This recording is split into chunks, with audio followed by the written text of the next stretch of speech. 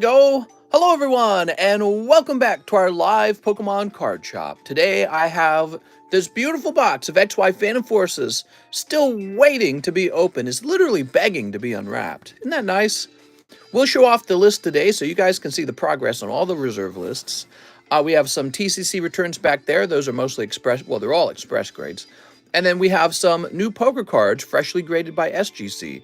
Look at that, 6 on the Gengar. I sent them a wide variety of grades that I wanted to basically see what they thought about the quality of the card. So that was it was kind of like a research project, and so that's cool, and I've looked it over and extracted some details from it. I think that's kind of my job, right? I kind of like knowing what all the other grading companies think of a card, and I feel like that's part of what makes me good at forming perhaps a general consensus on how a card should grade. In fact, that was one of the reasons why I wanted to get into grading, was because I was grading so many cards with PSA and eventually with CGC that I started to get a real good sense of when a card was going to grade poorly or going to grade well. And, you know, it's just been a subject of great curiosity and fun for me. Let's go ahead and sleeve this bad boy up. You selling that, mister? Well, I suppose now that it's back, I suppose I should. Yeah, I took an awful lot of, basically what I did was I took a lot of B-tier poker cards in terms of quality, and I sent them off to SGC to see if any of them would grade 10. Particularly, I was looking for issues like fading. I was looking for issues such as the print line that was in the center of the card, and cards that were slightly off-center, but not too off-center, right? So borderline cases. Yeah, it's really fun to watch another company work on stuff like that. All right, here we are. How much for that Origin Dialga? Looks nice, isn't it? And here we are, that Gengar. Set him up here for now, for the moment. Place this over here. We do have some TCCG returns. Ah, look, I got some of my own cards graded. It's kind of nice. So we'll start with this Pikachu, actually. This is Pikachu Black Logo Silver Rays. So the black logo refers to this back here, and the silver rays refer to the style of the hollow pattern. So this is, ooh, I gotta sneeze, man. This is like a textured card. Sneezed into my collar there. So Mr. Pikachu has these rays coming off of him, and that's very often described as silver rays. So Black Logo Silver Rays, Series 1 down here, that's how we formatted the label. All that's really fun. You know, one of the upgrades I want to do to the card grading one day, I want to get a textured label. That would be my next big project whenever I have time. Maybe it'll be somebody else's job if I can hire enough people to work on the card grading. It'll be their job to come up with the textured label. Who knows? But yeah, that's for Justin Huerta. Justin, I gotta say, I was real close to giving this an 8, but ultimately the nice corners and the lack of a print line led me to leave it as a 9. So it was very close to an 8. Now this is for Mr. Demetrius, and he pulled Origin Forme Dialga, and this almost got a 7, but I decided it would still be an 8. Basically, there's nothing wrong with this card, except that it's extra off-center. And there we go. So now we have Ice Rider Calyrex. This card is an unfortunate case where the back of the card actually loses at the 10. So it is thinner on the right side of the card, but it's not so thin that it would lose the 10. However, the back of the card is so off-center that that is enough to tip it over to a 10. So usually we're a little more lenient on the 10, but only a little more lenient, right? And this is real off-center on the back for some reason. Isn't that weird? Yeah, so the back was a lot more off-center than the front. So that's a pity, because he was almost a 10. Temple of Sinnoh is thin on the bottom. We have Cleaver V-Star. This guy got a 10. He's real nice. So there's 110. These are all Demetrius, by the way. Demetrius sent out a number of express grades. There you go. Yeah, you did get one good 10. It's Cleaver V-Star. Of course, if I was you, I would have wanted this to be a 10, but yeah, no such luck. This was unlucky. This was just plain off-centering, and Cleaver V-Star is a 10. It's a nice card. All right, neat. And then we have this Hisuian Zoroark, which is the giveaway today. We had the Hisuian Zorua last time, and, well, not yesterday night, but the last time I graded up a card that would be given away. So this time it's the Hollow Hisuian Zoroark. I thought that'd be fun. Okay, we can put these to the side. I gotta take pictures of these before I sort them into the boxes. I have a bad habit of sorting them into the boxes too soon. What's up, Pokebombs, Tommy? Man, this feels nice. Doesn't that just feels nice. Feels nice in my hand. All right. Put these over here. Oh. So we're done with that. Ruben says, free ones. Oh, Ruben. The Gengar. I don't really know what a Gengar 6 is worth. I know the raw card itself is somewhat desirable, right? So he was one of the cards I was sending out to SGC to study how they handle cards that are not 10s. So, but let's take a quick look. So it would be Poker, Gengar. Let's see. There really aren't any for sale. You know, if this was like a traditional PSA 6 of a vintage card, it would probably go for about $60 is what it would probably be priced at. It'd be priced around $60. So I'm just going to write that down for now. I think I'll write it down as 64 just to mess with you, because I don't really know the demand on this. And we'll leave it there for the minute. 1 million, says Z-Dogs. That's a little high. Now, let's start showing off the list, shall we? We have Venomoth coming down to 103. That's PSA 10 Venomoth for the charity card. Look at all those donations, guys. Here's the sub list. It's about to pop off. We have the large. It's getting pretty close too, actually. You guys remember what's in the large? Who remembers what's in the large? Here's the UFC box break with 2 people in it so far. And the Phantom Forces. Now, take a look at this list. Phantom Forces is getting pretty close. So we're kind of past the halfway point. We're getting closer to the end. Okay. Hey, we got a new member. Oh, Mary's Lodge renewing. LAD, he's renewing his membership. Do you have any raw origin? Mister, have you given any more thoughts on your slabs and making them clear like CGC? I prefer the clear slabs over the cloudy ones. Also, for the texture on the label, you could do the TCC swirl. Yeah, definitely. Well, I'm open-minded to clear slabs. I simply wanted my slab to look similar to PSA's cloudy slab. But yeah, I mean, if the majority of people who are ordering grading with me demanded a clear slab, well, it would cost me a lot of money, but I would basically have them mold me a new slab that was clear. And yep, so I'd probably lose $3,000 on the Yu-Gi-Oh, the tops, and the Pokemon slab to turn them into clear slabs. So that's what would happen, because they would make a new mold is what they would do. And but we could do that. I bought the Gengar in full, says Sean Miller. You got it, Sean. So here's a fancy little card, already graded. I'll point out SGC grading costs $30, right? So it's kind of like you paid $34 for the card, and then you're covering my $30 fee for having SGC do the grading. Technically, it's higher than $30 because you also pay return shipping, right? So, and then return shipping probably brings it up to about $31, $32 per grade. Then after you subtract the PayPal fee, you really just have a Gengar that's selling for a little bit of money. And almost makes you wonder if it's, well, it's not that you have to wonder, it's just not worth it to grade cards that are going to grade low. But for me, it didn't matter because I was just testing things out. Okay, well, I'll tell you what. Why don't we get another one up there then? I got another card to show off. Why don't I pick one out? I have the Hunter at home. Now I just need the Ghastly. I really do like the poker cards. I think they have a bright future. Here's a neat one. Put this one up. So this is a Venusaur 8.5. All right. Venusaur 8.5. Yeah, I kind of sat there staring at him all morning. Look at this guy. He's a nice card. Let's go ahead and sleeve him up. How you doing on this fine afternoon, mister? I'm doing pretty well. How are you?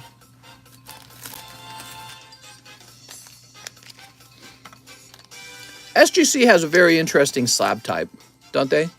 You know, they don't have anything on the back here, so the back of the slab's just kind of blank. Wonder if they'll ever change that. I like the presentation on the front of the capsule, though. It looks nice. Anyways, yeah.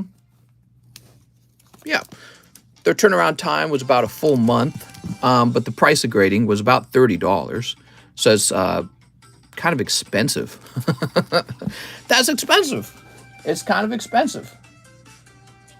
And again, it's probably closer to about $31 per card is what I really paid after you calculate for shipping. Maybe $31, $32. So that's going to be Poker Venusaur. Oh, well, actually, it's funny. It's hard to look at Venusaur. because you have this thing called the Venusaur deck, don't you? Which is the green deck. I call it the green deck. All right, give me a moment. I don't know what to actually price this.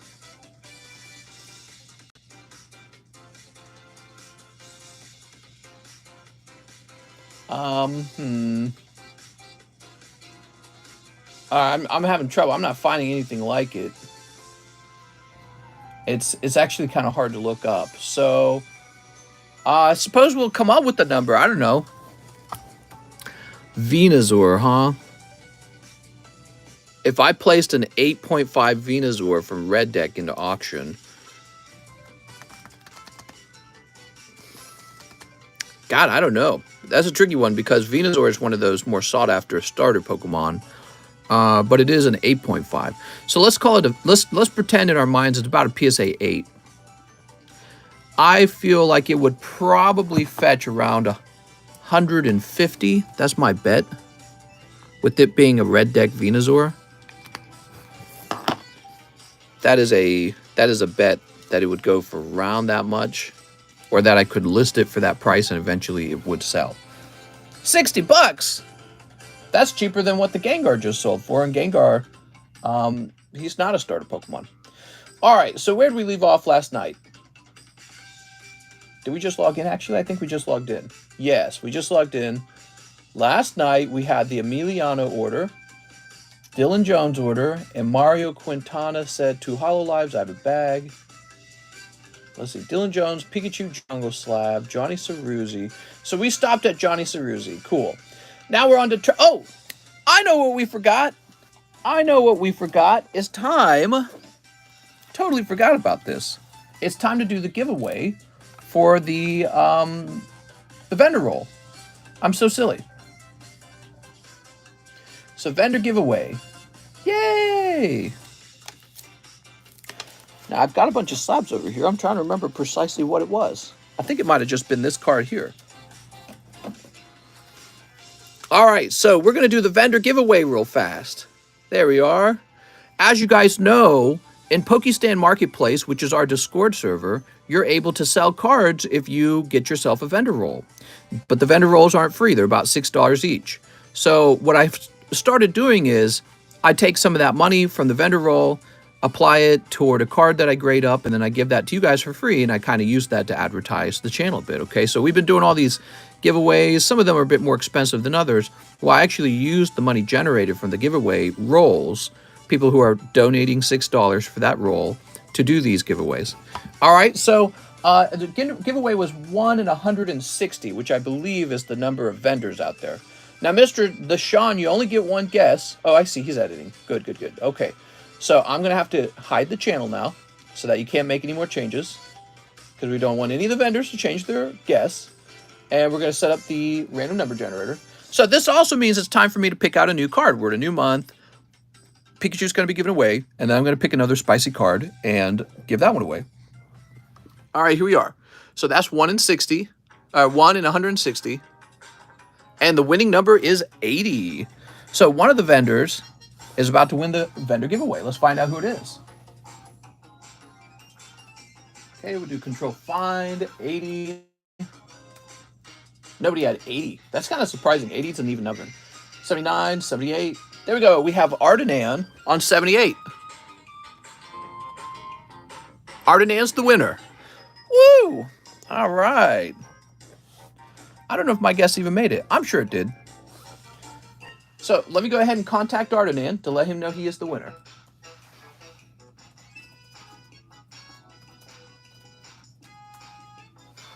And let's see if I can find his name. His name's Ardenan's Stream. So we'll write that on the back. And I'll pick out a cool new card for the next giveaway.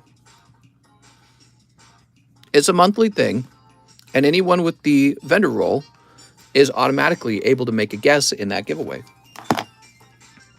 Do we DM you to be a vendor? No, it's pretty uncomplicated. There's like a donation bot that you use. If you go into the... I'll show you real fast. So it's all kind of automated, so I don't have to mess with it.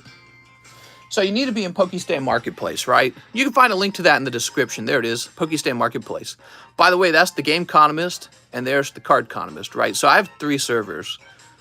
And let's see. You scroll up here, there's all the selling channels. How to sell.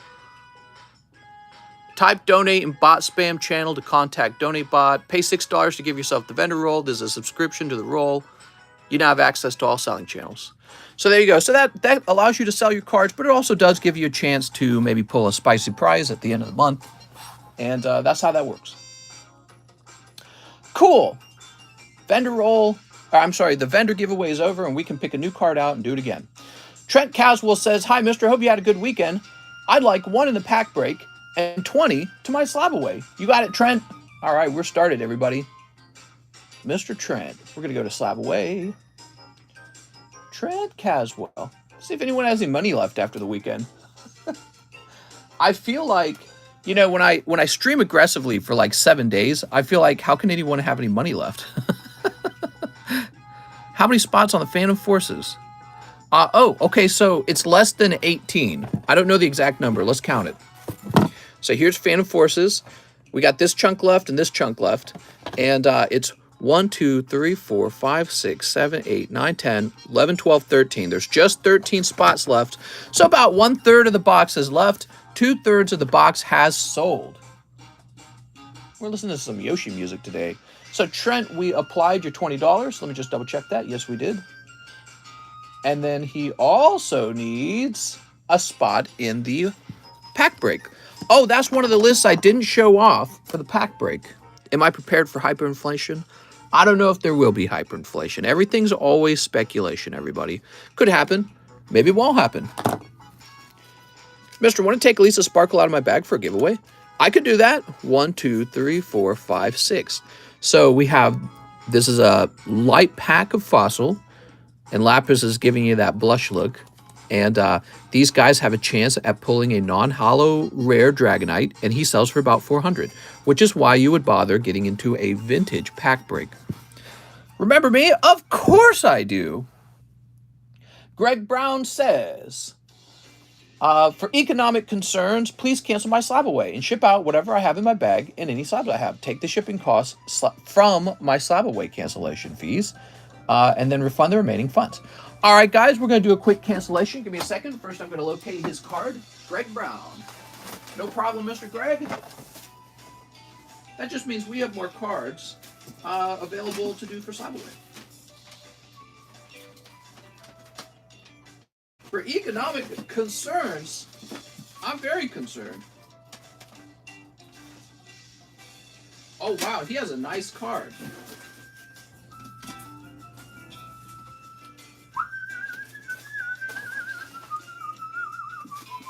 I was just wondering where this card got off to. Oh, I'm going to drop it. Okay, so Greg Brown, let me locate your slab away now. We'll find out how much you had already paid down on it. Okay, wow, you'd actually paid a decent chunk of it off. Give me a minute. So we start off with this much, and then we subtract this much. You end up needing a $1,247 refund. You guys want to see the card? Woo! He still had a long way to go, so I can understand. Now I'm going to subtract the cancellation fee, which is just 20 bucks, and then shipping, right, which is $8. You are owed $1,219. I'm going to go ahead and get you that refund, okay? So I think what we'll do first is we'll locate your email, Mr. Greg Brown. Yeah, it is a scary time. You know, somebody in the comment section just said, "Are you ready for hyperinflation?" I don't know if that'll really happen. The stock market today seemed pretty happy, actually. So it's a good question. It's a good question if that'll happen. Now, what I'd like to do, Greg, is simply refund your money so that we do not end up wasting any PayPal fees. So we want to get our money back from the PayPal fees, right? Because each time you made a payment toward the slab, there was a PayPal fee associated with that. So we got you $285. Okay, and now we got... I do this real slow because we don't want to mess any numbers up here. So I just refunded $225. Okay, you're at $510. We're going to refund this one here. All right, you know what? I should have written down the amount he needs to be refunded. Oops, I'll have to recalculate real fast. So we're going to refund you $200 here. That's going to bring us up to $700. So plus $200 is $710. Sorry, guys. I wasn't expecting to do this. It takes a minute to get done. How much is the PayPal fee? It's not too bad. It's 3%. It adds up. Especially on a big $1,000 purchase, it definitely adds up, right? The bigger problem I have with the PayPal fee is that there's this like 50-cent flat fee. And so I get the 50-cent flat fee every time you place an order for like a $5 pack. And that adds up really fast. So I don't like small orders as much. So we're at $910. 910, don't forget that number, okay? And now let's recalculate what you were owed. So give me a second. Minus 20, minus 8. Oh, okay, it's $1,219 that you're getting back. Okay, so that number minus 910. So I still owe you $309. So I'm still going backwards. We're going to get you that $309. Holy crap, says Joel. Yeah, he had paid about a third of the card down. Oh, I can't refund this. Okay, let's try a different one. I think it's because it's too old. They don't allow it to be refunded after a certain date. Let me refresh this page. I mute that. It's like harder to think with that playing. So we're looking for another one that can be refunded. How about this one? What I'm doing is I'm just going back through his payments and I'm issuing refunds. Each time we issue a refund, I also get my PayPal fee back. So that's really important. So 309 minus 200, you're at $109 left. So I just need to find one more transaction I can refund to you. I think this one. And that also means that Lugia goes back up for sale. And we'll take a look at his price so that he's correctly priced. Okay, I can't refund this one. That's annoying. I think they get too old and then you can't refund them. Let me refresh this one more time. Mister, send me kisses. Smooch. Okay, how about... Oh, this is annoying. So some of the payments you made can't be refunded because they're too old. And so I might end up having to send you money. In that case, I think we may have to create a rule where if you waited a really long time...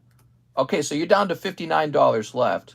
So what I'm trying to say is if we run into a scenario where in order to refund you, I actually have to send you money and I don't get my PayPal fee, I might calculate that lost PayPal fee as part of what you're getting back.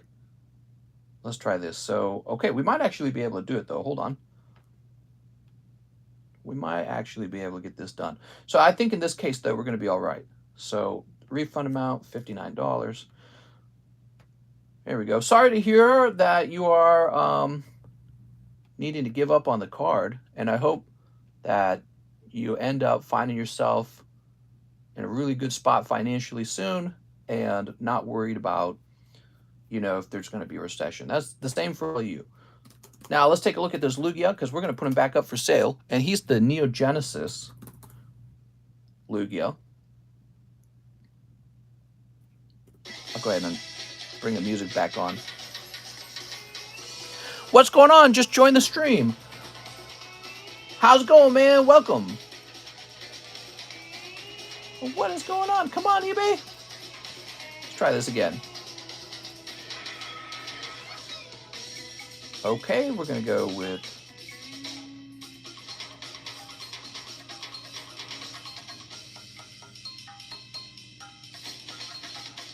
Is he actually... Oh, that's so annoying. He's actually number 9. So if you search PSA 9 for him, it's really annoying.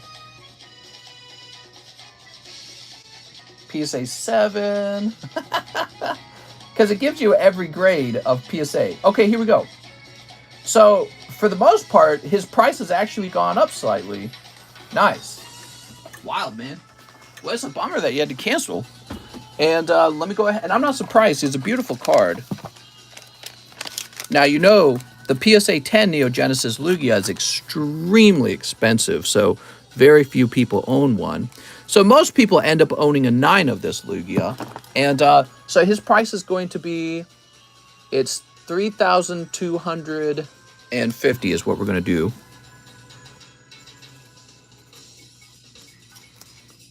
Okay. 3250.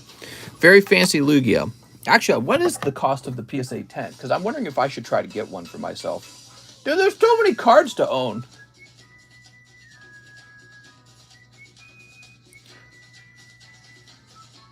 Dude, something's going on with eBay. What is going on with eBay? There we go. So there is a PSA 10. Oh, no, there's not. I'm sorry. That's a PSA 9. And the person's saying you should regrade it into a PSA 10. And they want like $25,000 for their 9. That's so dumb. People are always talking about it's going to regrade. If you can regrade it, it'll turn into a 10. It's like, you don't know that. Mister, you got an update on the Karen situation? We're going to run a Karen large and just sell those cards. I didn't see, well, let me go see. So I can actually go into PayPal. They probably just return the money. They're probably considering it like stolen money or something. But, okay, so I'm not seeing anything there. Let's see, quick links. You know, it's funny. It's hard to find the dispute center if you don't have a dispute going on. So I can't find it. Your apps. Yeah, I'm assuming it got refunded. It's not a big deal. We'll run the Karen large and it'll be fine. Why would you not regrade it yourself then if you could get a 10? Haha. I know, like, if a card is so expensive, and man, this is a nice looking card, actually. Let's take a look at this one. We'll find out why it graded 9. So, this is a pricey Pokemon card.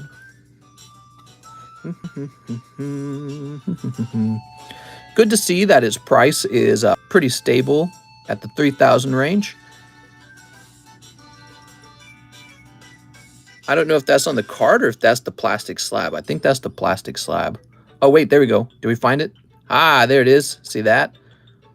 There's a... wow, that's a really thin print line. I wonder if this could regrade into a 9.5 with a place like SGC, actually. But I don't think that would necessarily improve its value. All right, off-center? No, it looks really well-centered. That looks extremely nice. Looks like a 10 to me. Well, it's got a thin print line right there. So I'm too scared to send a card like this back in the off chance it turns into a 10 when it's more likely to just come back 9. But heaven forbid it actually comes back 8, and then I'd be screwed. So I'm not going to risk it. I can see Mister's finger particles. Must have been the angle. That's a beautiful card. It is a beautiful card. I agree. I really like it. So I'll set that here, and that is a slab away card. Unless you want to buy it outright, I'm not going to stop you if you do, but most people probably put something like that on slab away. Okay, cool. Let's get back to it. Yeah, sorry. Oh, also, we need to clear him out of slab away, don't we? So this is for Greg Brown, and Greg Brown is now cleared out. Thanks, Greg. Come back anytime you want. Let's see. Where are we?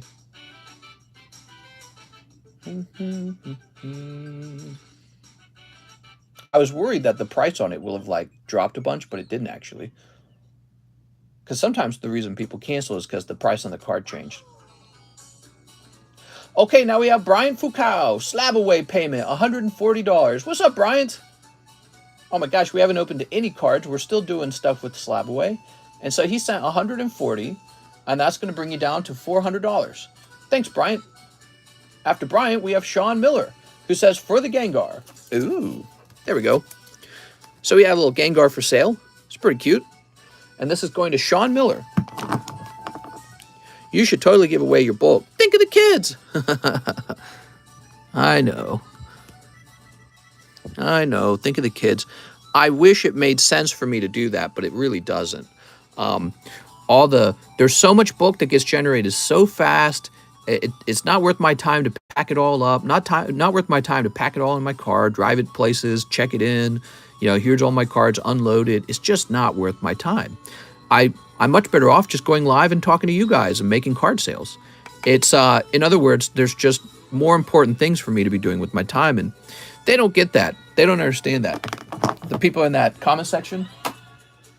Christian Green says 2 for the fossil pack break and 2 doll hairs for charity. Ooh, Christian Green, 2 doll hairs, huh? 101. Mister, send me all the bulk. Well, see, that's the thing. To send the bulk, I'd have to pack it up and print labels and put it on my porch. And you know what else I could do with it? I could just have a big box where I just dump it in the dumpster. That takes me like 2 seconds. Okay, Christian Green. 2 spots in here, huh? This got to fill up in like 2 seconds. But Alex, it's bulking season.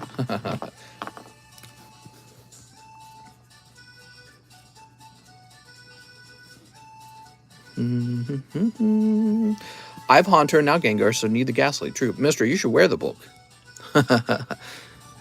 You know how Logan Paul did his whole like Charizard with diamonds and all that necklace? I should make a necklace out of like an energy card that graded like 7 or some shit. We have Mr. Marius Larson. He would like 1 live custom. You got it, Marius. How many dumpster trash cans do you have, mister? Are you dumping bodies? I'm dumping pokey bodies, maybe. Oof, that is a cold live custom. Did you send any Charmeleons? No, I did not. You know what's interesting about the Charmeleon, though, when it comes to the red and green poker deck? It replaces the Charizard. So Charizards are not guaranteed in the deck. It's actually rare to get a Charizard in your deck. And when your deck doesn't have a Charizard, it may have a Charmeleon or it may have a Moltres. Actually, is it only Moltres or is it... I'm trying to remember. There's something associated with... Oh, I don't think it gets replaced by the Charmeleon, but the Charmeleon is in a non-Charizard deck. So you'll end up with a Moltres and a Charmeleon. Just Garrett Kyra says, I need a new bag, 1 VMAX Climax, and 3 poker cards. You got it, man. Okay, just Garrett. Here is a VMAX Climax, and you need 3 poker cards. So this is the Silver Deck Volume 2 that are pretty rare. Oh, it's Jump Bluff. Look at that. Nice. Here is a Silver Deck. Hi, I'm not too sure, Sean. He said 3, right? Yes. Marowak, very good. Like that as well. And we'll grab 1 for the back this time. How about that? Oh, look, it's a bent one, so you're actually going to get 2 here. There we go. I remember that. I saw that, and I said, when that gets pulled, I'll give another one for free. So that's Joker, and that's why I thought it's Snorlax. So we have a little damaged Snorlax, but you're picking up the Snorlax for free, man. So you get the Joker as your other card. Pretty good, right? All right, cool. Just about to take my fiance to work. What? Now let's open up your VMAX Climax pack. What an unfortunate card to be bent. Yeah, it happens. It happens, for sure. Rip to that Snorlax. Somebody will still grade it. Maybe he'll grade like a 5. Somebody will still grade it. Or it could just sit in a, some people might collect the poker set as a folder collection. There we go. YouTube is greater than other platforms. Marowak, nice. Yeah, Marowak's a great pull. All right, that's for Jaskirit, who said, get me a new bag. You got it, Mr. Jaskirit. From this fossil, I hope I can at least pull the first trainer and get the pack too. Oh, the empty pack. I know what you're talking about.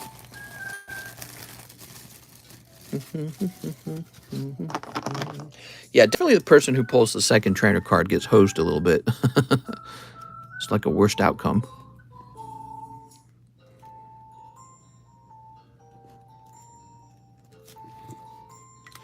Boop. Here we are. And that's going to be J.A. Jeffrey Kroon says 2 spots on the sub list. 2 spots on the sub list. You got it. Ooh.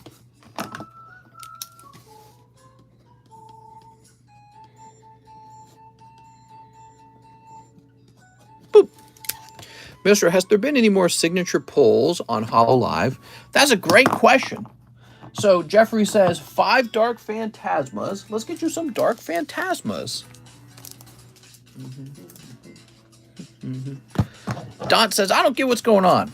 We're opening Pokemon cards, man. Well, you don't like Pokemons? Hey, we're only at 45 likes. Those are rookie numbers. We're gonna need some more likes, guys. 3, 4. Go. Boop. 1 poker card. Okay, let me get you a poker card. Ugh. So what do we got? Oh, that makes sense. Right after the Jumpluff, you get Hoppip or whatever his name is, Skiploom. All right. Just joined. What is the large? The large is a special custom booster pack that you can buy for $100. It's very expensive. And what it does is it gives you a chance at pulling a very fancy graded Pokemon card. Now, it also gives you a chance to pull nothing but a holographic card like this. In that case, you would lose $100. So it's kind of a scary thing to get into. What's this? Shiny Steelix.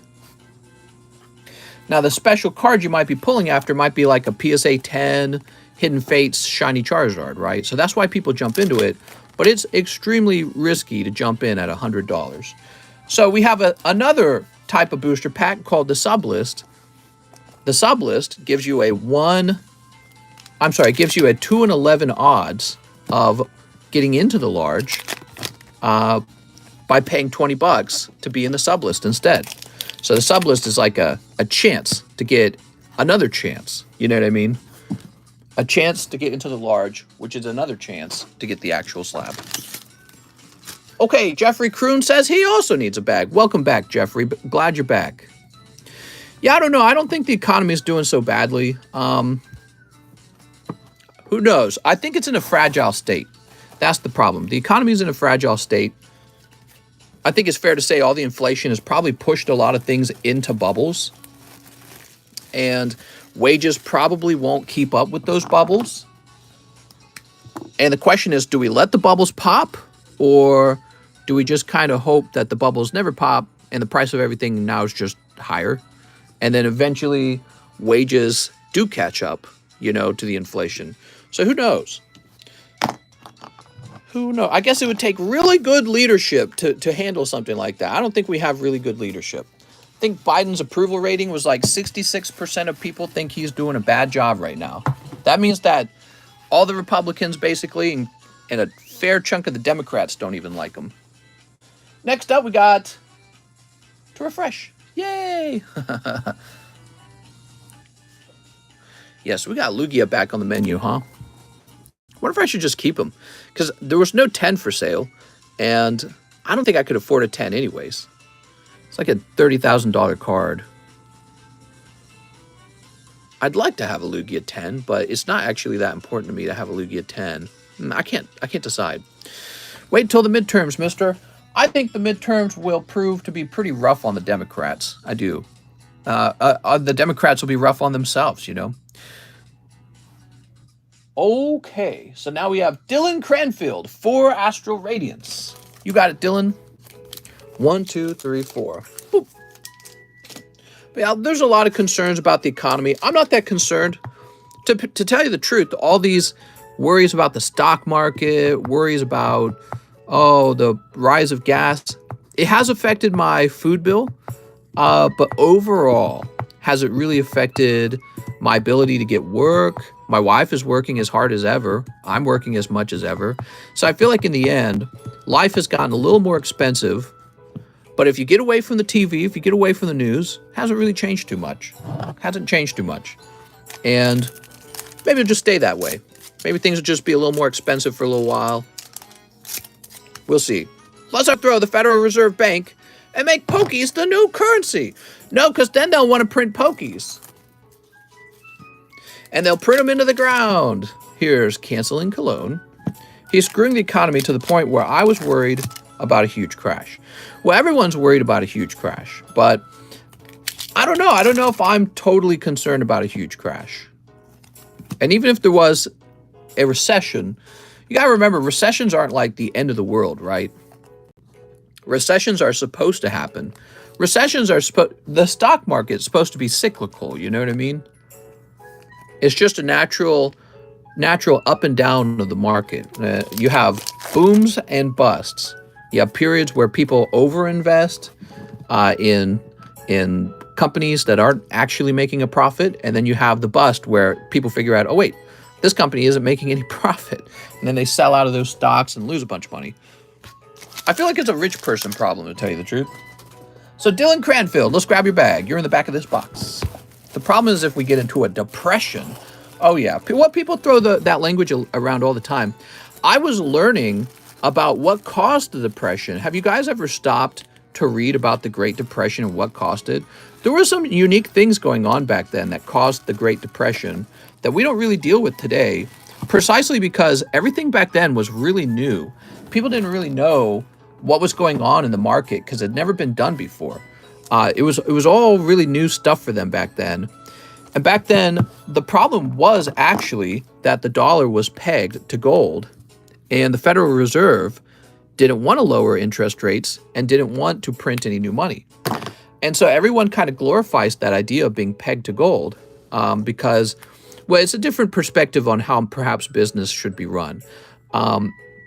Basically, the way we run businesses today is we say, well, you can pull out a big loan, take a risk, and if everything goes wrong, the banks will be protected by the Federal Reserve. So the banks run out of cash, don't worry, Federal Reserve's got you. Liquidity, right? That's why they print up all that money. Whereas some people think, no, if you overborrow, your company should crash and should burn. So that's two competing, maybe like ideologies on how the economy should run. But actually, weirdly enough, I'm kind of being won over on the concept of not being pegged to gold, but being pegged on growth, you know what I mean? Because I feel like there's so many places. I feel like being pointed toward growth still makes sense in the end, basically. I feel like we could talk about this, but it would take me a long time to sort of like unwind all of my thoughts. Basically, it comes down to your like beliefs about human behavior, but in a very short way, I think I'm trying to say that it's very important that we have a lot of confidence in the market and confidence in our investments, and those ironically propel the market into being successful. Whereas if everyone was discouraged from investing, afraid to invest, punished for investing, this could actually somehow cause the depression itself, hinder people from taking risks. So yeah, it's an interesting thing. The dollar will be pegged to crypto. I think basically as long as everyone has the same opportunity for free enterprise, it's okay the way we're running our monetary system right now. But there's an awful lot of pessimism. And again, we could talk about it for a long time probably. Marius Ladd says 4 Hololive. You got it, man. Okay, Mr. Marius. It's me, Marius. So in a way, panic sells, afraid it shoots us in the face. Yeah, so the Depression, the history of the Depression is really interesting because the stock market was a fairly new thing and everyone was figuring it out, and everyone was suddenly getting rich in the stock market, right? So, I can buy stocks in this, and next week I buy them for $10 today, next week they're $40, right? So there was this big speculation in the stock market right before the Great Depression.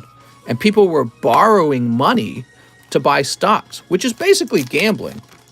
And what started to happen was there was a point where there just wasn't enough. Basically, the bubble was beginning to pop. There wasn't enough free money to go out there to buy up these stocks to keep driving up the prices. And the beginning of a big bubble pop begins to occur. Well, there ends up being a run at the banks. And a run is when everyone rushes to the bank to pull all the money out. And you had the Federal Reserve was supposed to be there to protect the banks from running out of money, right? That was kind of the whole point of the Federal Reserve. And the Federal Reserve back then was pegged to gold. And the Federal Reserve could have printed more money and handed it off to a big failing bank and said, don't fail. Get people the money that they're wanting to withdraw. We'll go ahead and print up some money so you have some money. Because, the way a bank works, they don't just take your money and put it away. They loan it out. So the moment you give the bank your money, they take the money and they loan it out. So if everyone all at the same time wants to withdraw from the bank has to say, oops, we don't have that money. So that's why the Federal Reserve sits to the side and says, oh, is everyone asking for their money? Here you go. We'll print some money up for you just to cover you for now, and you can owe us. And so that's how it's supposed to work. That's the type of, lending that works in our country. So the bubble starts to pop in the stock market before the Great Depression occurs, and then a big bank fails because the Federal Reserve, who doesn't like to see all the speculation occurring in the stock market, says, no, you're just going to have to fail. We're not going to print you any money to cover the run on the bank. The Federal Reserve thought that was just going to be it. Oh, yeah, big bank fails, whatever. There's other banks. But actually what it did is it set off a chain reaction. Everyone got really scared. They said, oh my gosh, if this large bank can fail, any bank can fail. So all of a sudden, all across the country, everyone rushed to pull their money out of the banks. And the banks who were handing out all these business loans to keep the businesses running, all of a sudden they had no cash because everyone withdrew the money and a bunch of banks went under. And then all the businesses that rely on these loans to open up new businesses, to expand, to hire people, to buy inventory, to research stuff, they didn't have any access to cash anymore. So businesses could only operate on cash. They couldn't operate on loans.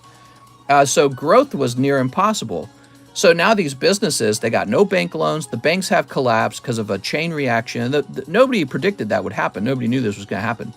But, excuse me. So now the businesses can't hire anybody. They can't hire anybody because they're not expanding.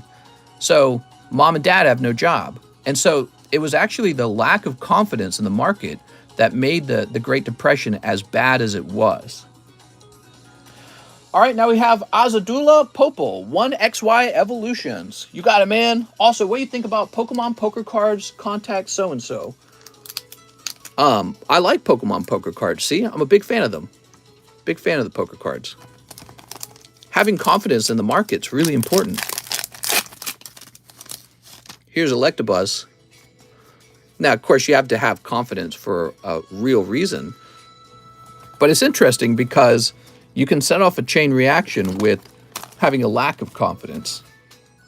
And it kind of reminds me of the recession that occurred in 2008. A lot of analysts back then were saying that the reason that the recession was so bad was because people were especially afraid of the market at that time. And this has a sort of like a amplifying effect on the collapse. All right, so Mr. Azadullah, let's find your bag. You got a Charizard Spirit Link. Did you buy Amazon split stock?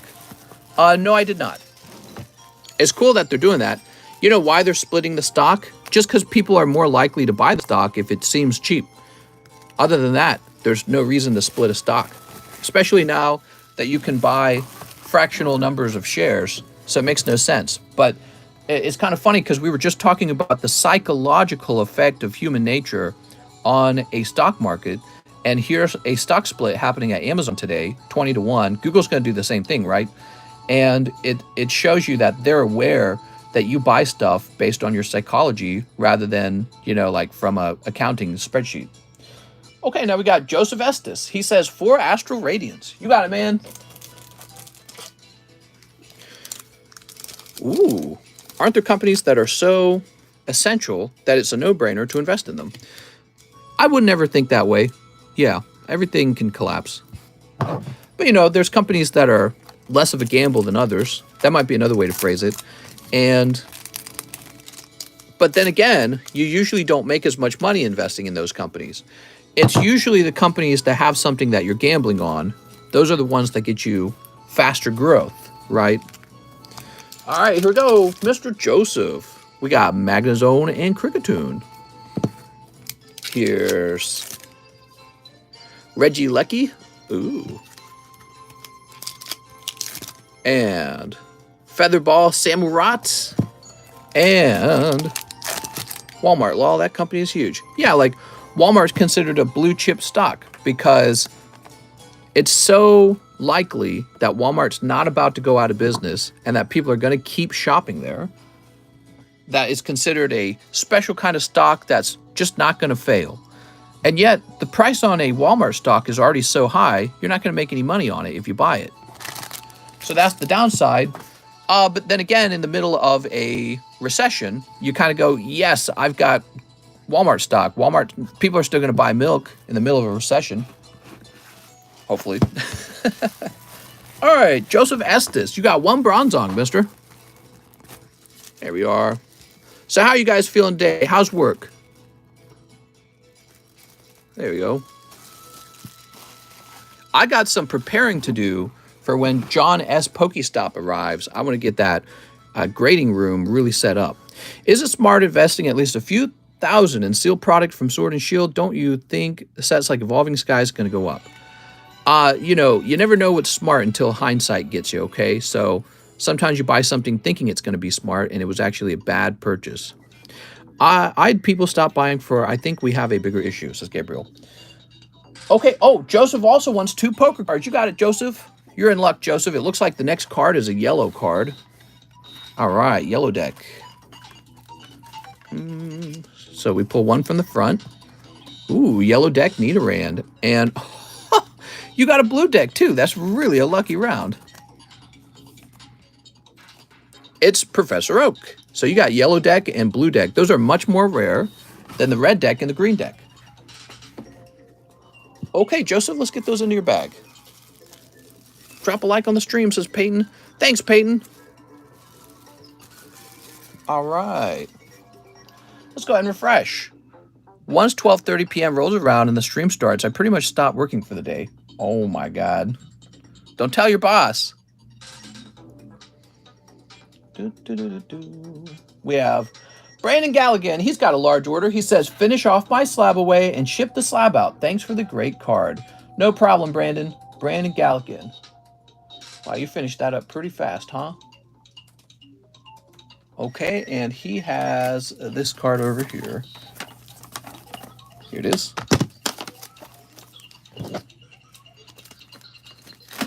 Okay. Is the line long today? No, not at all.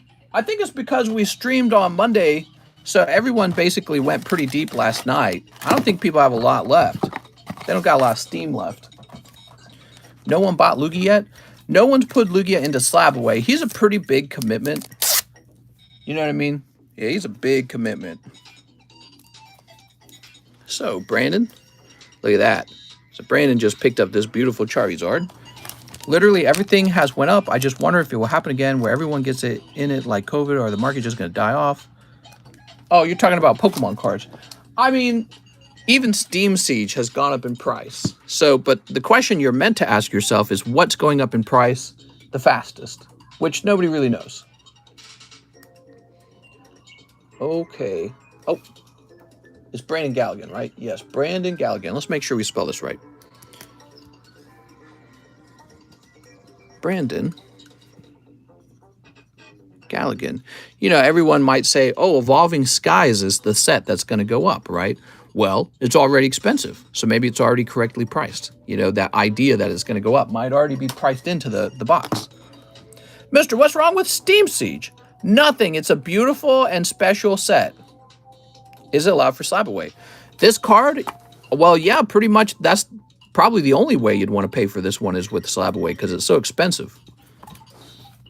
Okay, now we have Ryan Grennan. Hey, mister, 3 Dark Phantasmas. You got it, Ryan Grennan. Holding my Hidden Face Ultra Premium Collection box to the moon. EV Gym Heroes is what's going up in price. 2, 3. I think all the Pokemon cards generally do kind of move up. It's hard to predict what's the best thing to purchase. 3 Astral Radiance. You know, sometimes I think I know, and then I look back and I go, wow, some things really did well that I didn't think was going to do well. All right, and 1 poker card. Mister, what if someone buys that slab away and price goes down? Well, it hasn't gone down in like the last half year. It's actually been exactly the same price. So that is a very promising sign that there's a lot of interest in that card. Because a lot of other slabs did move down. All right, so this is also for Ryan Grennan. Oh, holy, what? There we go. Mister, what's in the large booster? What's in the large? We got some beautiful slabs for the large this time. And each large booster has a chance to pull that slab. Now, The other thing you might pull out of a large booster is simply a holographic Pokemon card worth about 50 cents. So the large is quite risky to buy directly into. Most people get onto the large by buying into the sub list, and the sub list gives you a chance into the large. That's the Lugia Grail. Yeah, that pretty much is. It pretty much is. That is probably the best Lugia card out there. Oh, look at this sexy boy. All right. Boop. Also, the Topps etched one. Oops, what did I grab here? Here we are. I have to finish my Latias Latios. Latias Latios. Boop. That Pikachu, says Vizard.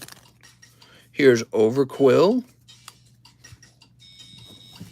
Vizard says, oh, come on. I have 15 Evolving Skies sealed promo packs. Is it worth keeping it sealed? I don't know. You know, technically, if you're going to pull the chase card out of the packs, then the answer is no. Do you reckon modern V cards will be valuable in years to come? Yes. Could take a while. All right. So Ryan Grennan, let's see if you got a bag here, Ryan. Ryan Shapiro has a bag. Here's Ryan Grennan.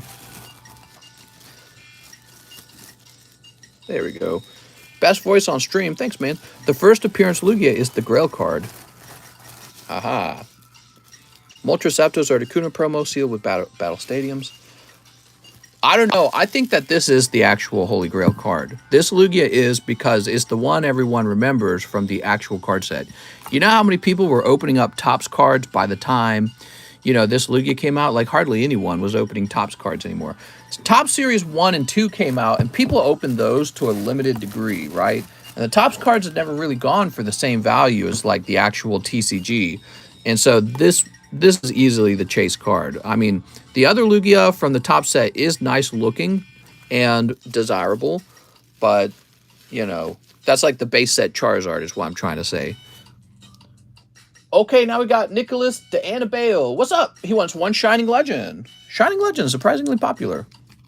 One Astral Radiance. And $1 to charity. You got it. Some codes for my online addiction. Oh, Miftu! I pulled a Beedrill. What? Mister, did you get the money from Karen? I didn't. I don't think I did. Here we are. Or else Karen would probably be over here telling us to ship. Snip. All right. Probably got challenged on by the credit card company or something. I hope PayPal investigates that. I think when you do stuff like that, you basically get your PayPal account shut down.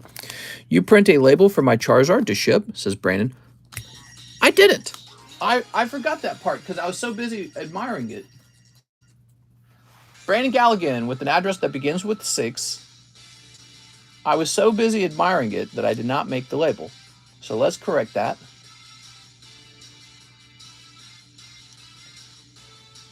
All right. Is the perfect Pikachu still available? I think it is.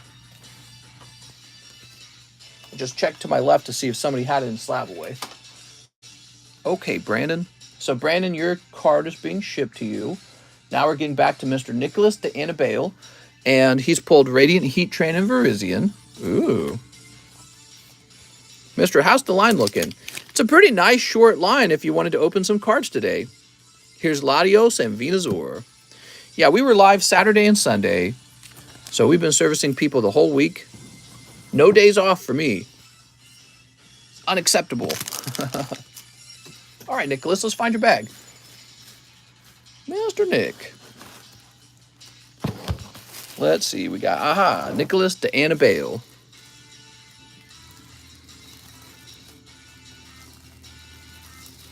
There we go. And we'll put this back up top. Andrew Wybro.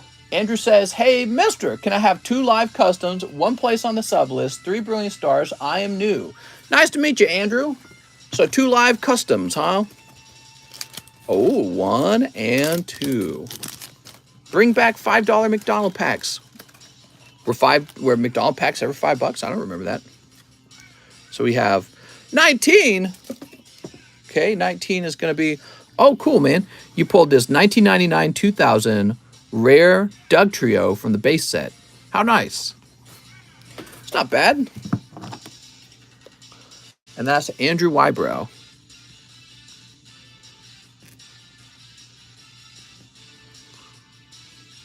Wybrow. Dang, that is cute. All right. Now he wants a place on the sub list, which means the sub list is done.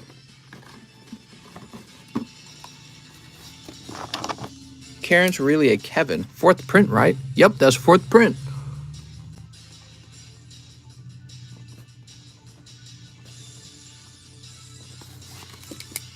The only time I'll like Doug Trio is in a PSA 10. We need more Bulba Butts. What's a Bulba Butt? You mean the booster pack Bulba Butt? Did anyone else see the Radiant Charizard leak? So tired of leaks. All right, here we go. We're running the sub list, everybody. So if you're new, these are my sub list booster packs, and they give you a 2 out of 11 odds of pulling a large booster pack. That's what the sub list does. So if you don't want to outright buy a large booster pack, you can have a shot at a large booster pack for $20. Mr. 11 isn't sold yet. 11 doesn't have to sell. Can I get a number from the audience? There we go. Sometimes we just run it on 10, which is nice, right? 1, 2, 3, 4, 5. And that goes on the bottom. All right, here we go. Jeffrey Kroon. There you go, Jeffrey. That was pretty easy. Jeffrey Kroon. Wow, double sweep by Jeffrey Kroon. That is crazy lucky. You don't see that happen very often, but it does happen. So yeah, when you buy 2 spots in the sub list, you can actually pull both larges. That's crazy. Whew. It's all strategy, says Jeffrey. Jeffrey Kroon, he not only picks up one of the sub list spots, he picks up, oh, that's Phantom Forces. Oh my God, hold on, let's get him on the actual large. I grabbed the wrong list there. Here we go, we'll put you on 1 and 2 up here, Jeffrey. My bad. There we go, so you're on 1 and 2 in the large, Mr. Jeffrey. And we better remove you from over here. So toss that list away. And should not say Jeffrey Kroon. Oops. Now I need a new box top, don't I? Getting closer to the end of the large. After the large, we'll run the Karen large. What do you guys think? It'll be fun. It'll be maybe we'll run it as separate, I think, actually. What do you guys think? We'll run it as separate?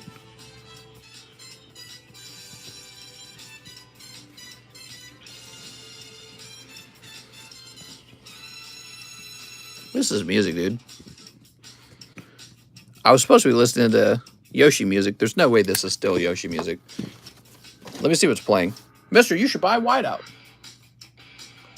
Oh, we're listening to Little Mac? I guess we're listening to Little Mac. Let's play. Oh man, I need some new music recommendations. I really do. I'm all out of music, man. I guess I'll just let this play. Why not? Hey, did I get a donation? I'm rich! Let's see what he said. Could I swap my slab away Latios for Lugia? I use what I pay. I tell you what I can do. So if we did that, we'd have to do a cancellation, and you don't want that because you'd lose $20, unless you don't care. I'll hide this for you, Tim. How about that? I really appreciate those donations you sent me the other day for the giveaways. And so I'm going to hide this for you so no one else can take it. And when it comes time to it, if you're still interested in it, I'll let you put it into slab away. Does that sound fair? So, or you could just cancel the other ones, but I don't really recommend doing that. You'll just be wasting money. So let me mark out Greg's name. And I'll write save for Tim. How about that? All right. So if you want to finish off the Latios, you can then take your time on the Lugia. It takes 6 months if you want. So, let's see. We finished Nicholas. We finished Andrew. We have Kip F, who wants... Wait, well, let me make sure we're all the way done with Andrew Wybro. Oh, okay, so Andrew needs 3 brilliant stars now. Sorry about that. Trying to move on too fast. All right, here we are. Itchy nose. So, Andrew, saw the dust in here. Saw a huge centipede down in my basement running around. One of those creepy house centipedes. Ugh. They're so gross looking, dude. And my cat was like chasing it and playing with it. I was like, eat it! I wanted her to eat but she didn't. She just scared it off into a corner.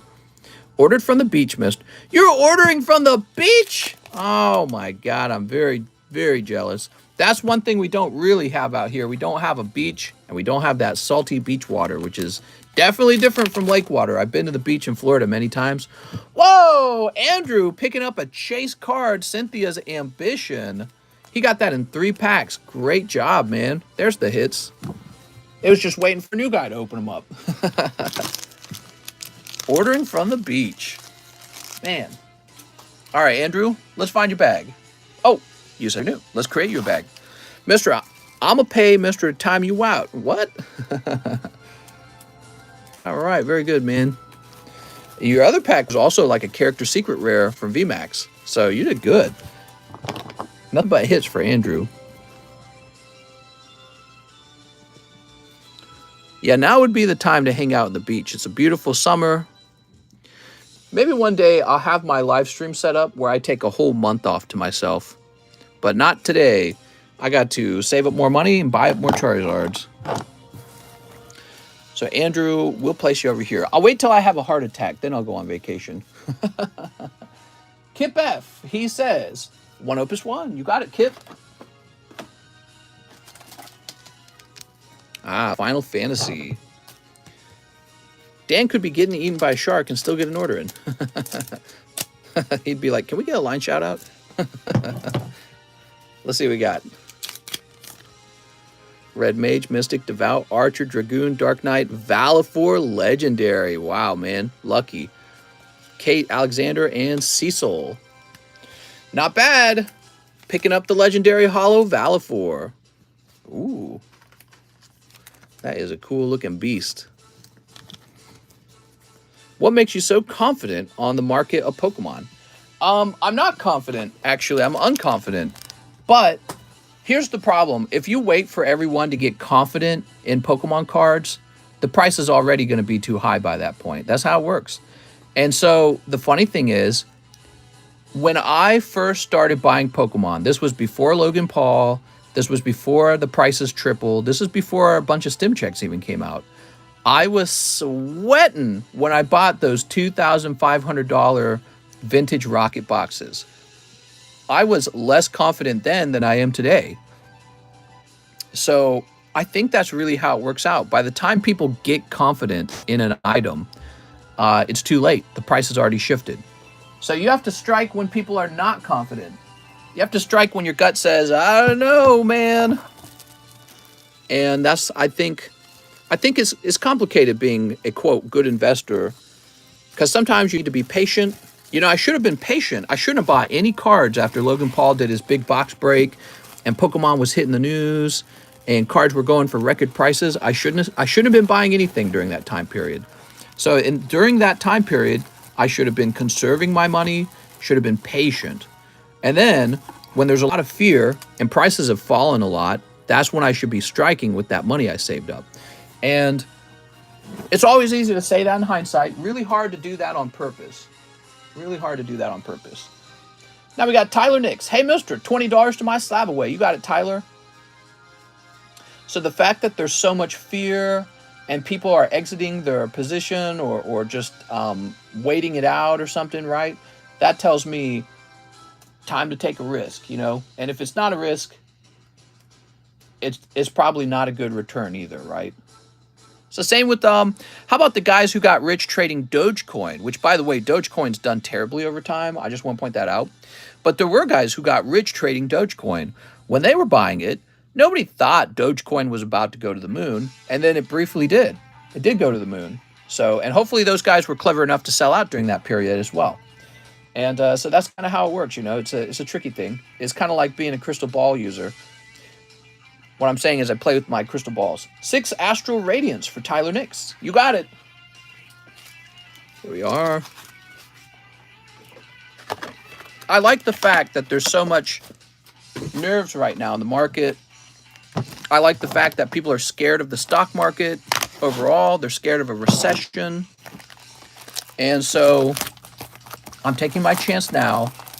If prices continue to fall, I'm just going to keep buying. I'm going to be a net buyer and not really think anything through too much.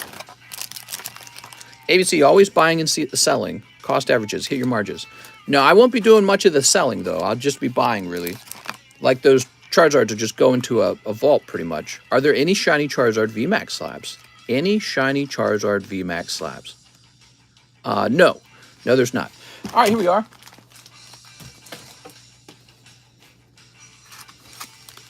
Give me all the hot ones. You know, I think about guys like TCA Gaming, and he was just buying Pokemon cards all the time before the price exploded on them. And he must have become like an overnight millionaire because he was already sitting on a lot of Pokemon cards. I think considering how the economy is struggling right now, maybe cards are in a position where they're very underpriced. And whenever the economy comes back, because it eventually will, but who knows, we might have to go through a hard and terrible recession first. Oops, there we go. But by the time the economy comes roaring back, which it will one day, maybe the prices will have shifted. Maybe some slabs will have doubled in price. You ever looked back at the price of goods in the past and been like, wow, it's like double that today? I'm hoping my cards do that.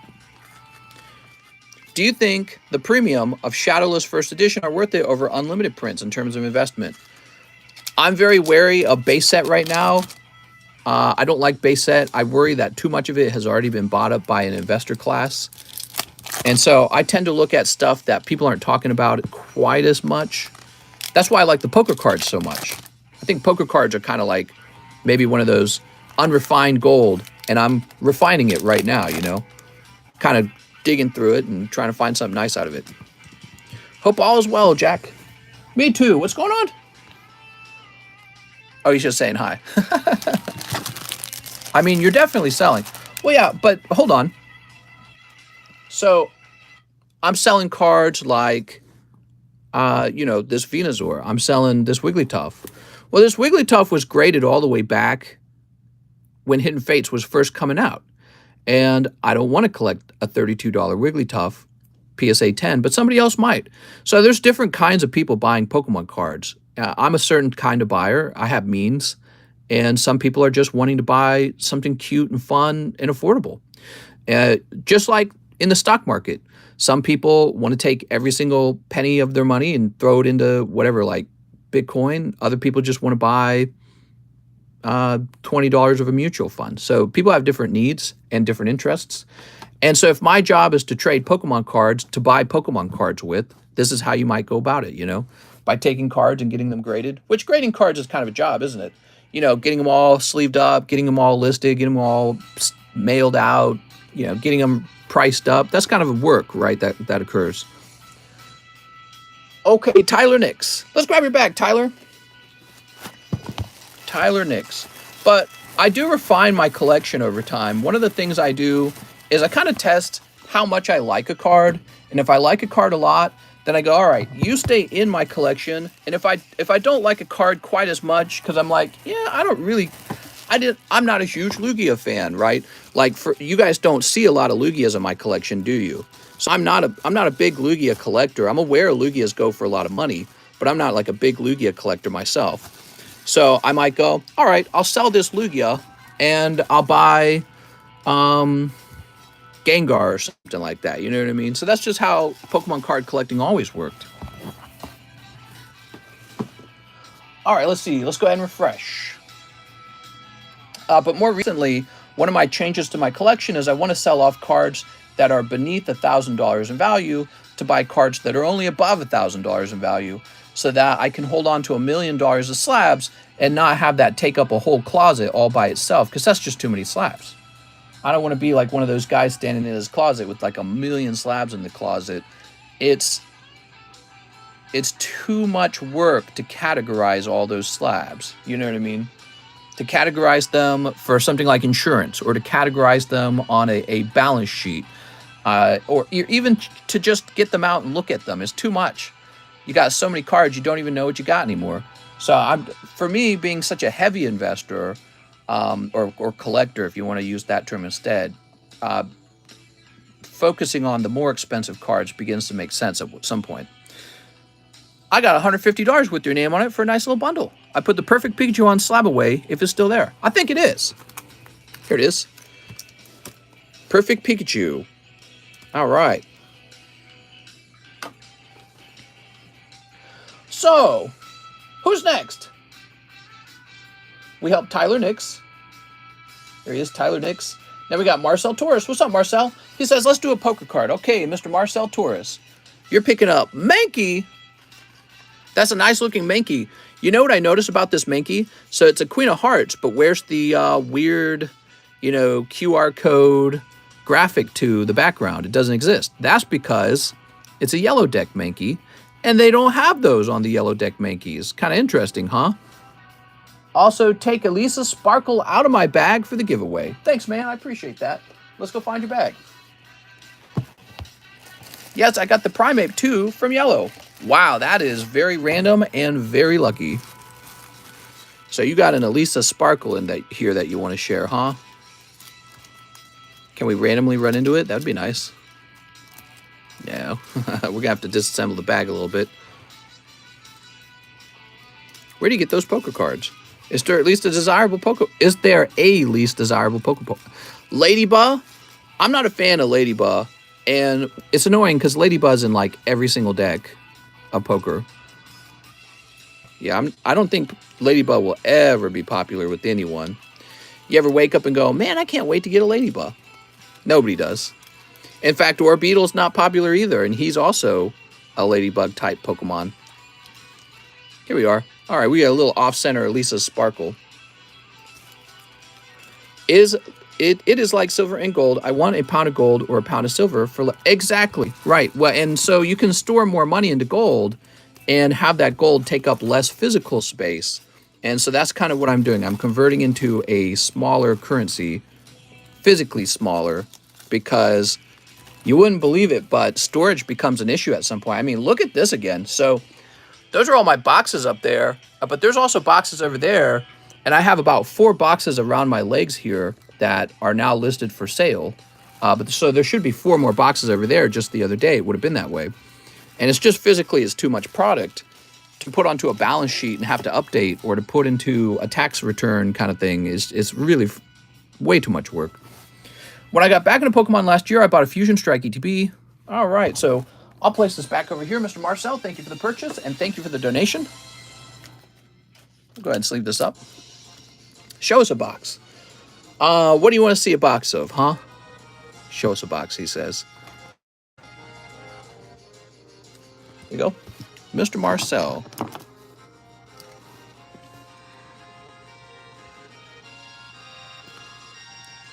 Some of my boxes are real expensive, and then some of them aren't. Oh, I'm writing this down like we're going to grade it for you. There we go. Mr. My mom buy me Boosty Pack. Get shiny.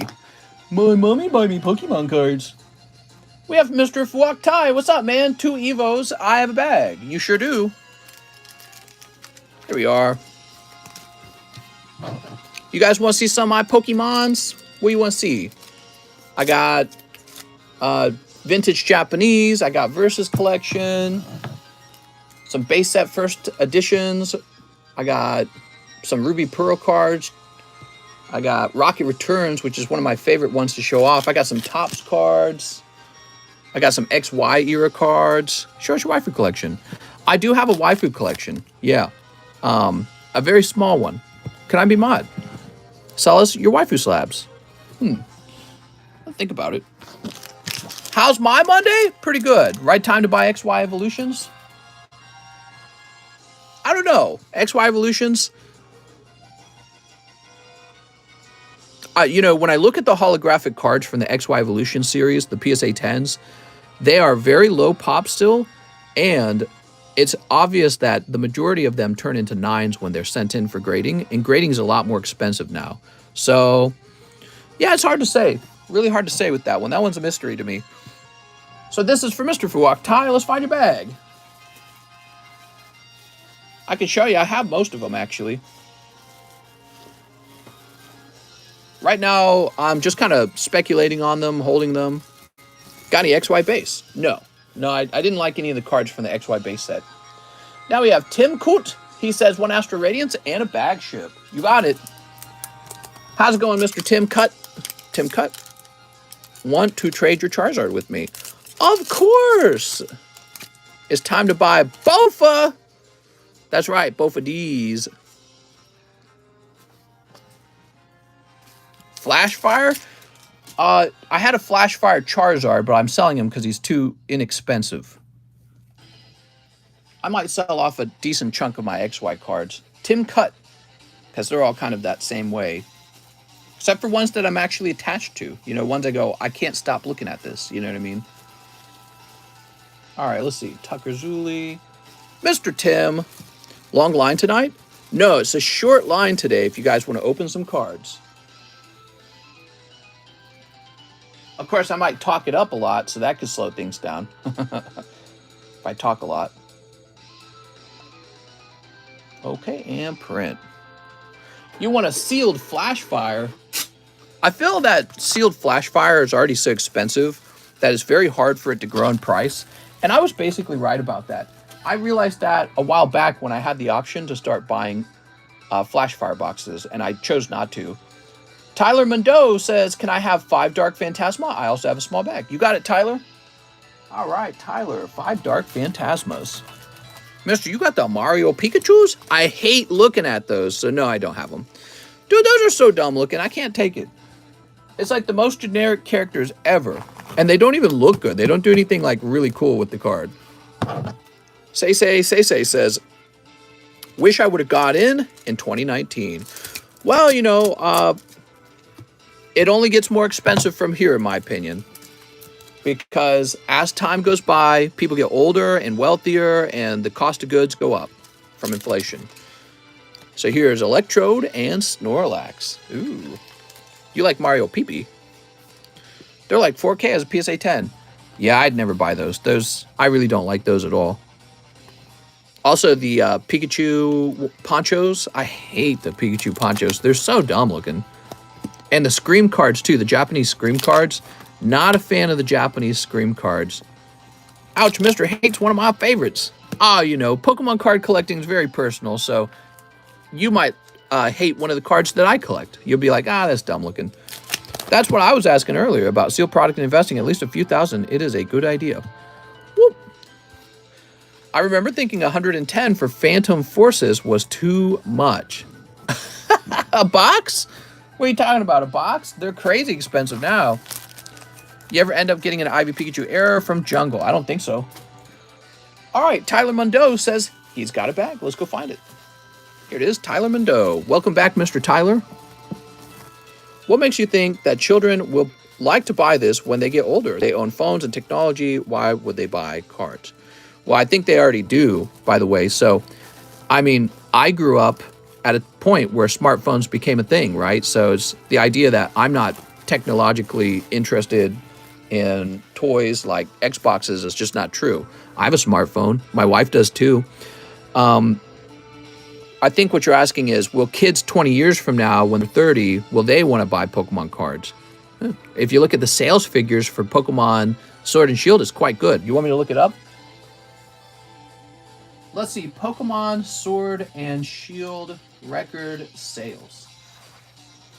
As part of Nintendo's end of fiscal year report, over 21 million copies of Pokemon Sword and Shield have been sold since November 2019. Of those overall sales, 3.7 million came in the 12 months between. Okay, so it's saying that over all those sales, 3.7 million of them came within a year. So that's what it's saying. That's not bad. Yeah, so I don't know. You don't really need 21 million people to get into card collecting to really affect the card market. But another measure of success for Pokemon is Pokemon Go. How about all the kids that got into Pokemon Go when it first came out? And it was like national news. It was all over the news for a long time. So all those guys are going to turn 30 as well, and they're going to get career jobs. They might become doctors, accountants, lawyers, business owners. They might become financiers. So quite a few of them will do decently well. And then there'll be people like me who just get into card collecting because they're addicted to card collecting. And, you know, if I was doing card collecting for maybe like sports or Digimon or whatever, I would still love this job. It's just the nature of the job. It's kind of like refining gold or like studying diamonds or something, you know? So that's where we get that term gem mint, right? So I just love it in overall anyways. Maybe it's kind of like being an art collector or gambling on the value of art. So yeah, I don't think it's going anywhere. Your question should be, will cards go up in value faster than the stock market? And what we can say is that it already has. Now the question is, will it continue to? And that's a much harder to answer question. The future is unknown. If people in the past knew that the base set booster box would go from $100 to $15,000, $18,000 today, they would have just all ran off and bought the base set booster box, but nobody did. So that's why some people got insanely wealthy from having made that bet on the base set booster boxes that, hey, these are worth keeping and sitting around in my house for 18 years and staring at for 18 years. You know, I don't do that with anything in my house. Like, I love to get rid of stuff out of my house. I go, oh, get out of here. But somebody had it sit in their closet for 18 years, a case of, like 6 or 7 boxes of base set booster box. So today, now, they turn that into their retirement account. And that is a fascinating idea to me. And I want to see how it plays out in the future. Daniel Weissman is next. He wants 20 Evolving Skies. You got it, Mr. Daniel? Oh, Mr. Daniel, I tell you what. Venusaur's had his time in the sun. Let's change him out with a different card. So now we're going to have a pretty cute one. Do you think people threw sealed boxes of base set in the trash? Almost definitely. Some businesses definitely threw some away. They went, throw that crap out of here, you know. I've got product I could throw away. I could throw away My Little Pony. I could throw away, I don't know, like the Stinkymon, Pukemon. I could throw that away right now. It wouldn't really affect me that much. All right, so you can see this one's a bit off center. And he graded 9. That's Cubone. Ooh, he's so cute. Yeah, definitely. Businesses do that kind of stuff all the time. Bronies in the house?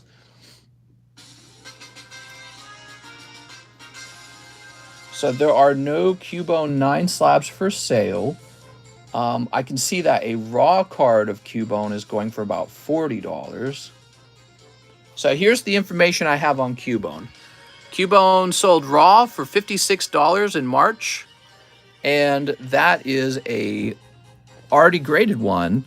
I think what I'd like to do is add $30 to $56 and make this an $86 card. We'll just see what happens. It's like $10 per grade, right? Per number on the grade. SGC 9, $90, right? Do you have a special slab for the stickers? How do they get put in the slab? They get put in a penny sleeve into the slab. That was a different artwork, wasn't it?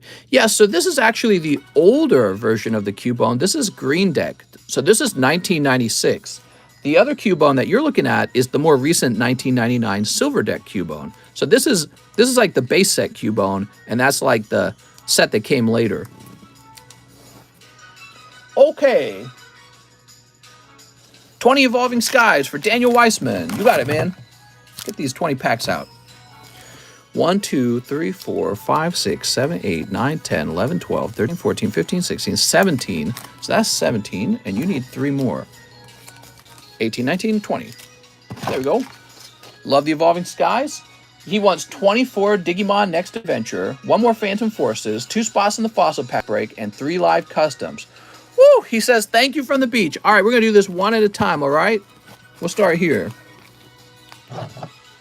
All right. Snip. Snip. And Snip. Snip. Get some sneeps in here. Evolving Skies better than Hidden Fates, in your opinion? Definitely. Well, they've already printed Hidden Fates so much. That's a problem. I don't know how that compares to how much they printed Evolving Skies. So if we could get hard numbers on the total amount that Nintendo has printed of each set, that would go a long way in understanding the investability of sealed product. As it is, you just kind of look at it and guess. Boop. Okay, Daniel. Let's pull you a Rayquaza or an Umbreon. Hidden Dates is overprinted. Oh yeah, they're real overprinted. We ought to start a Hidden Fates club where we take Hidden Fate Charizard SV49s and drill holes in them. Destroying the card in the slab. Okay, there's Leafeon. Here's Rayhan Dialga. Oops. No, that's a dumb idea. Here's Garbodor. Look at that Garbodor. Me, Pokey, stick at Rocket Ball. Do something. Blue chip stocks give dividends, right? Well, they can. Each company can elect to have their stock pay out a certain amount. Some companies like Google don't pay dividends. Instead, they go, these are our profits, and one day we'll pay a dividend. But for now, we're going to take our profits and use it to, I don't know, buy another company or do some research. And so people continue to buy the Google stock because they're like, one day, my Google stock's going to pay dividends and it's going to be good. So, but as of right now, they don't pay dividends. But if you bought Walmart stock, Walmart would pay dividends. The question is, what percentage of the cost of the stock accounts for the value of the payout? So if you pay $100 for one stock, what is your dividend yield going to be? And stocks that have a really good dividend yield, those are attractive for people who want to make sure that they get paid kind of consistently. But it's a little more complicated than that because sometimes the change in price on the stock can be the real thing that makes you wealthy. You know, so what would you rather have? A $100 stock that pays a $10 dividend or a $100 stock that's about to go to $200? Because people all want to own that particular company. And it turns out you want to buy the stock that goes to 200. So it's complicated to decide, oh, this is the company I want to buy because it's, I don't know, the best performing company, the most underpriced company, the most stable company. So there's, you know, that's how you got to think about it. You have to think outside the box. I don't know what Pokemon will look like in 80 years, but I know I will more than likely collect them. Is the line pretty long? Not really. Mister, you inspired me to sell my $200 slab and just collect $1,000 slabs. Oh, nice, man. All I'm doing is questioning the use of Pokemon cards as a pension fund. Well, they're not really a pension fund. Yeah, they're not really a pension fund. Get rid of all my Hidden Fate cards because of their population. Yeah, and I think a lot of people did that. So the funny thing is, there's always like a correct price for something. It could be the case that the real demand for Hidden Fates, the real demand for it, if you want to call it organic demand, and the perceived value of the Hidden Fates cards are in such a way that maybe they're underpriced right now. Who knows? Maybe everyone's got the same exact idea. Oh, I'm going to sell out of my Hidden Fates position at the same time. And so now there's too many of them. And now they're selling for less than they should. So nobody really knows. Daniel Weissman, 24 Digimon, next adventure. Let me go get you a fresh box. Yay! Digimon.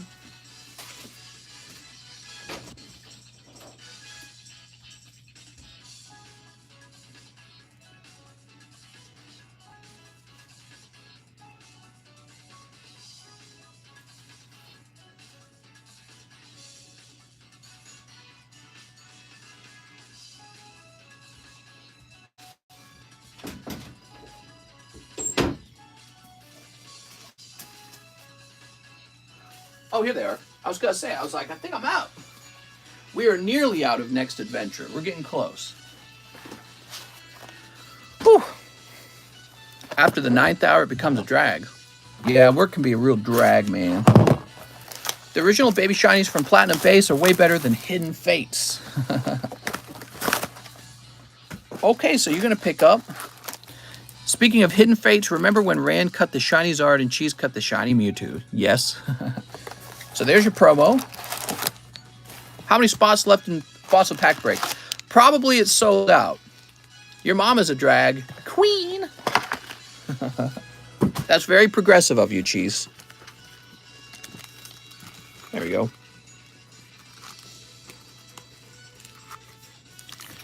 All right. So we'll set these here. Doesn't matter if they overprinted it if you keep it sealed for long enough. Well, that was the lesson with XY Evolutions, wasn't it?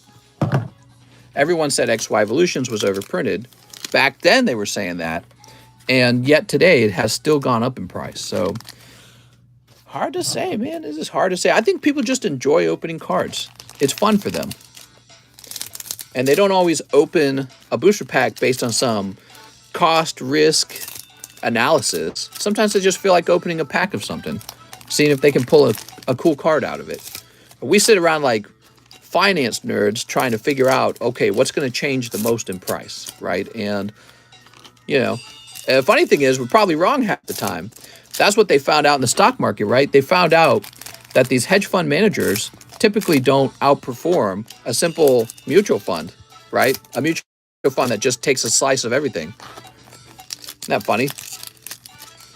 So here we are going, oh, well, this Pokemon card will be the best one to buy and hold.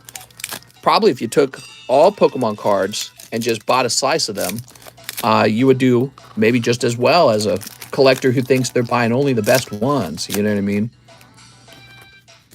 All right. Or maybe not. Maybe you would have average returns. I have a boomer mentality and just stick everything in mutual funds. Nothing wrong with that. There's nothing wrong with that. That's more like, you know, I feel like that's a very straightforward path to investing. People who sit around thinking that they're so good that they can like pick the winning stock because somehow they have more insider information or insight into the world than others. You know, they're probably wrong. Metal Garurumon, I mean, they're almost definitely wrong, right? Did I tell you I was watching Day Trader Fails on YouTube? It was a compilation of people who go, ooh, what's this? You got Strabamon. It's Strabamon. Be careful. This guy about to take your girl. I gotta sneeze, man. I think we all know at least 90% of the fact that Evo Skies will skyrocket in price over time. Oh my God, I gotta sneeze so bad.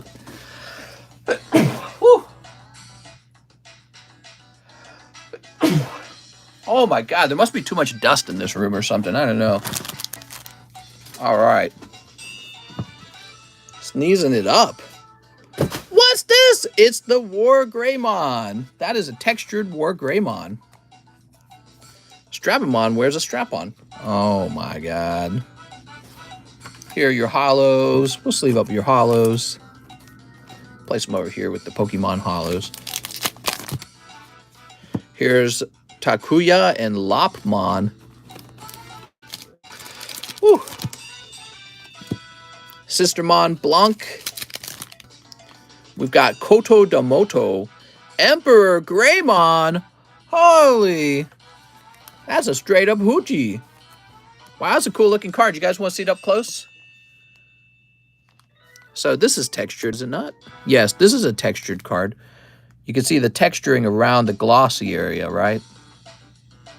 Looks like the other Digimon are in the reflection of the sword. That's cool. Huh. Makes you wonder how much this one's going for. If one really wants to buy an investment in cards, is buying slabs the best way versus pulling and grading? You know, it's hard to... I'm sure... Listen, everyone's trying to find like the best way to do something, and it's just... There is no best thing, you know what I mean? It's just all down to what kind of situation you ran into, and... like I was trying to explain this idea last time. I was saying, back in the day, I was buying a Shining Gyarados for $1,300. He has been one of my best cards when it comes to value appreciation over time. But back when I was buying him, I was just paying the full market price for him at that time. In fact, that was considered expensive back then. So $1,300 on a Gyarados, I mean, there's so many other cards I could buy. To put it into perspective, I could buy a Dark Charizard First Edition Holo from Team Rocket for like $800 at that time. So I was paying more for that Gyarados than for the Charizard. And it wasn't a special bargain. It was just me buying a card at full price going, I like that one. I remember Neo triple rare star on the card, right? So, you know, and now in hindsight, I look at my cards and there's cards where I got a good deal on them, supposedly, and they never changed in price. And then there's cards where I paid full price and they exploded in value. So it's just not something you can easily predict. Now, your question was, should I only be grading my own cards? Well, maybe that's true for modern cards. I think it's certainly important for everyone who's in card grading. I'm sorry, in card collecting. Damn! Holy Jesus! I thought this was a game for kids. Holy titties. I think it's important for everyone to know how to submit their own cards to places like PSA, SGC, CGC, all the companies, right? So you should just learn how to submit cards because that's part of being a collector. But you know, you have like Gary King Pokemon put together one of the most expensive collections. He didn't grade any of them. Well, no, I'm totally wrong on that. I'm sorry. He collected plenty of them as already graded. That's what I meant to say. Logan Paul maybe is another example. He bought his cards already graded, and he's probably doing fine. So, yeah, I mean, it depends, I guess. Koichi, Cherubimon, it's Cherubimon. Here's Ancient Beetlemon and Ebon Woomon. Do you think PSA grading costs will ever go lower than 50? I think so. I am still not sending my cards to PSA. I think PSA grading will go down to $30. That's my guess. $30 a card feels like the right number. That is my feeling. I think $30 a card is going to become the number for a lot of grading companies. And Razenmon. All right, cool. Thanks, Dan, for opening those. Fun to see these. Nobody really opens boxes of Next Adventure, so we're getting to see a treat with our eyes. Wouldn't you agree? Mr. Daniel Wiseman treating us to some Digimons. They just opened 30. Here we are. Ancient Beetlemon and Dino Rexmon. Dynamite! I'm not sending my packs to PSA. They tamper with your packs and open them. Here we are. Saying it was tampered. So, we got Phoenixmon. So, this is a full art. Hercules Kabuteramon. There's Emperor Greymon, which looks really crazy. War Greymon. Strabimon, also looking real crazy. And Metal Garurumon. I think these are the hits in the box, with these two probably being the main hits. Why gotta have Mon at the end? They just gotta, okay? Don't question it. No questions, please. Save your questions to the end. Next up, we have 2 spots in the Fossil Pack Break. You got it. We'll count up the spots and see if there's any left. They're probably sold out. I'll call you Dan Weiss.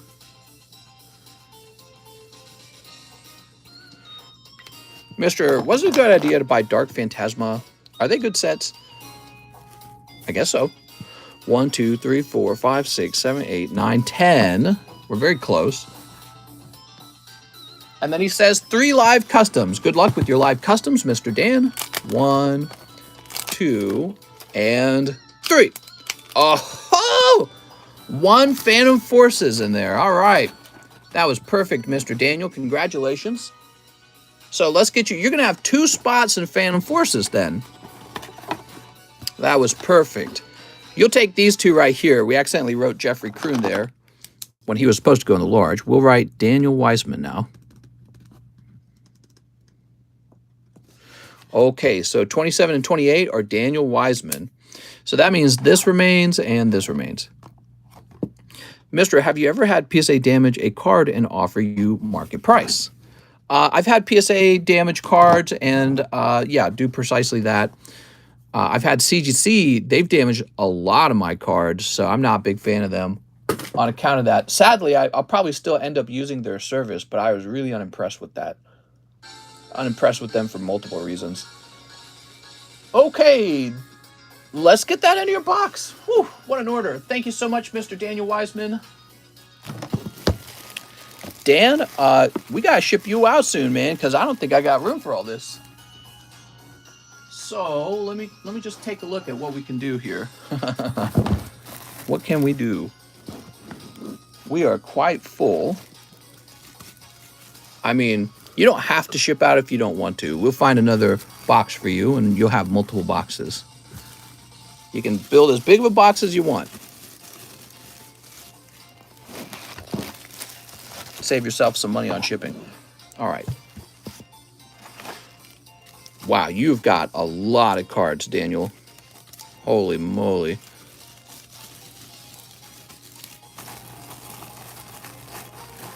There we go.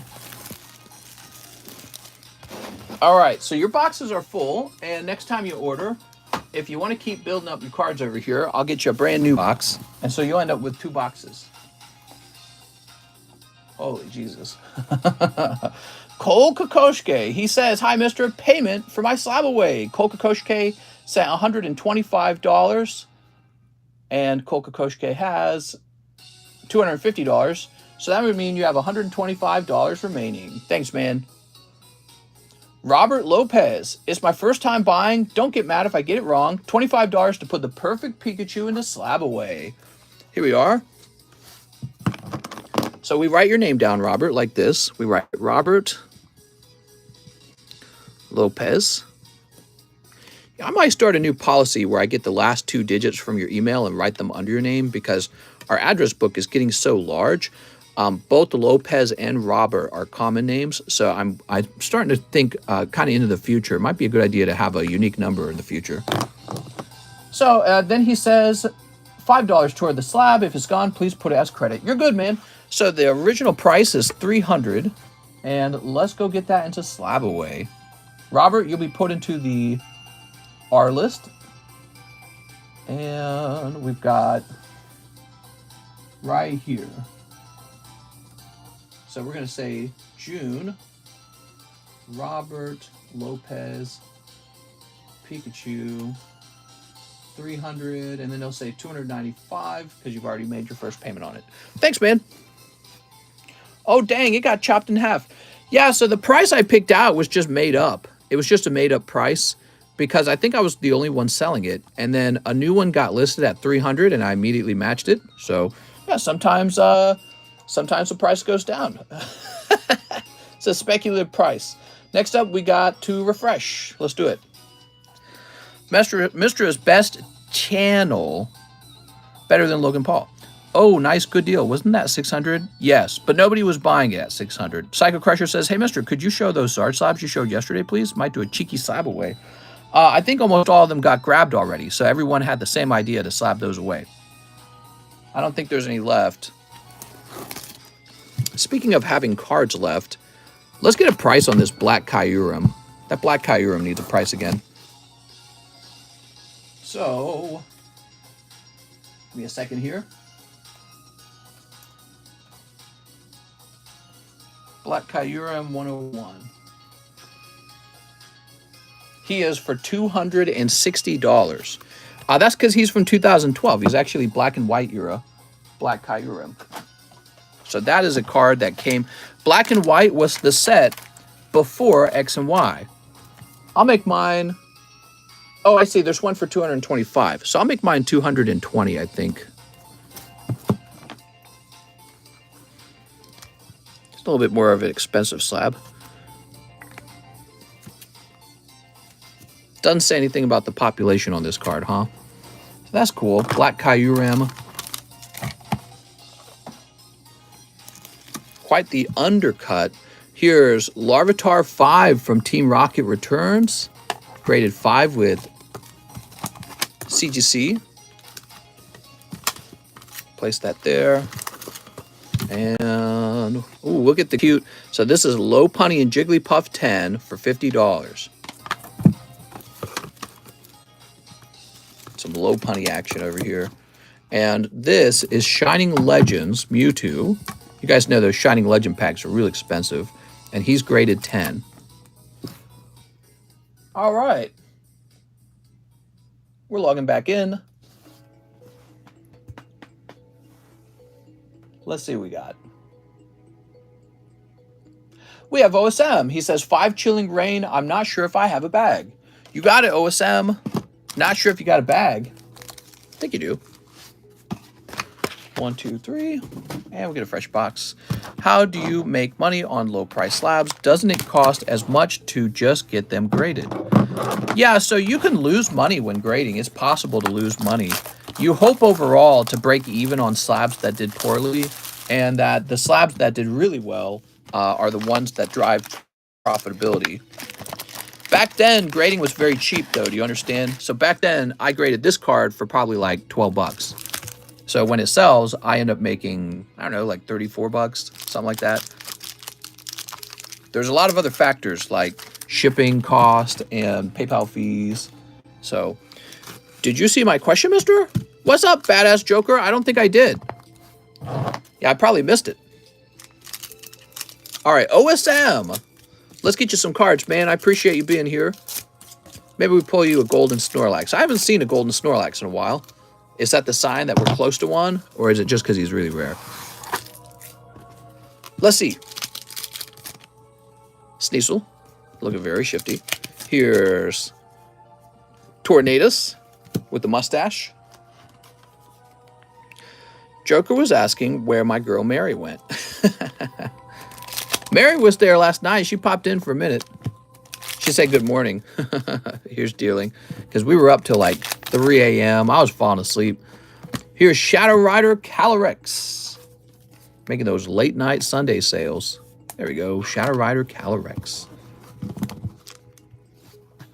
All right. OSM, you got a box over here. I sent Charizard Alternative Art to CGC, came back 9.5. Would you crack it and try for a PSA 10? You know, the sad part, Mr. Badass Joker, is that you've already sunk money into the card, meaning that you've already spent the grading fee with CGC. And now, if you also grade it with PSA, you're already going to be paying double grading fees. So that's already a bad situation to be in. Now, just imagine that it comes back from PSA as a 9. Now you've destroyed all the value. So I would take a hard look at the card, make sure it really does have a chance at a 10 with PSA, because it might turn into a PSA 10. I think the majority of CGC 9.5s do, but that's not a guaranteed PSA 10, right? Like, what's the term? Don't count your chickens before they hatch. Next up, we got Nicholas de Annabelle. Can I have a TCC booster and live custom? Also $1 to charity. What's up, man? Yes. Although, I think you're going to get a cold one from those live customs. That's what I think. Let's see what we got. Look at the sunlight. Isn't it beautiful? There we go. We broke up into 99 here with the charity card. So we are on a countdown from 99, everybody. Now, let's get the live custom. This is for Mr. Nicholas. Yep, that's Hollow Xerneas. Cold. Ooh. Spoopy. And you're going to pull... Oh, very nice. That's Sylveon from the TCC packs. Beautiful pull, by the way. That's a chase card in VMAX Climax. Okay, Mr. Nicholas. We'll place you right over here. Boop. How fast was that? Joseph Estes. 3 poker cards for Mr. Joseph Estes. CGC is rising in popularity. Yeah, I think that they're probably doing okay. 1. I don't hate them. I look for value wherever it is. They have a pot report now. That helps. Yeah, interesting. All right, what we got here? Mankey. Now look, there's that goofy texturing. Oh, Totodile. Nice. That's a good pull. That's the Johto starters. And Victory Bell. That's okay. Victory Bell's decent. I hate long lines with the only exception of the ones going into my nose. They have a pot report. Okay. So, Joseph Estes. You had a bag right in the front. Here it is. I like your Totodile pull. That's nice. Silver Deck Totodile. Neat. There we go. Francisco Cruz. 8 Evolving Skies packs. You got it, man. 1, 2, 3, 4, 5. Is SGC a good grading company? Is SGC a good grading company? SGC has the title of the most expensive card ever sold. Isn't that interesting? I talked about this subject multiple times. Technically, when you look up the most expensive card, it was a baseball Wagner graded by SGC, and it sold for $6.6 million. So I find it fascinating that they're treated like they have an inferior whatever grading company to PSA, I suppose, right? Because in my eyes, they're fine. I bet that PSA is probably larger, but competition's a really important thing for any market. So maybe giving some business to SGC, giving some business to CGC and Beckett really will force PSA to have to lower their price and compete with innovation. The way it's been for the last year, PSA has just been taking us to the cleaners in terms of their costs, and it's obvious that PSA is very popular, which is a good thing. I'm not trying to say, oh, I don't want to grade with PSA anymore, but I'm saying competition's a good thing. All right, so 8 packs for Francisco. Let's get those last 3 packs. Here they are. I think that SGC hasn't been talked about enough. They're already kind of pricey, though. If you do a bulk grade with SGC, it's like $30. But that's still, technically, that's better than a bulk grade with PSA. Then, on the other hand, if you list with SGC, I don't think the SGC slabs sell for as much as PSA slabs. So, it's tricky. It's tricky. But that won't change until people actually start realizing, oh, I can shop for SGC slabs. But I think that PSA does have a competitive advantage because they've already graded so many Pokemon cards. If you want to find a Pokemon card that has a grade with it already, you're going to search PSA because they have the largest number of them. So you're more likely to run into what you're looking for when you search PSA. And this is becoming a typical problem when it comes to graded cards. I feel like we need some sort of acronym that would just be like a universal acronym, you know what I mean? For all graded cards of all graded companies. But more likely than not, when you post a graded card to a place like eBay, you're going to have to say something like PSA, BGS, CGC, SGC, and then the name of whatever company you really graded with, right? Spirit Mask and Shopping Center.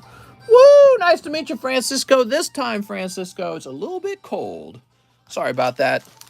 These packs are cold. Yeah, I'm sorry. It does happen. The next round is the hot round. Here you go, man. Their pristine 10s are quite pricey. Just opens. Here we are. Was going to say it's $50. Very cold, says Cisco Cruz. I'm sorry, man. The hot ones are in the next pack, I promise. Usually new guys get really good luck. Or maybe we just notice it more. I think you missed a holo in the last pack. I don't think I did. Let me double check, though. I don't really consider holos a very big deal.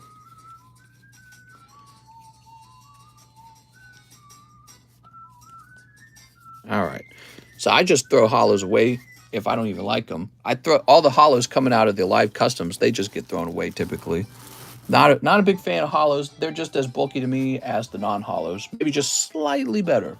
Jeffrey Kroon says 4 Dark Phantasmas. You got it, man. Well, can only get better from here, right? That's true. 1, 2, 3, 4. That's true. Probably the next round is going to be the Umbreon. 1XY Evo. You got it, man. Howdy, partners. My new baby is here. Where? Have you got any sleep? Where? New baby? You mean new consumer? I think you mean new taxpayer? I'm just kidding. I'm kidding. Government's going to start having 2 babies. Super soldier babies. Thanks for the double sweep, says Jeffrey Kroon. What? All right, let's see what we got. We got some holos. Oops. You're saying you've swept twice now? There you go. But this guy hasn't swept. Not this Gengar. There we go. Here is Gallade. Look at that Gallade. What's up, Psycho Crusher? He says, y'all, that is all. No sleep yet, mister. She likes to eat. Hum, yum, yum, yum, yum, yum, yum. And what's this? Caterpie, so cute. And Mewtwo, you got a lovely Caterpie. You know what that means. You're part of Caterpie gang now. There we go.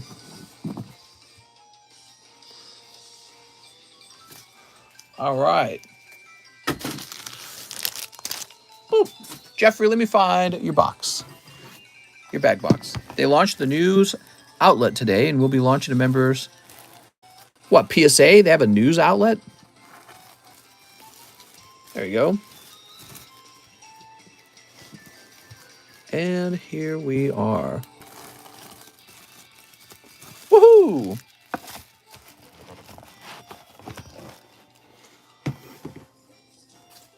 Next up, we got Tucker Zuli. Tucker Zuli says 3 fusion strikes. 3 fusion strikes. Where are my fusions? Give me a moment. Gotta move these out of the way. Let's get these fusion strikes open. It tastes like chalk and butter, says ProCod. What?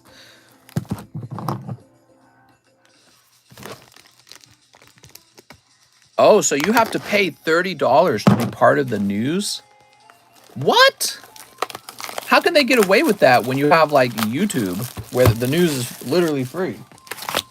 Yeah, join our $30 a month news membership. Wow, man, they must just think that. I don't know. I guess somebody will sign up for it. That's wild. Okay, Tucker Zuli, 3 packs of Fusion Strike. Sneeps. Sneeps. Yeah, it's too high considering the pop. No, mister, stop reading things wrong. Oh, I'm sorry. What did I misunderstand? I probably misunderstand it. 6, please, says Wenna. Oh, let me get you 6 then. So, Mr. Tucker, it's tree cheese, the superior cheese. All right, we got Grim Snarl. I'm sorry, Tucker, nothing wild in that round. We're going to run into your bag, huh? He says, I have a bag. Tucker Zuli. Damn, Boomer, butt out. Butt out. Here we are, Tucker Zuli. Dude. All right. Now we got Brooks Bellinger. Brooks says, my first TCC booster. All right, let's get you a cold one. Woo, it's a cold one! You did pull a cold one. That is Misty's Horsey. So there's a couple cold packs in the box to help with some of the more expensive cards in the box. Brooks, how about that, man? Let's find you a bag. Brooks goes, rah. Yep, that is a cold one. Just like with the live customs, there's going to be a few cold packs in the box now. Not very many. They might show up. Well, it'll depend on what's in the box, I suppose. So if you end up seeing too many cold packs, it's a sign that something really hot has made it into the box.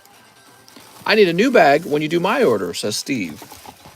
Remember when people bought, cable TV so they didn't have ads and commercials? What? Steve Scottabooey. Scottabing, Scottaboom. He says 10 Astra Radiance, 1 live custom, and 1 TCC custom. Let's start with your live. That's cold.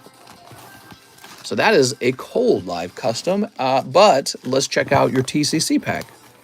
Pull some heat tonight.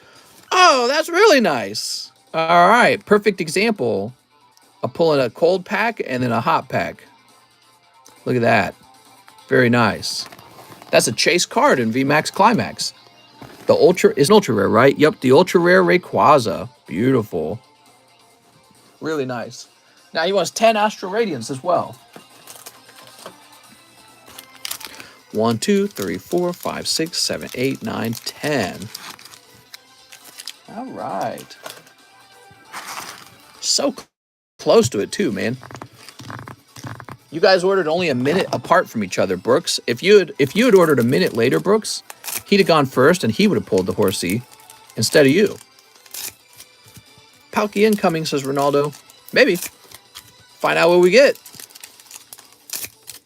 Now you buy cable and still have to pay not to have ads in the video.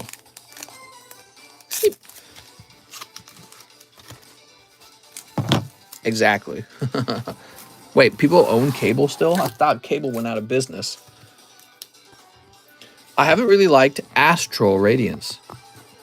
Do you have any alternative arts? When Mr. gets the new Digimon set, I'm going all in. You got it, man. Let's get those Diggies going. We got Bok Choy. Oh, these packs are packed really tightly. Temple of Sinnoh. Here's Electrode. Oh, nice. Look at this. You're having a good round, man. Ice Rider Calyrex VMAX. Okay. Here's Growlithe. What's up, Gemini? We got Kingdra and Cleavor. Ooh. If I want to buy one pack of 7 Deadly Sins to get open live, do I have to buy one through the website? No. No, you buy it from me, not from their website. I'm not like a store for them. I have some 7 Deadly Sins with me, and you can open it. But, you know, there is a $7 minimum order. I don't know if they're $7, but there's a $7 minimum order. But if you're wanting to order some cards, go to the description of this live stream, and there is a link that will kind of explain the whole process. But it's really simple. You just pick out what you want to buy, add it up, maybe use a calculator, and then just send that payment to me over PayPal with the message telling me what you bought. It's so simple. There's no website. Very, very basic. Mr. Been trying to recommit to Pokestan membership, but YouTube doesn't give me the option to. Really? Wow. I don't know what to say. I want you to have the membership. I think you're the only one reporting that issue, though. So maybe you might need to contact YouTube and find out what's going on, because, well, I don't even know how you would, because YouTube's like impossible to contact. Oh, look at that. I've not heard of that. Maybe somebody can gift it to you. I hear that's a new thing that they're doing, gifting memberships. Cheese, Mr. folded a jump card that could have been a PSA 10. Are you happy? A jumbo card. Go to desktop, says your average player. Steve Scottabooey, you got a new bag? I think you need a new bag, right, Steve? I can't remember. Was it you that shipped out? Here's Sergio. Here's Sasuke. Sasuke. I think you needed a new bag, right? Didn't you ask me to ship you? I think you did. Blastoise base unlimited worth 108. Got a friend selling it to me. Should I grade that Rayquaza? And yes, a new bag. It looks really clean. So I can't tell you as a fact that it'll be a 10 until after I get it under a light. But it looked pretty well centered to me. I'll give it a whirl, says Hiker. All right, Steve.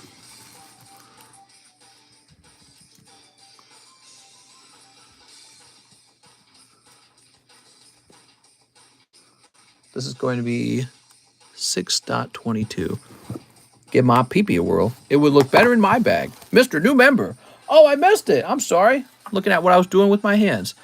Mikey. Mikey was a member. He's renewing his membership. Thanks, Mikey. We have Jesus Pantoja. Towards my slab away. You got it, Jesus? All right. Give me a moment. Give me a moment.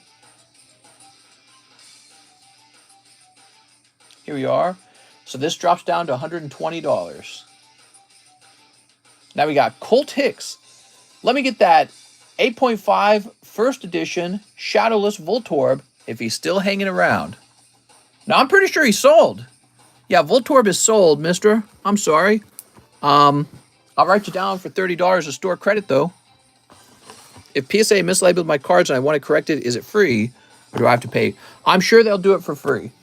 Yeah, I'm sure they'll do it free. Just give them a contact, tell them what happened, and they'll be like, send it in. There we go. Yeah, I'm sure they'll do it free.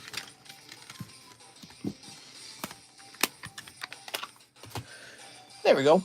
Christian Green says, I completely forgot I put a Whitney into Subway and didn't cancel it before the Tyranitar. I would like to cancel the Whitney.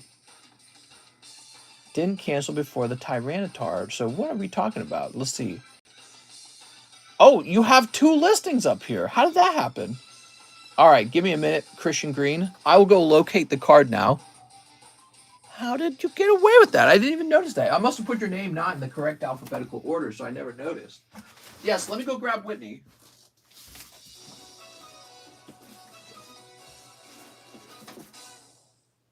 Oh, wow, that's a nice card. No wonder you put it in the Subway. So Christian Green has 2 cards slabbed away, which of course we don't do. And we'll go cancel that one now. Thanks, Christian Green. You could have sneaky paid it off. I bet I wouldn't have noticed. How much is the Whitney? So I priced the Whitney at $350. That's Whitney Pristine 10 from CGC. And let me just take a quick look at it.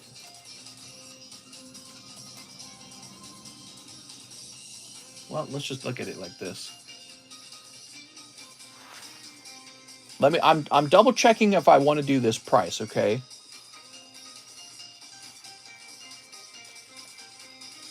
There's an awful lot of PSA Whitneys. The cheapest PSA Whitney is for $305. I have a CGC Pristine Whitney for $350. So we're going to stay with that price. Hey, mister, how long is the wait list if I was to order again? I don't think it's really long. Let me go ahead and refresh. I have 3 non-hollows. Second time someone didn't actually buy that card. I don't even remember that. Are you sure? I don't remember. Some cards bounce around. So we've got Greg Janitano. Gotta nab me up that fine low punny 10. If you know what I mean. Greg, you got it, man. There are not a lot of low punny cards out there.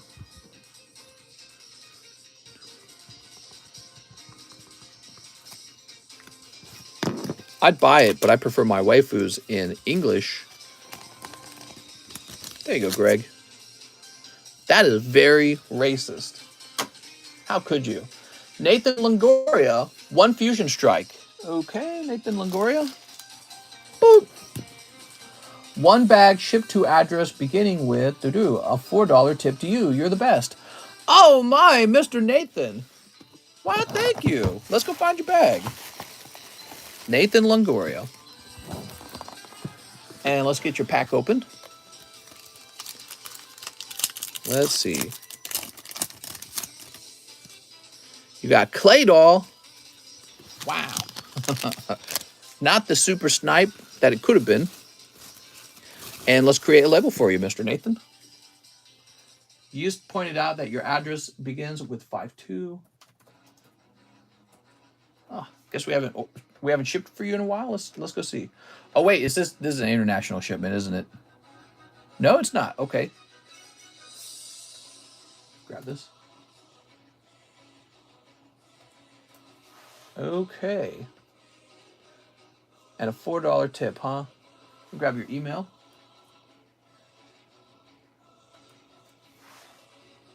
And this is going to be a bit of a heavier bag.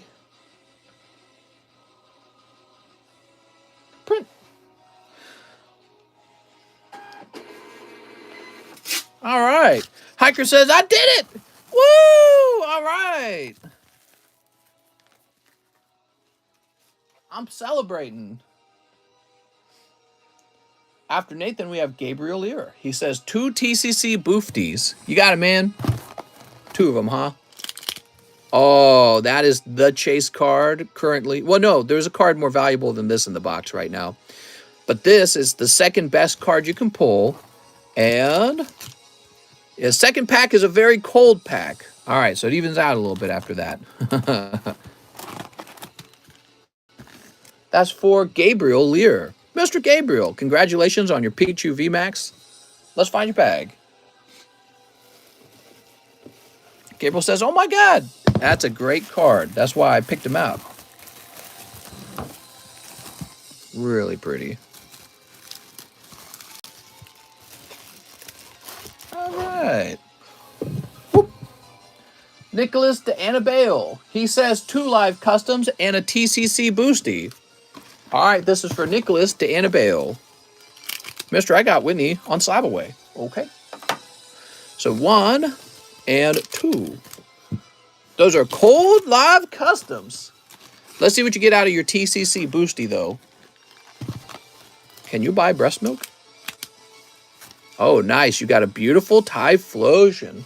So that's for Mr. Nicholas. And Nicholas, let's find your bag. Put this back. You have a bag right here. Mr. Nicholas de Annabelle. Whoop. Very nice. All right. So now we have Jeff Leon, and he says 2 Astral Radiance. TCC branded mystery box, when? 2 Evo Skies. 2 Fusion Strikes. And 2 Chili Rains. What's up, Skizz? Ooh, what is this music playing? All right. Sneep. Sneep. Get some sneeps in here.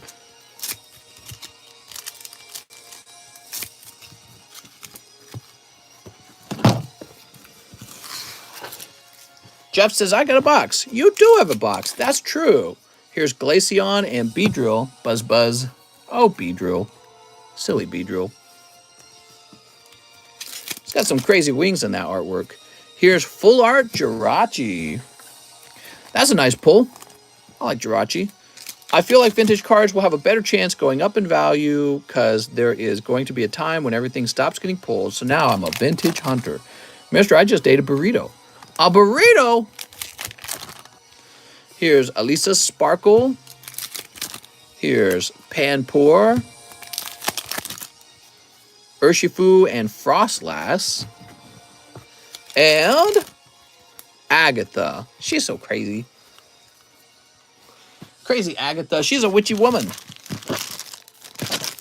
We're gonna find Jeff Leon's bag. Box, I mean. All right, Jeff. Well, that round was okay. You pull a Full Art Jirachi.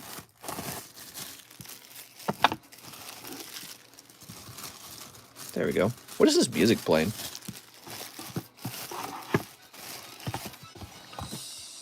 This music is familiar, but I don't know what it is. Bayonet. Let's turn on some Donkey Kong.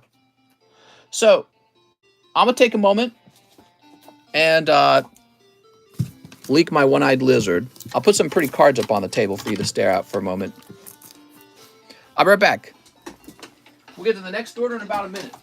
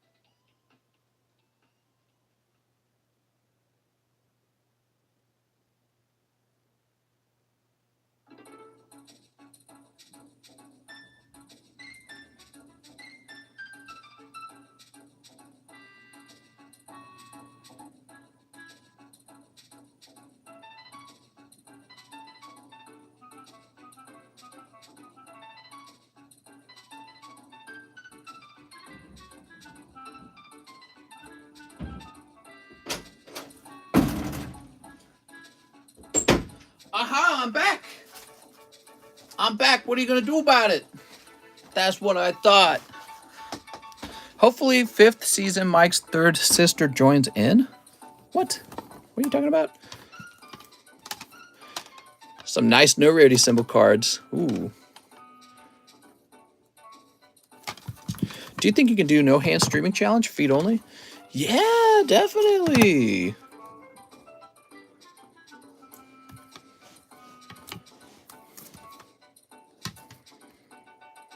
Pretty, man. Some nice looking cards.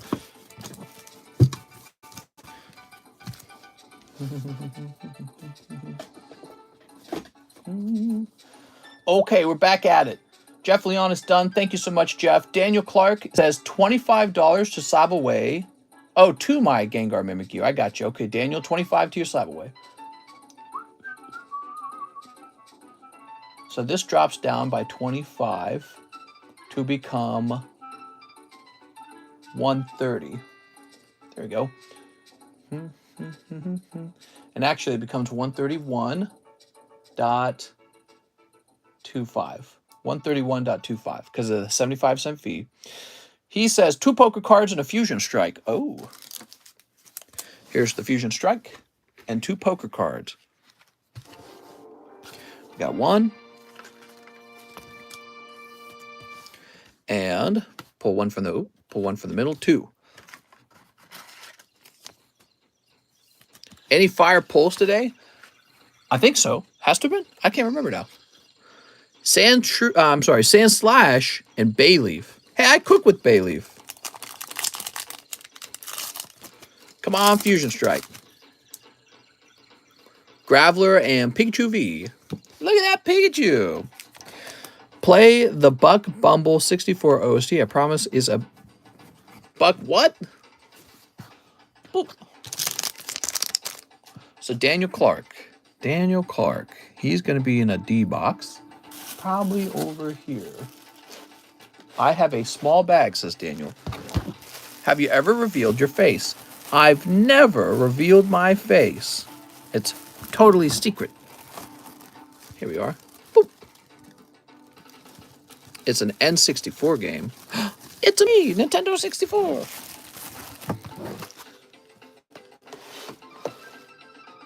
Okay, let's refresh. I'll take this Cubone down.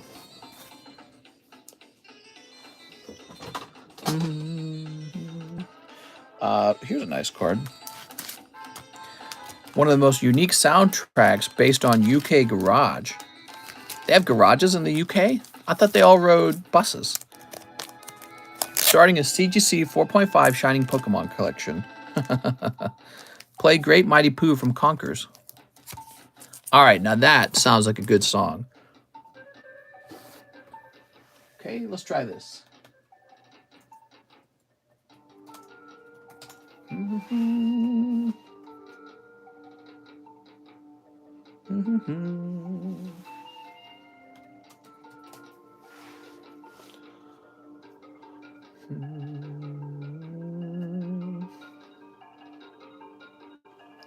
Anyone ever play Bomberman on PlayStation 1?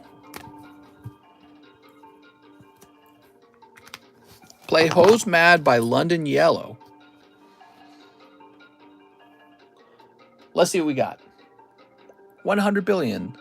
100 billion? That's too much. Sunlight's too much. Start bringing this down now. What time is it? It's already 5. Wow. You know, I might take a day off this week.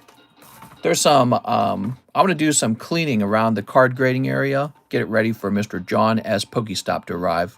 I'm thinking about writing up some, like, material for like a guide and stuff like that. You know, that Gengar is straight fire. That is a Poker Gengar from 1999. And this one is graded 9 with SGC. It's a fancy looking card, isn't he? Now, I imagine that a 10 would sell for much more than a $90. So it graded 9, I give it 90. Okay, let's see where we are. We have an order from Mr. Gabriel Lear. He says, slab away the Whitney. You got it, Gabriel. I was there, says Giovanni. What? Let me grab a sleeve. Any level 10 cards, mister? I have a couple level 10 cards in my collection. Just because when Diamond Pearl came out, I was like, I want some level 10 cards. But I don't have any for sale. What deck is that Gengar from? He's a silver poker deck. Sorry about that.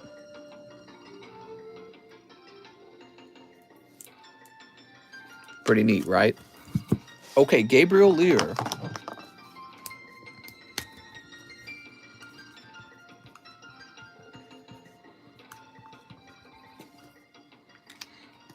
And this is for 350, right? I'll place this over here. And then we're going to go to Slab Away and get you in the G's.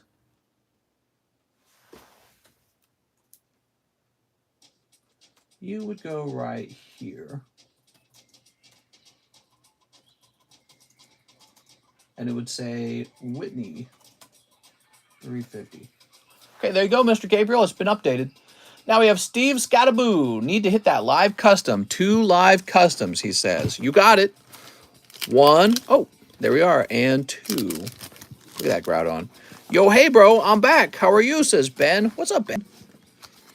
10 pokers. Woo! All right. Mr. with the fire slabs. So here we go. 10 pokers. We got 1, 2, 3. I'm just grabbing randomly out of the box. 4. So you get 3. Whenever we run into like White Kyurem here, he's from the black and white era deck. And because those are a little cheaper, you actually get 3 of them for the price of 1. That's how that works.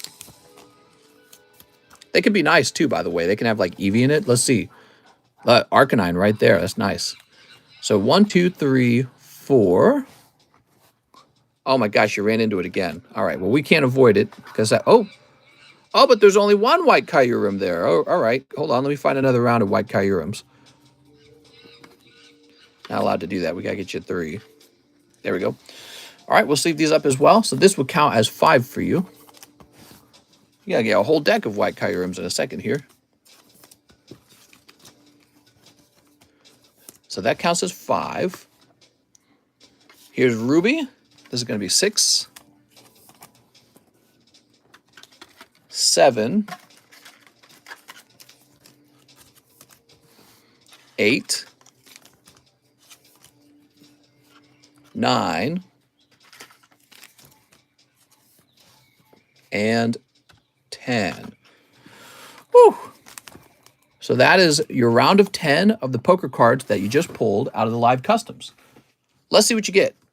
Are you scared? You should be. Woo! That is a messed up looking Golbat. Look at this mofo. That's what I'm saying. Like, Crobat definitely doesn't look like he came from Golbat. Here's Hoppip. I think it's called Hoppip. Oh, nice. Pulling Charmander. This is definitely a chase pull in the poker card. So he just sniped one of the chase pulls. That's Ace of Clubs Charmander from Green Deck. So cool, man. Here's Hydreigon? Svidragon? I think it's Svidragon or something. Arcanine. Chandelure. There's Metang. Oh, nice. That's also a really great pull. So that's Riolu from the black and white deck. Really nice, man. And Snivy, I think. I didn't play black and white, so I don't remember those starters. But that is also probably a chase card. That is one of the starter Pokemons. Ace of Clubs. Snivy. Very cute, man. Mudkip as well. This guy's killing it. Dude, you're getting all the pulls right now.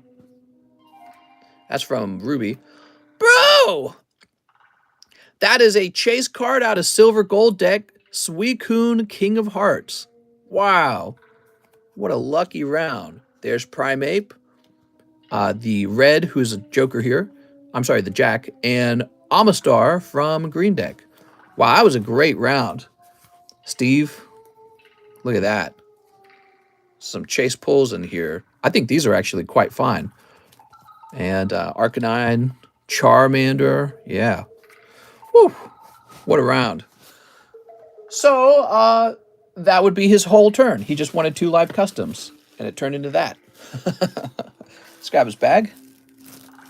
How about that, Steve? I hate Snivy, smug ass as cheese. Freaking Snivy. He says, I'll take that round. Not bad. JC Stimson says, small bag, 10 Evolving Skies. Hey, are you getting back together with Nancy? Oh, Steve. 1, 2, 3, 4, 5, 6, 7, 8, 9, 10. But I can't wait for part 2 of Stranger Things, series season 4. Then we just have to wait another 10 years before they make the next one. Sleep. Give us the tea. So here's 1, 2, 3, 4. 3, 4, 5, 6. 7, 8. 9, 10. I hope Nancy dies in the finale. I do too. I'm so tired of freaking Nancy. God, Nancy. All right, you ready? JC Stimson. Like, make your mind up, Nancy. You still taking orders, mister? What's up, Aiden? Nah, she'll get saved by Steve or some dumb thing. And then they're going to be going out again. And the other guy's he's going to make out with the weed smoking guy. And that'll be it. I hope we see Max actually run up a hill. Part 2 in July, right? Is it? There's Flapple. How long is the queue? Oh, you got Pikachu. It's really short, Mr. Marius. Feel free to jump in and not have to wait a long time to get your order open. It's Pikachu. Pikachu. You know why they're doing that now, right? You know why they have it set up so that you have to wait for like, oh, you like the show? Now you're going to have to wait for part 2. They're doing that because people are canceling their subscriptions. Oh, what is this? JC Stimson picking up beautiful Sylveon. All right. Love to pick up this Sylveon out of this set. Flareon, Sylveon. This is why Evolving Skies is so good. But you know they're going to reprint it, right? All right, we'll save that. That's a pretty hot round. Oh, we also have Swoobat and Leo. And I'm on season 2. No! What? They want you to stay subscribed so that they can release part 2. They can release it right now. They can release it this moment, but they don't want you to. They know you'll watch it and then you'll leave. Nancy's mom is the hottest. I like that whole angle they took with Nancy's mom in the season where they introduced Billy. Let's see, JC Stimson. And then, you know, season 3 as well. The dad is also hot, says Alex. Billy missed out. I think Billy did. I think Billy missed out. And now we have an order for Jeff Leon. Why not, mister? Let's try the single strike mode. 1 Rent-A-Girlfriend. 1 Mashoku. What could go wrong? 1 Evo Sky. 1 Chilling Rain. 1 Fusion Strike. I have a box, says Jeff. Jeff, you're doing it wrong. You're supposed to order a whole box of Fusion Strike, a whole box of Chilling Rain, a whole box of Evolving Skies, a whole box of Mashoku, and a whole box of Rent-A-Girlfriend.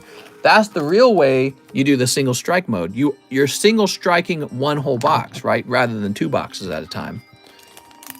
You gotta think differently. You gotta think out of the box. All right, what do we got here? Sneeps. Oops. Do you think Nancy's dad likes blank play? Oh my God. Probably not if you think about the era back then. There wasn't so much, you didn't have as many sexual fetishes, in my opinion, in the past. I don't think it was as spoken or explored. There was no internet to work with all that stuff, you know?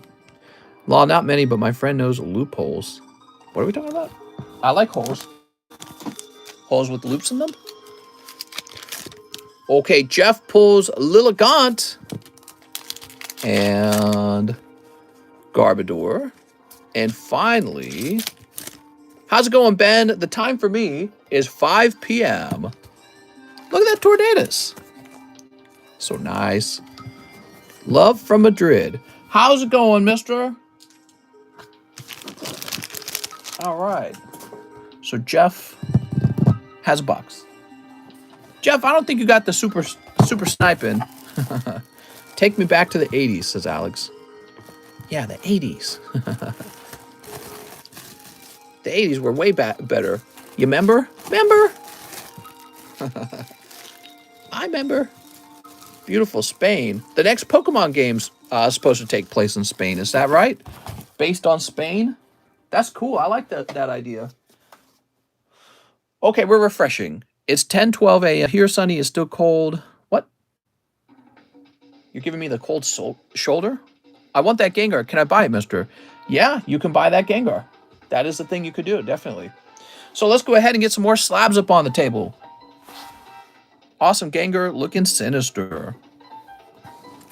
Here he is. He does look pretty sinister. That's a very sinister Gengar. We're going to add slabs, I think.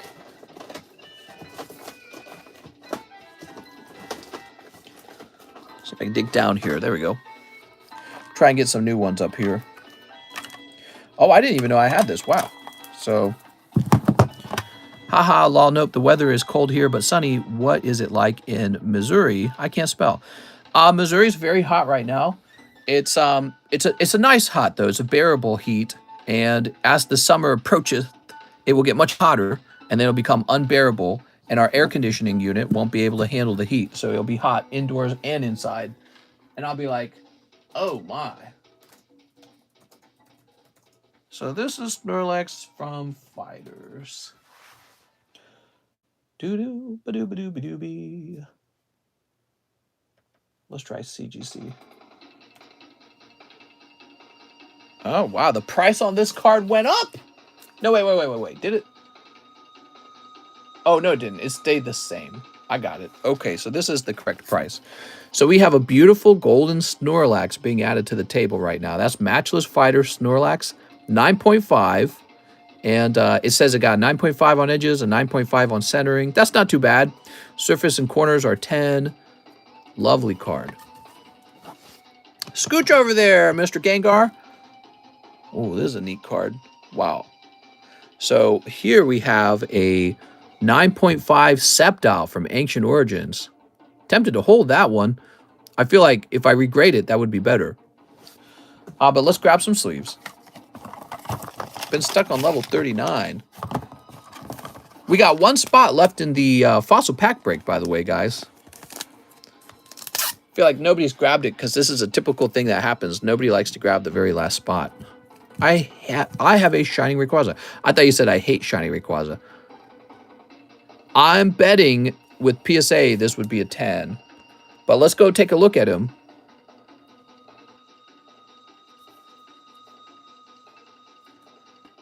Okay. Yeah, CGC is pretty picky. That's a pretty clean card. Let's find a price for him. I might have to grade that one. That's what, Sceptile?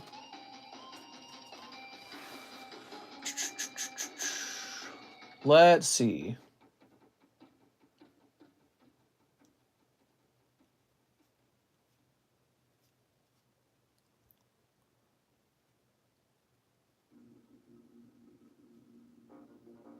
So I can see a PSA version of the card. There is no 9.5 CGC version of the card for sale. Let's try PSA then.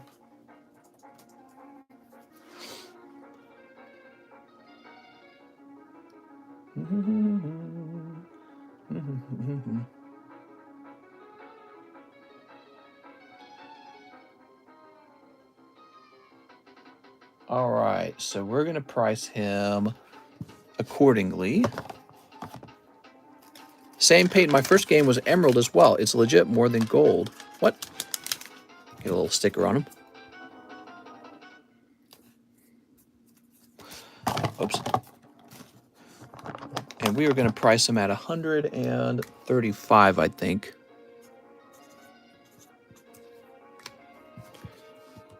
Wow, that is a nice card. Here's a Charizard. Everyone loves a Charizard. This is Evolution's Charizard, grading 9.5. Well, to me, I just love Gen 3 too much. Gen 3? Gen 3 is cool. First game was blue in German. Nice. That's cool.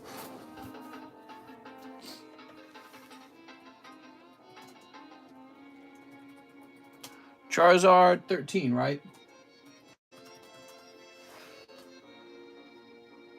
Okay, and this card is going to be $65. Is it the secret rare Zard? This is Evolution's Charizard. I don't think it's a secret rare.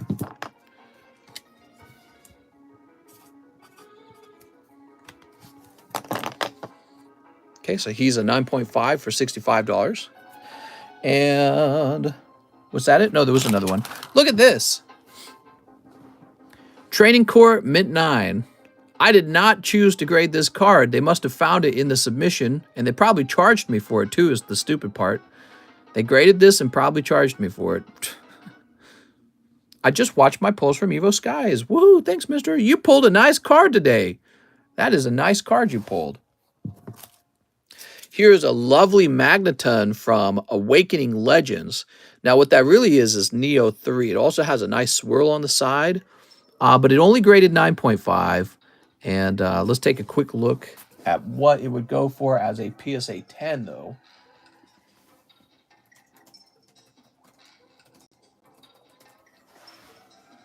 So he would be about $164 as a PSA 10. Let's see if there's a CGC one available. Yes, the CGC one's much cheaper. It's only $80 as a CGC 10. CGC 9.5. That disparity is scary, you know, because it makes me wonder, like, can I just regrade this with PSA? Let me take another look at that PSA price. Yeah, I don't know what to think. It's got a nice swirl on it. I'll go for, since this one has a nice swirl, I'm going to make it a little more expensive.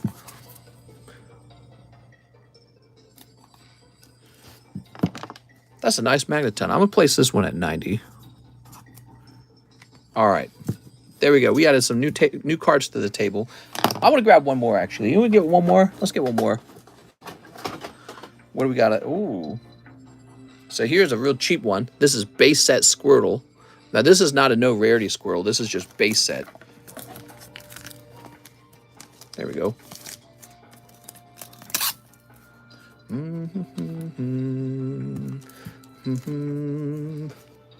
Base set Squirtle, huh?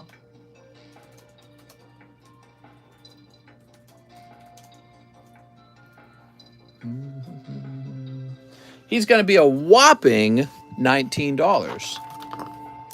I know, it's a lot.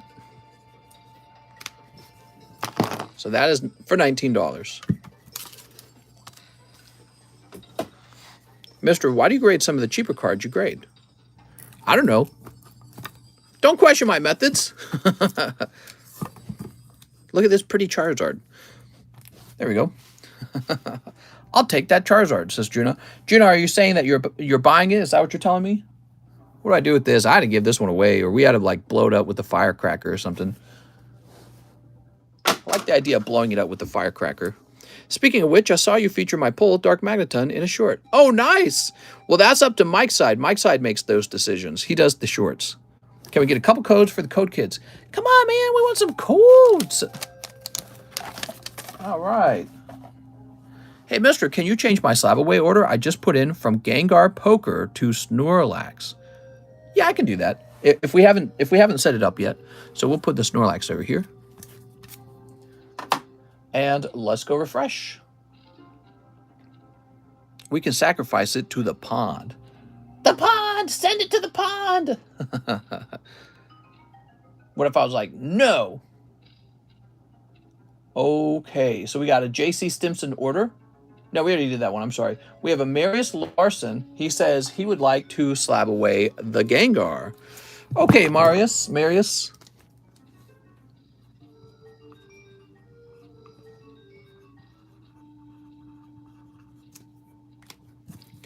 Here we are. And let's add you to slab away. It's a me, Medius. You're going to go up here in the MARs. June, Mary Us Larson. Snorlax. How much was he? 120? 120. Okay, he's all set up. We move on to Mr. Adenier Salas Mina. What's up, mister? Can I please have 4 chilling rains? You sure can. Is this still Donkey Kong music? Man, this Donkey Kong music's like too slow and boring. Mary says, thank you, mister. Thank you. Did that Gengar get sold? He's still available at $90. I just took him down because I put up some other slabs. So we're always kind of rotating slabs. There you go. So that's a $90 Gengar. He was just about sold. He nearly came close to selling. Mary suddenly realized, wait a second, that's a Snorlax. I miss when Alex would give codes. Go ahead, remove that. All right. Mister, my phone is blowing up in notifications. Had to switch to desktop. Snip, mute your notifications on Twitter, Alex. Here's Grooky. I don't know. Grooky's looking pretty toxic. We're going to have to give him Ritalin and make sure he doesn't turn into a toxic male. He's hitting that stick too hard. Here's Cybold. And here's Melanie Rune Rigis. Damn, Melanie. Melanie fits conventional rules for beauty and attraction, and it makes me mad. Hey, that's the male gaze. Adenier, let's find your bag. He says I have a bag, right? Yes.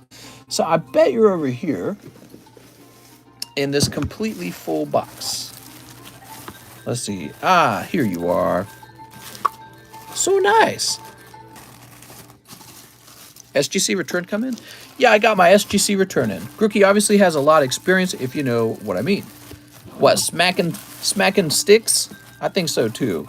So I'm going to take a couple bags out of the back of this box from people we haven't seen in 100 years. Aaron Merida. I bet Aaron Merida comes back. So we're going to move these bags off to a private box called the Abandoned Bags box. Aiden James, Alexander Hewitt, Alvin Yang. Let's take a look at Alvin Yang's bag. Does he have anything? So he got some hollows. Oh, he's got a full art Urshifu. Yeah, he's got some stuff. Yeah, he probably don't want to throw his bag away. Where'd these guys go? I think the problem is they don't want to pay $8 shipping. So they go, leave it. You know what I mean? If they don't pull like a big hit, they go, well, cheaper for me to just leave it there than to ship it home. Auction off the abandoned cards. Speaking of abandoned cards, we're going to have to sell that Karen box, right? So give me a minute. I got to put these away in the abandoned bags box. Well, you know what? I'm going to put them right here in a simple abandoned bags box because it's just sitting here. Get back to the stream. All right, I'm back. Give the community some free stuff. So now we got Nicholas Della Garza. 3rd spot pack break. Oh my God. We're starting the pack break, everyone.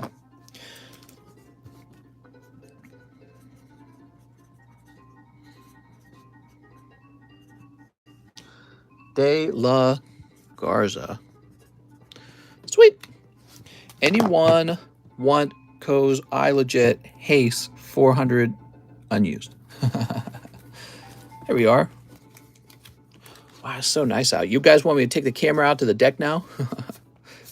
Beautiful outside. Sun's looking good right now. Okay, there we are. You know what we need to do? We need to sort these into 3s. That's what we need to do. I bet they'll get the names all jumbled up. Okay, there we go. Poon Mom. Don't look at the sun, mister. All right, I need a number from the audience. Someone share a number.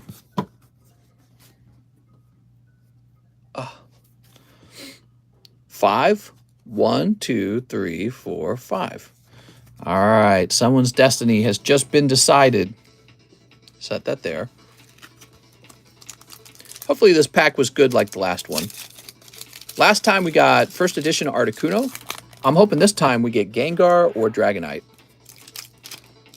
Oh, some of these picking up a Slowpoke at the end. Now, give me a moment. All right, so this is the rare card, and we're going to put this at the bottom of the pile. There we go. Let's see. It's Mr. Hammam. Hammam's the first one out, and he pulls... How much are those? This is an old vintage pack, and this is a pack break. Nice, man. Look at that old Weezing. That's the first time we had a Weezing card, right? I don't think there was a base set Weezing. Cool, man. So Hammam, I think, had 2 spots, right? But I think his bag's right here, so let's toss him in here. What are you doing, mister? Look at the time. Okay, there's Weezing. Okay, put this over here. Spot number 2, Nicholas De La Garza. Ah, that's the one, says Ben. Oh, nice, man. That's great. Slowbro, Common Uncommon from Fossil First Edition is probably one of my favorite artworks from this set. Who doesn't love Slowbro? How much does Slowbro go for these days? I'm curious. There must be a lot of them by now, having returned. But let's see. Wow, he still goes for like $120 as a 10. Dude, that's great. Okay, and let's find your bag, Mr. Nicholas. Should be right in the front. Right? No? No? Okay. Wait, did you have a bag? I kind of assumed you had a bag. The Annabelle has a bag. Gruber has a bag. I mean, it's a nice looking card. Yeah, like 120. That is a nice looking card.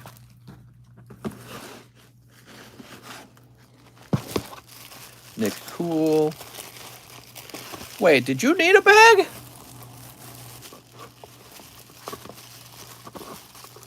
I think you needed a bag. You tricked me, mister. I trusted you. It's my birthday, says Anna. Hello, Anna. So we're going to get you 2 of these shields. How much is a spot going for? Well, they're all sold out now, so don't try to buy any. They were going for $29 a spot. Come on now. Grab this and bring it up here. All right.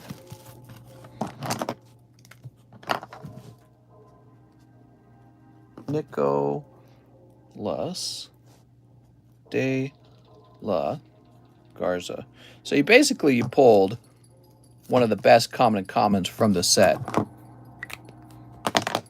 One says, anyone want to sell me their spot? Well, they can't do that now. We've already started, man. Dan Wiseman. All right, Mr. Daniel Wiseman, he pulls Magmar. Very cool. I forget that this card's in this set. Look at that, everybody. First edition Fossil Magmar. So cool. So that's for Daniel Wiseman. And I'll grab his box here.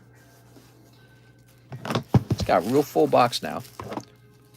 Pokemon, giving young children gambling addiction. Because the younger you start... I know, right? Dude, everything in life's a gamble. What are you talking about? What's up, John? Get over here, John. We need help. I'm just kidding. It's a light pack. Newy ways. What? I one of those that came back at 6. There's Nicholas again. Okay, Nicholas. Nicholas, we should have pulled you that Slowpoke at the front of the pack, huh? Oh, Gambler. Speaking of gambling, that card literally says Gambler. But you're going to take this empty pack as well. So you got the Fossil pack and the Gambler card. That's how that works. If you pull a trainer, you get the empty pack. So now you got Slowbro and Gambler. Cool. So neat. Okay. And we'll set this here. Packing up as we speak. Oh, nice, man. You must be excited. I mean...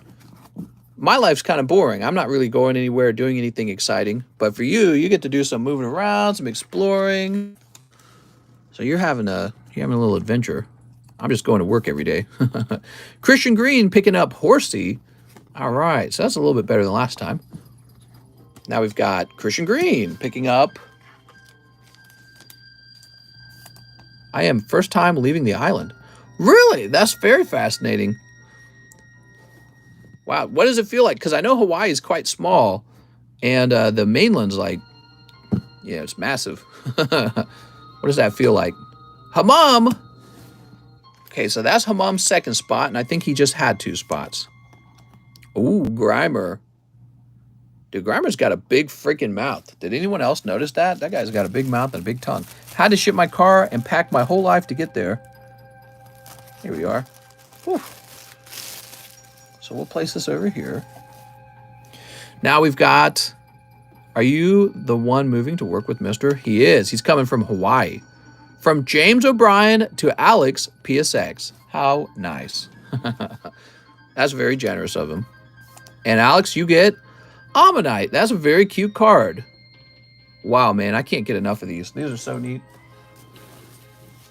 I'm enjoying this so much. It's crazy. Something about those original first sets that came out. They got a special appeal.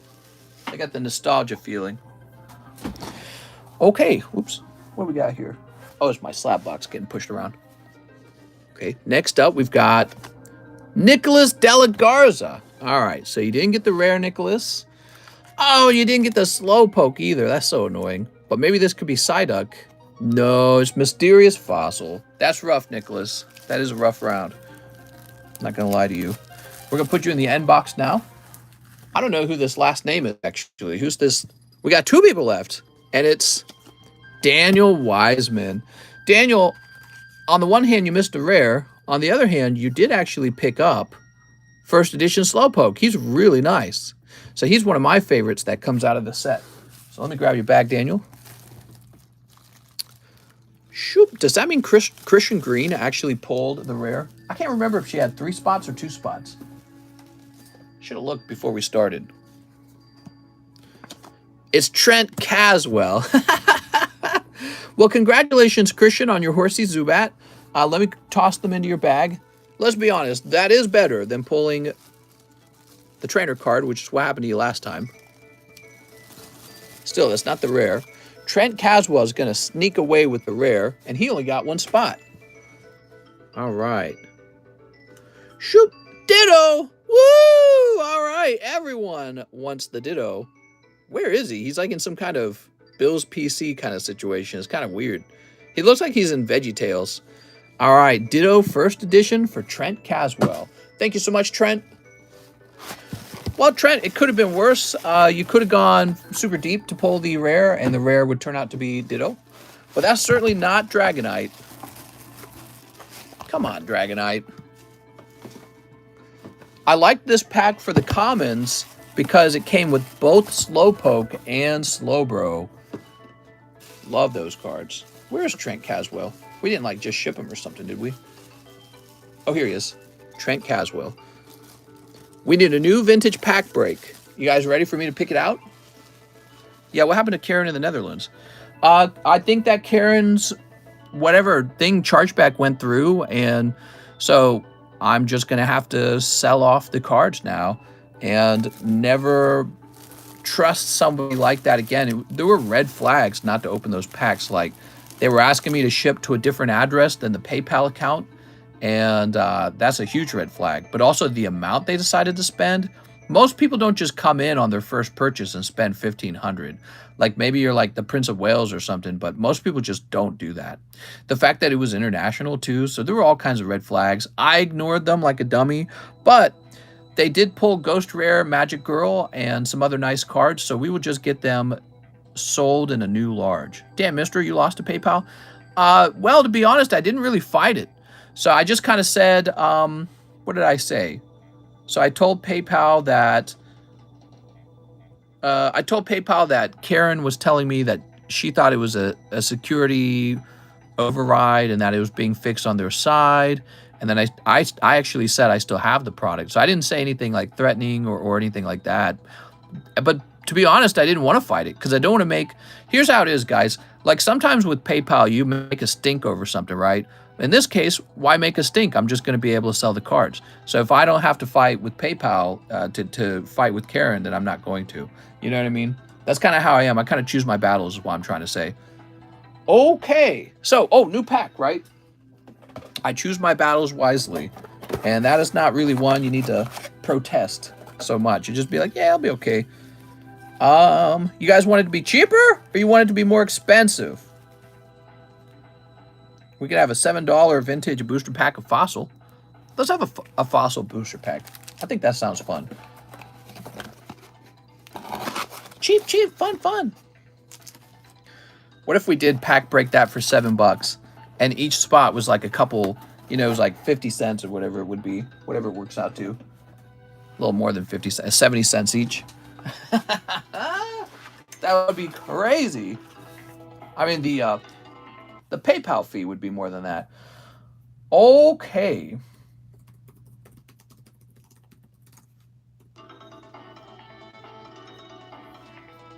Pokemon. Is this still live, says James? It is. Yay. How much? I want in, says Juan Jekyll HDZ. Let's do $3. That's right. It's going to be a $4 booster pack. Don't you just love this music? Smash Brothers version of this is way better.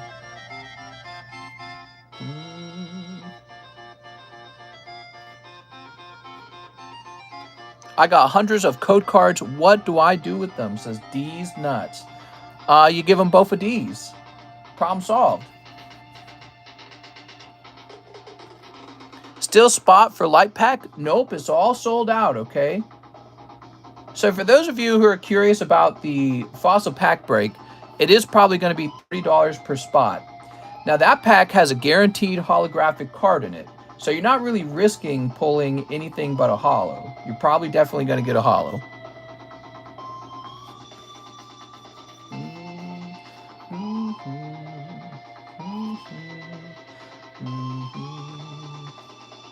Howdy, mister. What's up, Pokey Sly?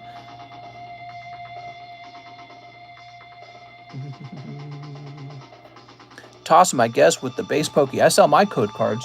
What? You can't just sell your Pokey cards? It's not allowed.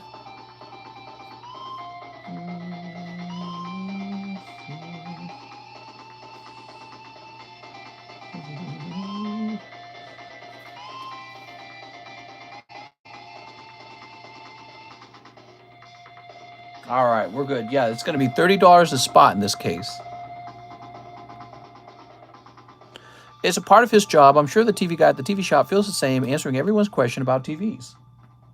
Oh, somebody berating me because I was giving a funny answer. Sometimes I get asked the same question a lot, so I just do a funny answer.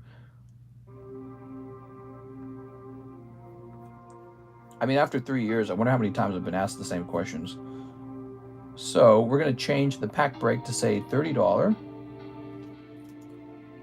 Japanese Fossil. I'll call it heavy for people who don't understand Japanese packs. There we go. Cool. $7 for the booster. I know, right? Sold. Thanks, man. I really appreciate the business. I was having trouble selling that one. I had to go lower and lower on the price. Okay, so we're getting the refresh in. How far into the stream are we? 180 minutes, so we're at the 3-hour marker. Plus, I'm using different keyboard used to use Mac, says Alex.